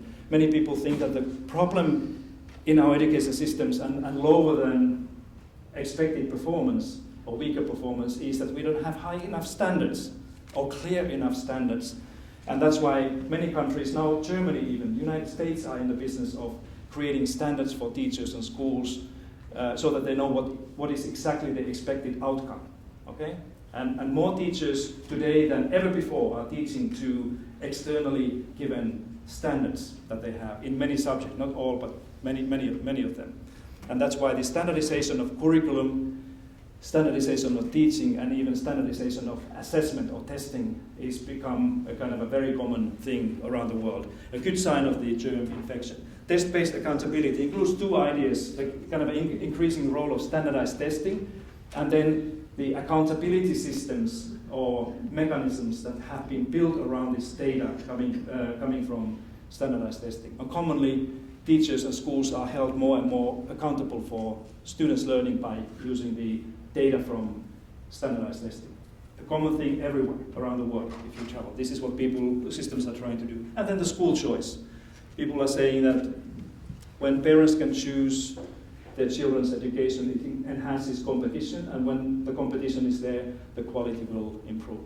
A typical thing that Sweden did 20 years ago, and now if you look at the Swedish educational performance, although it's not necessarily only because of that, but Sweden is in a deep, deep trouble educationally, and mostly because of the kind of a wrong choice 20 years ago to open their public school markets for privatization. And it's happening everywhere. Then we could add some of these things there, like technology. How many of you think that technology will solve the educational problems we have? Nobody. Do you think technology can help? Yes. Okay. All right, I'm going to show you a little thing, if we can have, hopefully we have a sound here.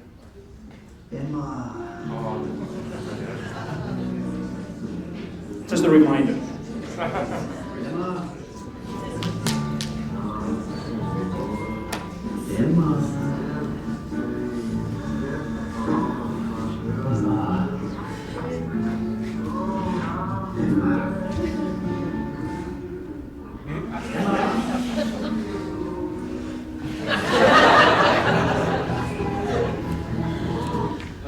Yeah, technology can help, but it will not certainly solve the problems in education. Okay, this is how the spread of the virus looks like. This is my kind of own evaluation as it is today. So you will see that it all started in England, 1988, as it is now, went to North America, and with the consultants and language to Australia, New Zealand, and then the rest of the world. And this is, I've been visiting all of these places and seeing schools and talking to teachers and policymakers and ministers there, and they all have approved that this is something that has or is happening in their own system. So we are talking about the kind of a global movement. And as I see this, is that this germ is a wrong way to go, that it's trying to do a wrong thing right, but it's going to take us deeper into the problem of strengthening the old paradigm of schooling is not going to be helpful at all. This is what it looks like in some parts of the world, that kids are driven to misery, and these kids are taking a little nap in the middle of the day because they don't have a kind of a strength to learn anymore. So that's why this whole children's health and mental well-being is a critical issue. In all of those germ-infected countries, something like this is happening, and this is kind of alarming. If anybody wants to have some kind of a snippet of evidence of what do we know about the germ-infected countries' educational performance, again, the OECD PISA is providing one window to answer this question. What I'm showing you here is the national averages of the 15-year-olds' math scores in 5 consecutive PISA studies starting from year 2000. And countries are United States, England, Canada, Australia, New Zealand, Netherlands, and Sweden. There may be some others too. But you will see that none of these countries that have had some type of germ infection and still continue to have a germ infection have been able to do what the politicians promised when they made these decisions related to. All of them, they say that this is going to improve the educational performance in our systems. Obviously, we have to look at the education policies in the 1980s and 90s if we try to understand the early part of the performance there. Many of these systems have been declining, going downhill systematically. So, of course, this doesn't prove that there's a kind of a causal relationship between the germ and education and performance, but it invites a kind of an interesting question, that how do we explain this, that the policies related to this global educational reform movement have not been able to help these countries. So, what is the alternative way? And obviously we have to have an alternative, something that we can think about if we want to move towards the other paradigm. Instead of competition, I think we need to restore and bring cooperation and collaboration, networking, sharing things, doing things together to the life of the school everywhere as a critical part. Not only the work of students in a classroom, but also teachers and schools that are working together. And this is, more we see competition around the world, less we see real, true, honest, open collaboration and cooperation anywhere. So that's why this is something that Finland, for example, has been doing now during the last 25 years systematically. And this is not only kind of an appeal that somebody can make to the school system, this is a policy issue. This is something that the ministers and governments and parliaments have to understand as a policy issue, that we have to do 2 things. One is to create better policies for education that will enable schools and people to do things together, including have less time. You guys, your teachers teach much more than our teachers do, and more you teach in your school, less time you have for cooperation. So make sure that you have time for people to collaborate and do these things together. But then the other one is that policies also have to prevent schools from bad things, kind of unhealthy competition. And how Finland is doing this is, for example, through intelligent policies related to student assessment and examinations. That we don't have any junior cycle examination. It's all done by teachers and schools. We only have one end of school examination after the senior cycle in the school, and we don't even give any grades to our students before they are, or pupils before they are in the 5th or 6th grade. Just to keep the competition away from classrooms. And it works in Finland, it works in Sweden too. And it can work also here in Ireland if you want to think like this. But this is a policy, remember, this is a policy tool to prevent schools from unhealthy competition. So there is two things that we need to do. Policies that enable collaboration and cooperation, and then policies that try to kind of save schools from unhealthy consequences of competition. Then rather than standardize things, I think we have to move more and more towards personalization, kind of a customized schooling at the level of the school and individual learning. More personalized learning for students have nothing to do with the fact that we should be given an iPad or laptop to kids and say that do whatever you want to do. Personalization is something completely different thing. It means that we need to see what the kids want to do, young people, what are they interested in doing, and helping them to learn more about those things rather than require and insist standardization. This is also linked to the creativity. Finnish teachers think that more we standardize things, less there will be room for creativity. Creativity and standardization don't fit in the same picture. Let me tell you one story about competition. You probably have heard this. It's a kind of a telling thing that illustrates the difference between kind of a hidden competition in a collaboration. There were two guys who went to hike in the mountains, and they came to the area where there was a sign that you are entering the bears zone, where the brown bears are. As soon as the other guy saw this sign, he stopped and took his backpack away and his hiking boots off and put the running shoes on. And this fellow was looking at why do you put the running shoes on? Do you think that you can run faster than a bear? And he said, no, but I'm going to run faster than you. So this is something that we can cooperate, but when the rainy day comes, things change, but this is not really what the cooperation is all about. And then the other story about the standardization, this is something that Ken Robinson often tells. It's a beautiful story about the little girl in a classroom, the classroom that was visited by a group of adults, and they went to see this girl, but she seemed to be doing completely different things than everybody else. So she was drawing passionately when others were doing math. And this guest in the classroom asked the girl, so what are you drawing? And this girl, without raising his eyes from the work of art, said, I'm drawing the picture of God. And then the teacher said, but nobody knows how God looks like. And she said, they will in a minute. But this is how creativity sounds like, that people can do things if they still have the imagination with them. No test-based accountability in a kind of an intelligent system of Finland. We are relying more on trust-based responsibility, and people were mentioning the word of trust here. I think it's extremely important thing in a professional education systems in the future. That we have to trust more what teachers do and schools do, including student assessment and deciding how well young people are progressing. We need to rely less on external inspection and external assessments and examinations in the future. That's not the right way for the schools that we are looking for. And then the equity thing. School choice and equity do not really fit into the same picture. And for me, equity, I'm not an English speaker. English is my third language. By the way, I think somebody was speaking about the need for foreign languages here in Ireland and in the United States and England.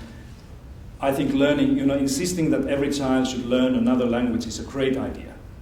And not only because of the language. I'm not so much interested in whether you can use the language in your work or get employed or something like this. But learning languages is good for your brain. And you have to do it when you're young. It's very hard to learn foreign languages when you're 20. Everybody knows that. But when you're 10 or 8 years old, you will learn anything. And that's why it's a very smart idea to introduce, but you have two languages here, you have Irish and English. But then insist that everybody, we have Swedish and Finnish compulsory for everybody. and it's a good thing. I'm all in favor of that. But then we also have these other so-called European languages that everybody has to learn. So it's a great idea. But equity for me means that we simply see where the kids are coming from, where the children come from, and how well they are doing in the school. If there's a strong relationship between the family background and educational performance, in other words, if the family background will predict the educational performance, failure or success in the school, we say that this system is not very equitable, because I can basically tell how the kids will do in the school just by seeing where they come from. But then we have school systems where this relationship between the family background and educational performance is not that clear. In other words, the correlation is not so strong, meaning that anybody basically can be successful and go all the way the educational pathway if they want to. And that's kind of an interesting thing. I'm going to show you something here. This is my way of expanding, kind of broadening this international conversation about educational performance and what should we actually be looking at when we are comparing education systems' performance, whether it's Ireland and Finland or something like that. Rather than just looking at these league tables that you saw in the beginning, what I'm doing here, so this is the league table, this is the excellence or quality, where the learning outcomes improve when we go higher here. But I'm adding here this equity axis, meaning that I'm looking at the equity and quality at the same time in different education systems. Are you with me? Okay, good. So when we move from left to right here, it means that the equity will enhance. So the education systems that are here have the characteristics of helping everybody, all the children learn better, okay? So the family background doesn't really predict how well they are doing in the school, or how poorly they're doing in the school. Those countries that find themselves here, education systems, are the ones where children kind of carry their destiny of the socioeconomic background to the school and the learning situations. And I'm often saying that if any education system is here, or on this line, by asking 3 questions from a child, I can tell pretty sure what happens to the child that is probably 5 years old at that time, 15 years later. At least I can tell whether you're going to be in a higher education or not, just by looking at the family background issues. So strong is this kind of a power of the environment. Where do you think Ireland is in this map? Just to give you a little exercise to think about how strong or weak your equity and quality is there. Just use your imagination and put your Irish flag somewhere there where you think it should be. Let me ask students here. This is what your teachers always do, that they come to you at the moment when you least expect it. Okay, where do you think Ireland is here? Let's take the variable at the time. So this is the easier one. Now, this is the international average, obviously. Okay? So this is where the world, the OECD, is on average. But where do you think Ireland is in this axis here? Let's take this vertical first. Are you above or below this white dot? Slightly below? Okay, and then the equity. Are you on this side or that side? Left. Somewhere here. Okay, how many of you think that Ireland is somewhere here? Some of you. Somewhere here? Yeah. Somewhere here? No. Somewhere here? No. Okay, so you have all sorts of opinions here today. That's nice. That's nice. Somebody's right. Okay, this is where you are. Okay? Now, the next question is this a good place to be? Is it fair to say that you are good? You are not bad, exactly. The right answer is that Ireland is not bad, but you are not excellent either. You know, if you were here, this is where, if you were here, then things would be good, because you would have a lot of equity in the system and a lot of quality, right? Do you know how this place is called here? Heaven. It's heaven, where everybody wants to be in heaven, right? So, it's interesting, because Ireland is a little bit on this OECD, according to the OECD data, a little bit on the kind of a negative side of equity. But kind of, if you would insist me that explain this somehow. First of all, I would say that this is a great, you are above the average quite a bit actually in quality. I know that you have great teachers, you have good leadership. Where's Sean? You have great leadership in your primary schools and other schools, and you do many things. Teacher training is good, and you do many things right. Okay, so that's easy to kind of guess why Ireland is there. But then this one that you are in the negative, I would bring probably two things here. My guess would be, without knowing anything at all about your school system, I would say two things. One, I would probably guess that you have a school system, you have a structure of the school system where there's a lot of selection of kids early on. Yeah. Just without knowing anything. By the way, I know exactly what you do, so I can make a smart guess here. But I would say that you probably have a school system where somehow you select your children at the age of 10 or 11 or something like this to different types of schools that in a way will segregate your system, and often segregate in terms of ability, right? Or segregate in terms of socioeconomic background or wealth, okay? Right. Because the segregation often, in all countries, segregation always is linked to lower equity. It's very hard to have a highly equitable school system with a lot of segregation. No system has that. And actually, all the systems where segregation has increased during the last 15 years have been losing equity. Sweden, Australia, New Zealand, all of them. Very, very fast. Almost to the rate that they have been increasing choice and relative segregation. The other one that I would guess is that you guys, you have an issue with your special education. Okay? Not only how much money you put there, but also how you define special education, how you provide those services early on to all children that need it in the school system. Is it right? Okay, there you go. Right. Good. Okay, this is where the United States is, Australia, and United Kingdom. So now the conclusion would be that if you speak English as a main national or official language, you'll be somewhere that you'll be average forever. But then we have this one country that is Canada, the highest performing English and French speaking school system in the world. And this is kind of breaking this rule of language. Obviously this is a joke. But the good question is that what the Canadians are doing that you don't do, or Americans don't do, or British or Australians don't do, that makes them perform that? It's a very good, interesting question. Canada. Almost all the provinces, not all, but almost all the provinces of Canada are right there. Especially Alberta and Ontario, BC, Quebec are doing very, very well. And here are the other OECD countries.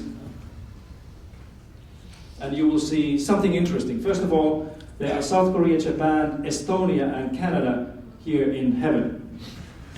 Okay? But then if you take these outliers, this is Norway and Iceland, Italy, if you take these things away, maybe Turkey here, pay a little bit less attention, and just look at these others, there's a very clear pattern there that somehow the equity and quality will go hand in hand, right?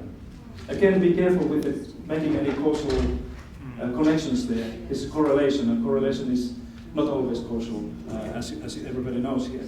So somehow this invites a kind of a conclusion that most equitable, the most successful education system seems to be those that combine equity and quality simultaneously in their education policies and practices. And to me this looks like, it's almost like a, remember this song, Stairway to Heaven? This,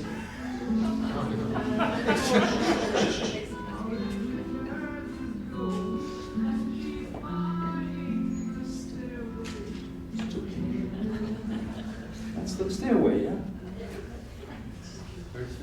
Where's Finland? Great question. Do you know how Finnish flag looks like? I'll give you a hint, it's the most beautiful flag in the world.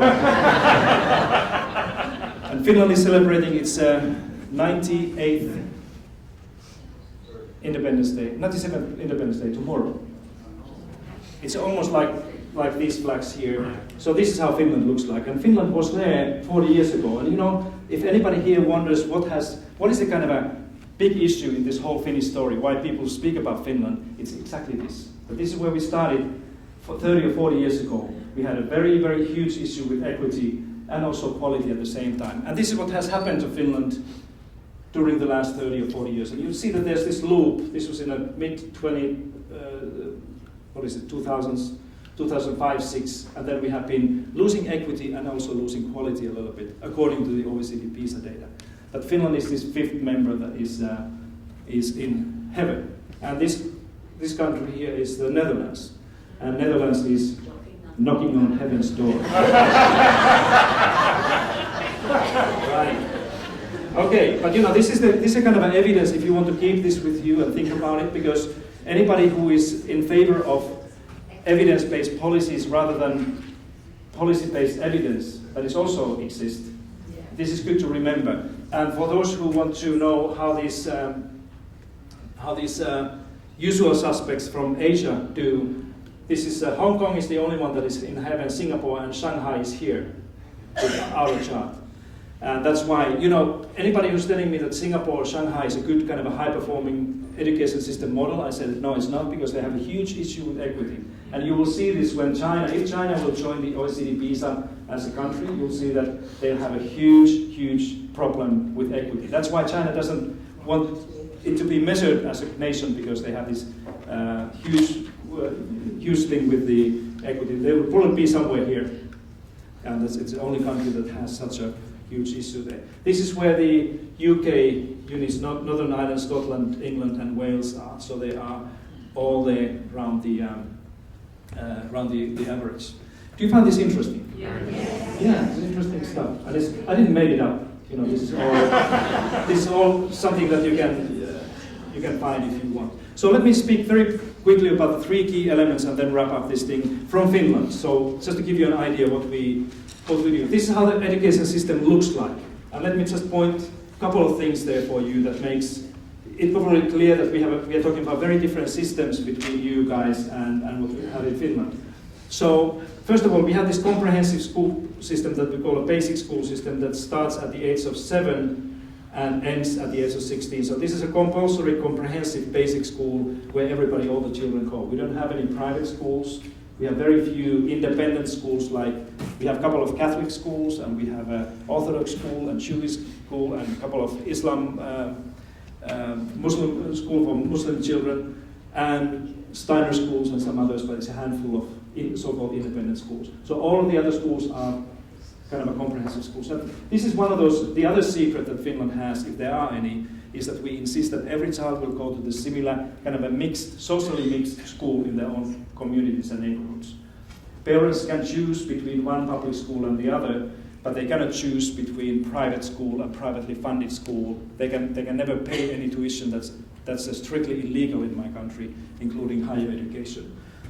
So we don't have any examination here. All these students they receive their report, their diplomas and progress cards from the school and from the teachers when they apply to the second level here, the secondary school level. So they apply, where they want to go. And this is an academic upper secondary school, and this is a vocational type of school. And what is typical here that may be interesting for you is that we don't have any grades there. I mean, the yearly kind of a class, it's not a class-based upper secondary school. It's based on modules, so it means that students can choose their own modules, and they can complete the school in 3 years or 4 years or 5 years, whatever they want to do.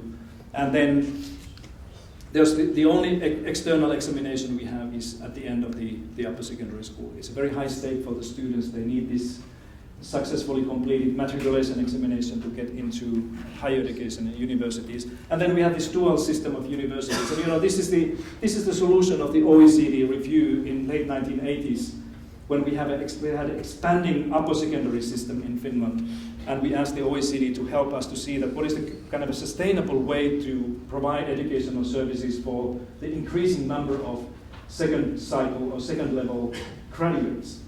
And the OECD said quite correctly that your university system is not able to host all of those people.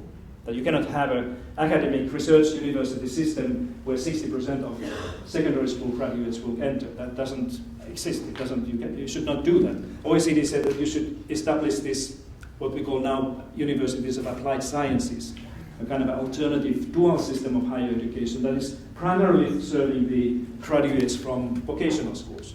And that's why Finland has such a high rate of young people who want to go to vocational schools, because we have there's access to universities over there.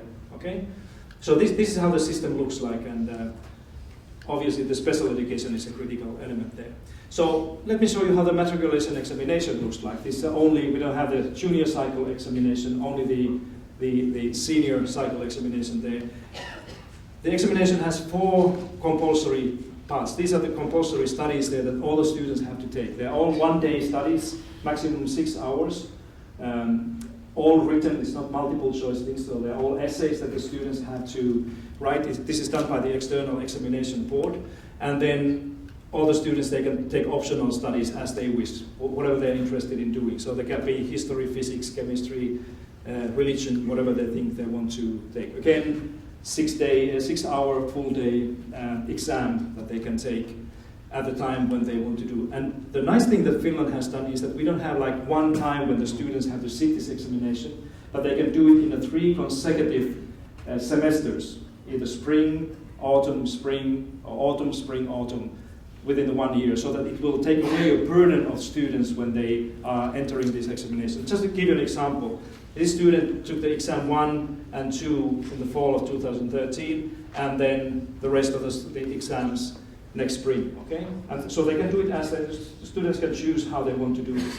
If the student want to do something in exams 7 and 8, which is quite unusual, they can do it in the fall of 2014, okay? And this will then make up their matriculation examination. These are some of the questions that we have in this open-ended things, and these questions are trying to evaluate also the kind of a general maturity of our young people before they enter universities, whether they are mature enough to study in higher education. In mother tongue, this is one, they have to work on this for 6 hours, so this is one task, choose 3 world religions and compare the role and use of a holy image within them. So if somebody is choosing this one, then you have 6 hours time to use your hand and do it in handwriting. We're going to digitalize this in a couple of years' time, so it will be done with it. This is a mother tongue. That's the language. That's a language, yeah. This is the history. You can read this. One of the history things, if somebody is answering this student also has to answer 7 other questions. So this is one of the 8 questions within the 6-hour exam that they have to write. Again, this is measuring not only historical knowledge, but also the maturity to tackle and handle these types of kind of open-ended questions that they need to do. They're all questions like this. Philosophy. In what sense are happiness, good life, and well-being ethical concepts? Okay? So this is one of the 8 questions during the one day that the students are answering. And physics. You will see that we are not, in physics we don't really have any more, I used to be a physics teacher as well, but we don't have any more this kind of traditional physics questions where you have to figure out the formula, and then it's all about kind of constructing the, what the situation is there.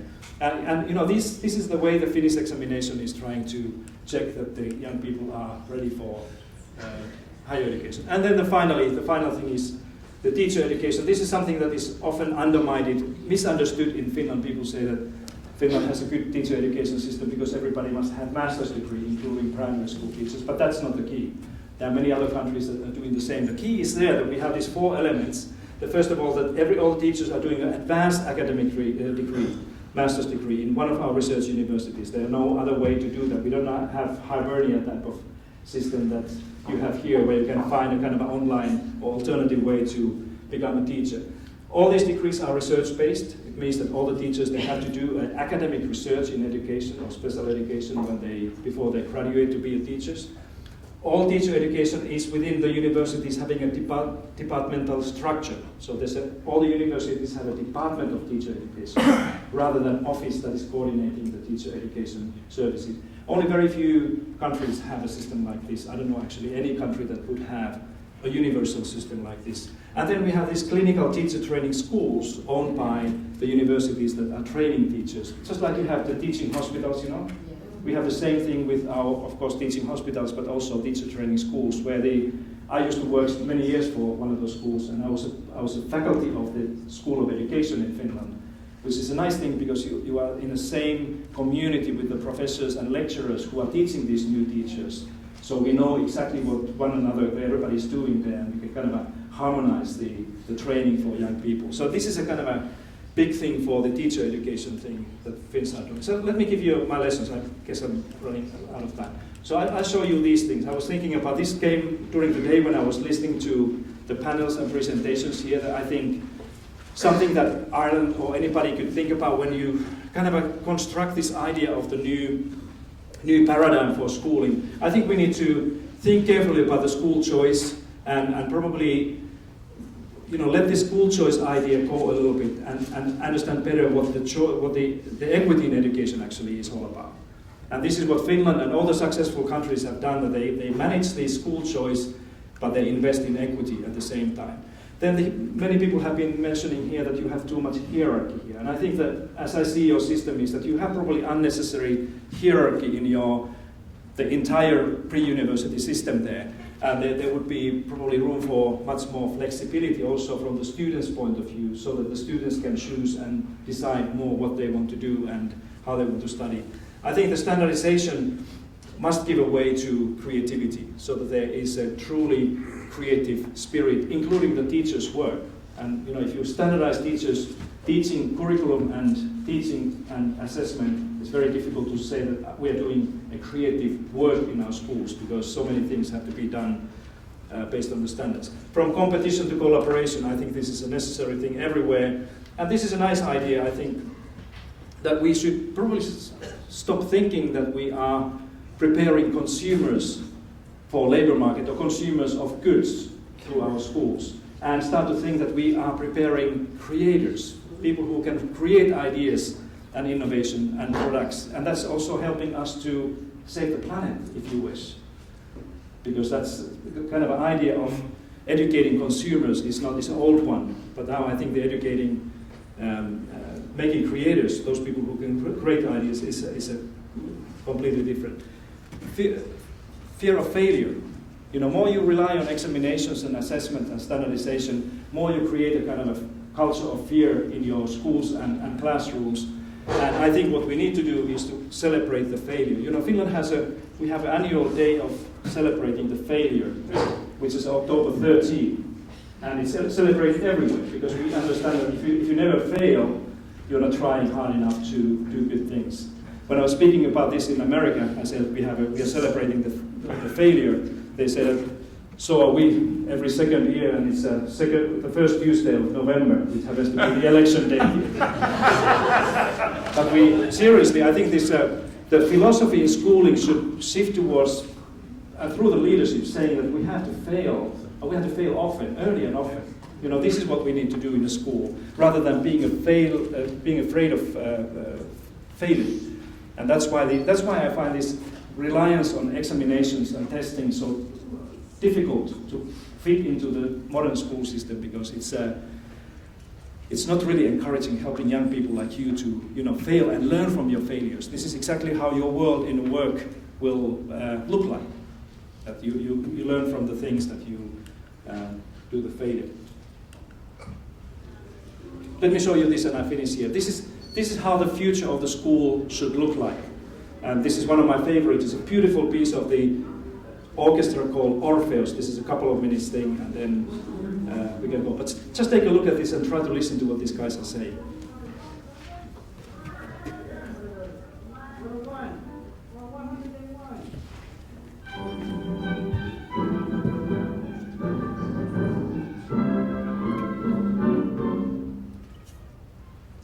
The orchestra model is never boring. The idea of orchestra is that we take symphonic repertoire, play with chamber music techniques. And what that means is basically the musicians take over the role of the conductor. Each one of us is as responsible as a conductor for having an interpretation, knowing the score, and being able to discuss those ideas with your colleagues. It's something that's very unusual in an orchestra setting. While it's very exciting, it's also a real challenge to come out with a conclusion and a plan for execution. There needs to be a clear chain of command. You've got to have defined roles, and you really need to create a group consciousness. It starts out with just the core of players, who are the principal players for that particular piece, which is different for every piece. And once that gets developed within the chamber music group, the small group, it's then transferred to the large group. And that's one of the most difficult moments, is to take the small group's concepts and see how is going to work with the bigger group.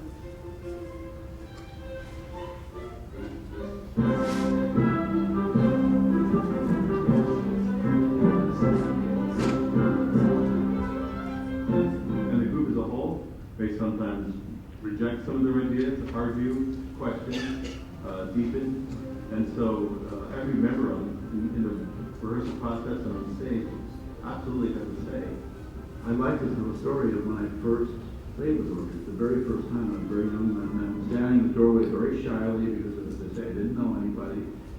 And I see people are laughing, they're telling jokes to each other, people are playing licks for each other, playing things on the violin, just chaos everywhere. I just found that absolutely amazing that we can start from nothing and end up with something that people really want to hear and that we all enjoy so much.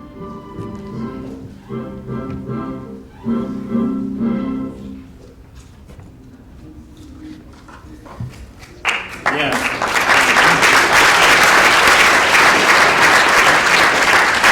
I don't know exactly what you saw there, but I saw the new type of school where you don't need you need a leadership, but you don't need a conductor there or inspector who will make sure that things are going. This is my vision for you, and this is often something that people ask. That so how does the future schooling look like? And this is what I'm continuously asking myself: is that what is the aim of schooling? And for me, the aim of education or schooling is that people understand the world around them, and that they understand, also discover the talents within them. And if this is a kind of a driving vision for me to think about and make the future of schooling more kind of a concrete idea, this will change everything. This is something that you cannot build within the current structure and form of schooling, where children are sitting in a classroom of the same age kids, 25 kids and one teacher, 45 minutes at a time. It doesn't work like this. And that's why I think I would invite all of you to think about also this. What is the purpose of schooling for the future? And we have to start with this one, and also remember to ask the question that what is the problem that we are trying to solve?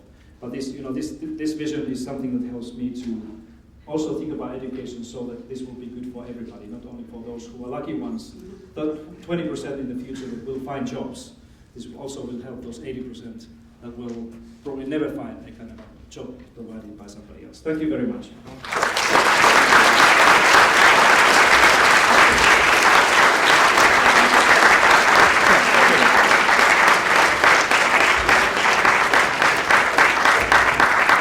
Ladies and gentlemen, I think it's only fitting that we open the floor to maybe one or two questions to Passy. So, anybody? Mary. Sorry, Steve, you want to go first? Thank you very much for that, for your wonderful presentation, Tanya. I suppose a real note, there's a story frequently told about asking Caroline for directions, and the answer he gives is, well, if I was going there, I wouldn't be starting from here. And is our ultimate destination sometimes circumscribed by our starting point, and is it possible to get there? Yeah, I think you answered your own question already. But I think that we can still rethink many things. And you guys, Ireland is in a very good situation because you're doing so well. I wouldn't say that this is a kind of a huge fire that you have to somehow, that you have a crisis in education. This is not the case. Most of the elements, particularly the teacher and the leadership that you have in your schools, is a very strong part of the Irish education. And that's why, people, when I came here yesterday, many people were asking me that, so what is your view to this junior cycle certification thing? I didn't quite understand that. Why do you argue something like this that is a kind of a minor thing? Don't spend your time and political capital on fighting that type of thing, because, as I see this, it's a huge opportunity for you. Now, when you are talking about this thing, but if you get stuck with this yes or no type of thing, or fighting against one another, it doesn't lead you anywhere. Because now you can ask questions like, what would a kind of an assessment and evaluation or reporting system look like ideally after the junior cycle here, if you could design something from the scratch? You cannot do that. As soon as you design this now, that there will be a kind of external examination, or there will be a 60% or 40%, whatever it is, you cannot change that thing for a long time, okay? And because I told you earlier that the only one that likes change is a wet baby. And that's why it becomes very difficult to change these things. So, if you ask my opinion on this, I see that you have a huge opportunity now. Don't fight, don't argue, but see that, okay, what can we do now when we are unsure what is the good way to go forward? And that's why I would, if I was one of you, I would probably recommend something, kind of a student examination assessment idea 2.0, that is completely different, that is taking into account the kind of a work that students are doing during the course of their studies before they leave the junior cycle. Some type of portfolio type of thing that nobody else is doing. You're a small nation, small system, you can do that. You cannot do that in France or Germany. They're too big and too complicated things. But you are able to create, you are able to do something new that nobody else has done in this particular issue that is burning everybody around the world. So that's why I feel very sad if you end up using your whatever power you have and decide this fairly meaningless issue now in any way that is on the table.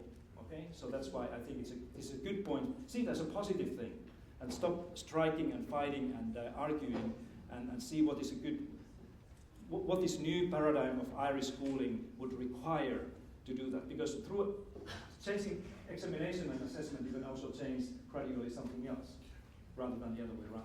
Thank you, Pasi. And Mary has a question. And Mary is the president of the National Association of Principals and Deputy Principals this year. Thank you for that. Pasi, first of all, I really enjoyed your presentation. Thank you. I've read some of your stuff, but I must say I found your presentation excellent. Just two very brief points, because I know you're anxious to go away. Collaboration between schools is something that I suppose in NAPD we're trying very hard, and I had an experience yesterday of a fantastic collaboration between myself and the school that I work in and our two neighbouring schools. And I suppose we did take a jump, and not I now, because I'd be far too cautious to do that, but one of my colleagues has already admitted to ignoring a circular or two. So he was sitting not too far away, but just safe enough way. So we collaborated. But I suppose both of our experiences emphasise the competition part of our system here. Both of us would have had queries from our staffs maybe, and I think Alan will confirm he had queries from his parents. Why would Ardmore and Clare Galway collaborate? Surely to God, these are two neighbouring towns. Surely you're in competition with each other. So that inbuilt psyche of competition, combined with many of us in second level, the schools are referred to by the name of the principal. So there's that inherent identification of the school leader with the school, and that increases probably. People will say that was Alan Monkey's school, that was Mary Nigel's school. Yeah. So that kind of increases the competition.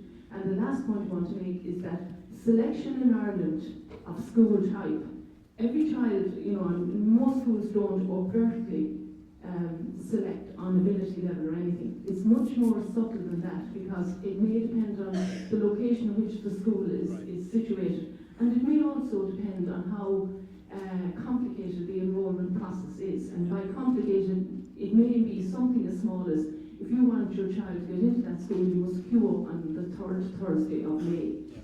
Now, many middle-class parents will be totally switched into that, will prioritise that, but perhaps where a parent isn't switched in, that's the subtle, selection process that goes on. So it's part of our culture, but I'm confident we can make changes. Sure. Yeah, thank you. Great, Mary. Okay.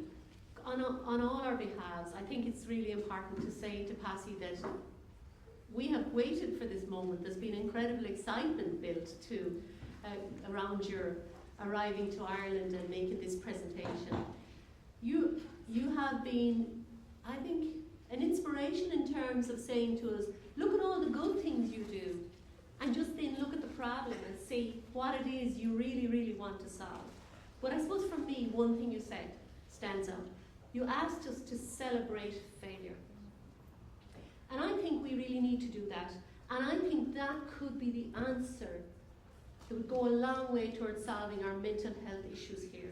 Because our kids are set up in many ways to fail. Expectations are so high. So that, I lived in America, as I was saying to you at one point, and I taught there, and unless you went bankrupt at least 3 times, you were never a success. So that failure is celebrated differently in different countries. I'm going to, in a second, and I appreciate that we're challenged always time-wise here, to ask President Philip Nolan from Maynooth to just do a final critique on today and on PASI. But before I do, I want to ask you a favour. I haven't presented you with any evaluation form, but I am a politician. First, an educator, I'll be honest with you, it has informed everything I do. And PASI said something really, really interesting here. He said that, how did he put it now? He said something about politicians which really resonated with me. I found it really difficult when I went into politics to try and be effective in terms of what I really knew was important in education. I actually couldn't find a way to communicate those ideas, because politicians often focus completely on the wrong stuff, because it's about keeping people happy, not necessarily about being evidence-based. And that's why I suppose I want to have conferences like this, why I want to work with you, why I want to have all the partners in the room, because I really think that unless we get our priorities right and decide what's important together, we will still keep doing the wrong stuff. So my request to you is this. Would you email me or tweet 2 actions you think we need to take? Just 2. You all might have different actions, but I will then look at where you think I should inform the political process. So if you say 2 particular actions, we've heard a lot today. We've heard things like the apprenticeship model, the supporting teachers in schools. We've heard about the social issues and the substance abuse issues, and many, many more. But if you tell me just 2 from you and why, that will be a really good guide, rather than lots of evaluation forms being filled in. Finally, I want to just thank 1 or 2 other people, Imelda Byrne and the Access Office, for supporting this conference. I told her what I was trying to do and she said, I'll help you. Thank you, Imelda. I want to thank Mary Fleming for being part of my coordinating team from NUIG. I don't know where you've gone, Mary. She's the head of education here in NUIG. I want to thank the Education Matters team. I want to thank the conference office here in NUIG. There's a guy there called Rory. He should be packaged. I don't want to make an IKEA model out of him now or anything like that, but he was just a lifesaver for the office. And particularly my own 2 assistants, Susan and Geraldine, who always say to me, Fidelma, you're just doing too much. Stop, focus, just do less. But look, if you believe in something, you've got to do it. And really, I'm really grateful. And most of all, to all the very, very fine panellists and speakers who said yes to me. I mean, if you didn't say yes, we wouldn't have had the richness that's in the room today. And above all, ladies and gentlemen, to you, because every day I rang Rory in the conference office, how many more have registered? And really, I think that's what it's all about, really. So hopefully you gain something. I really, really hope you found something in today that's going to inspire you to go forward, that's going to help you be a better educator and remind you of why you came into education. I know there's some parents here, exclusively parents, and that is probably the hardest job of all. For me, certainly it has been. Not being an educator, I absolutely loved it. Being a parent is really, really challenging. And for our young people here, today is a beginning that will make you think in other ways and maybe also help you influence your peers. And that's very special too. So, ladies and gentlemen, from me and from the team behind me, a big bula bus to you and a NUI Galway.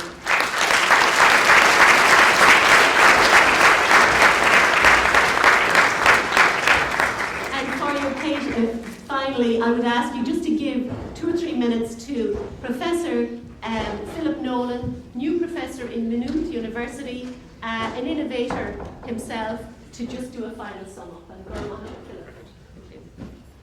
agus tá anagus ar bhfuil deise gom focail scarachar leis an códal Simú agus Spraga show. Thanks very much for that, and I'm delighted to have an opportunity to say a final word after this very interesting and stimulating conference.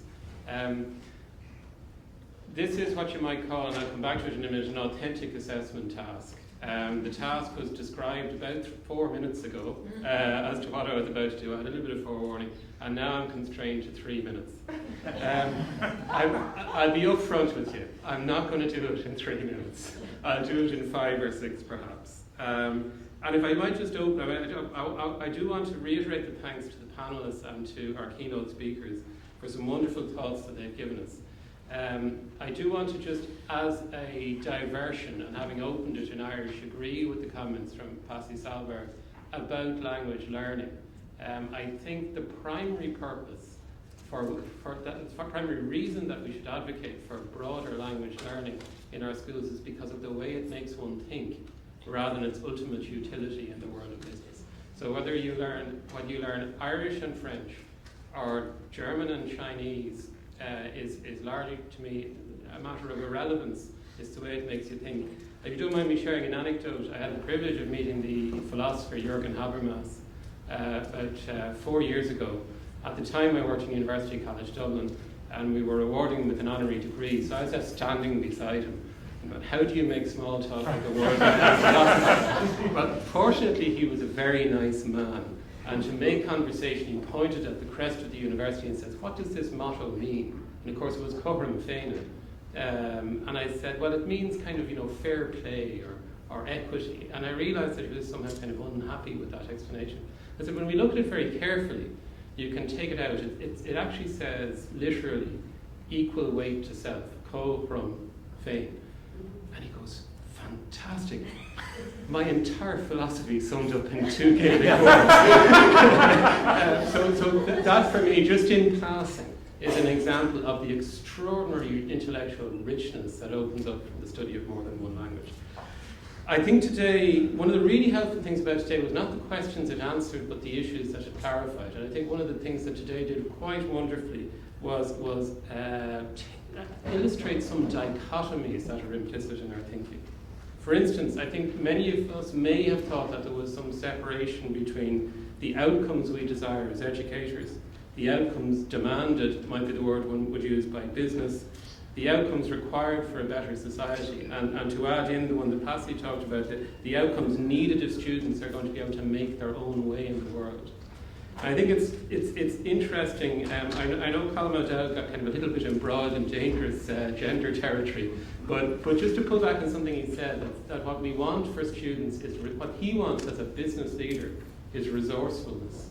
Now, who amongst us wouldn't want resourcefulness as an outcome for our students? You talk about resourcefulness, ability to work with others to solve problems, to communicate, to collaborate, words that came back in the keynote session, to take the initiative, to be creative, and above all, underpinning what he was saying, an openness to the need for continuous learning. So I think any of us, any constituency, any student aspiring to what do they want to be themselves would specify those. I think it was useful to surface the fact that we all really want the same thing fundamentally.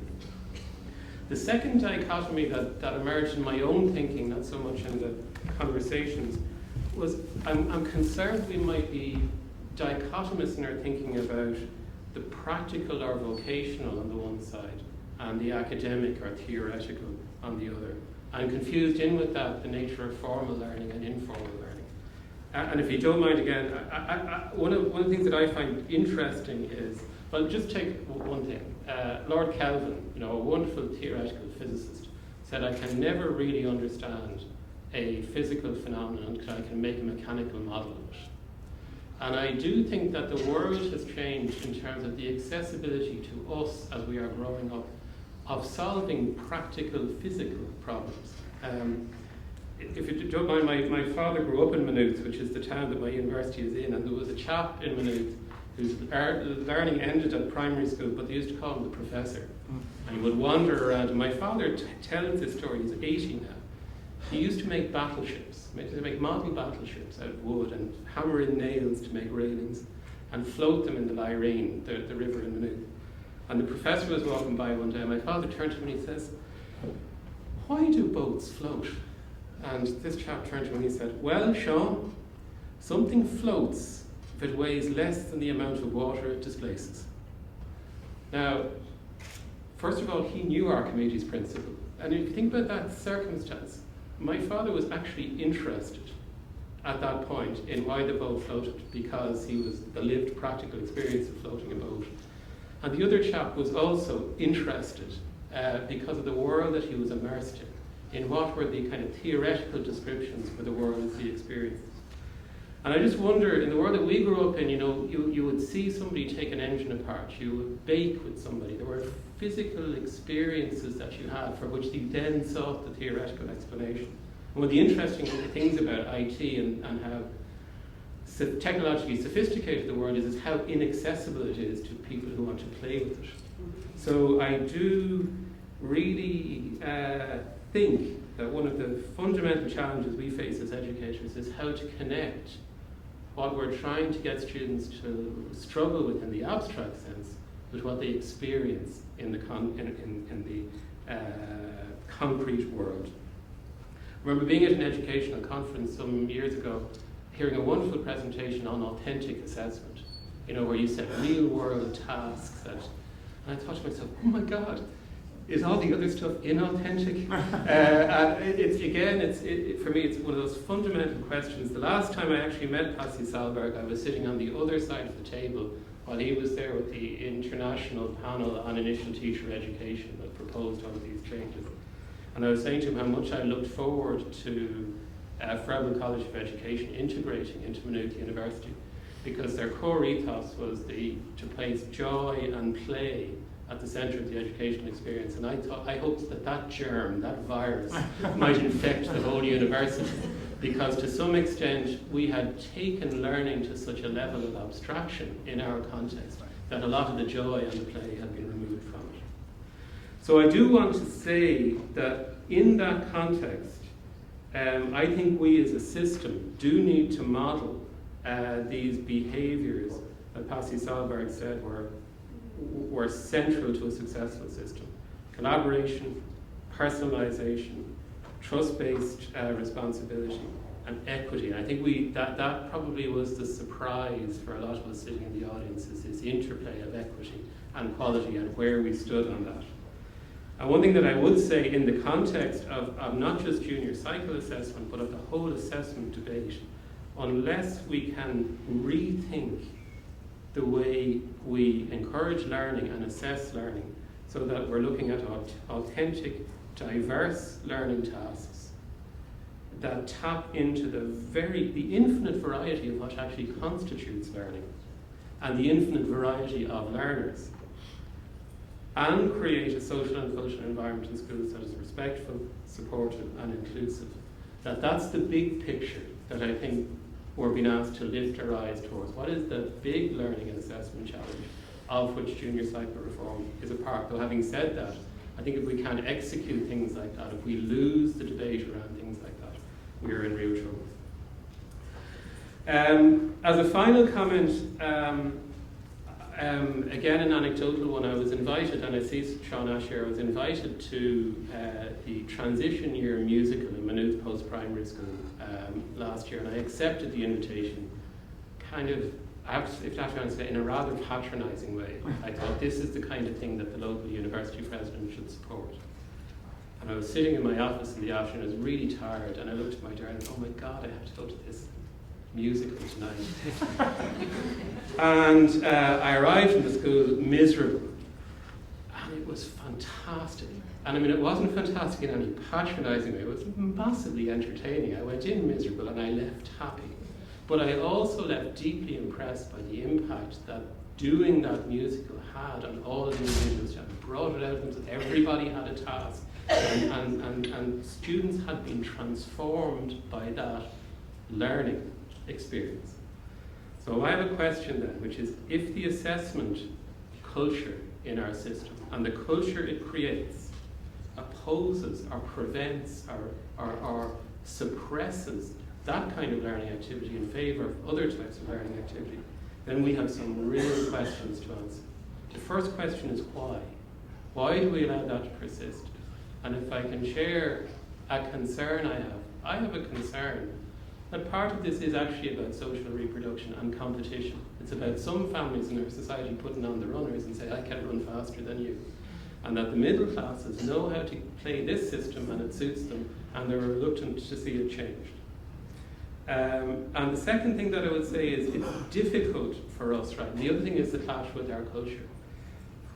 Another thing that I observe, I have to say, is that at the moment going through the guilt, shame and recrimination of being through a crisis and recovering from that crisis is clouding our judgment on what we really need to do now.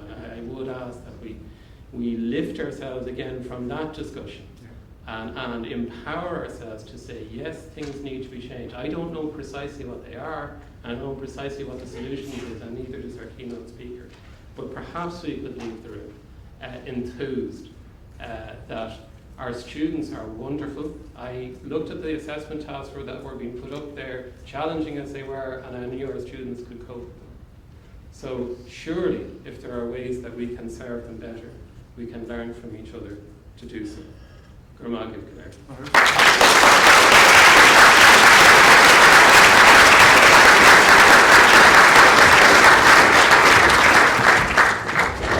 Ladies and gentlemen, thank you all and safe home.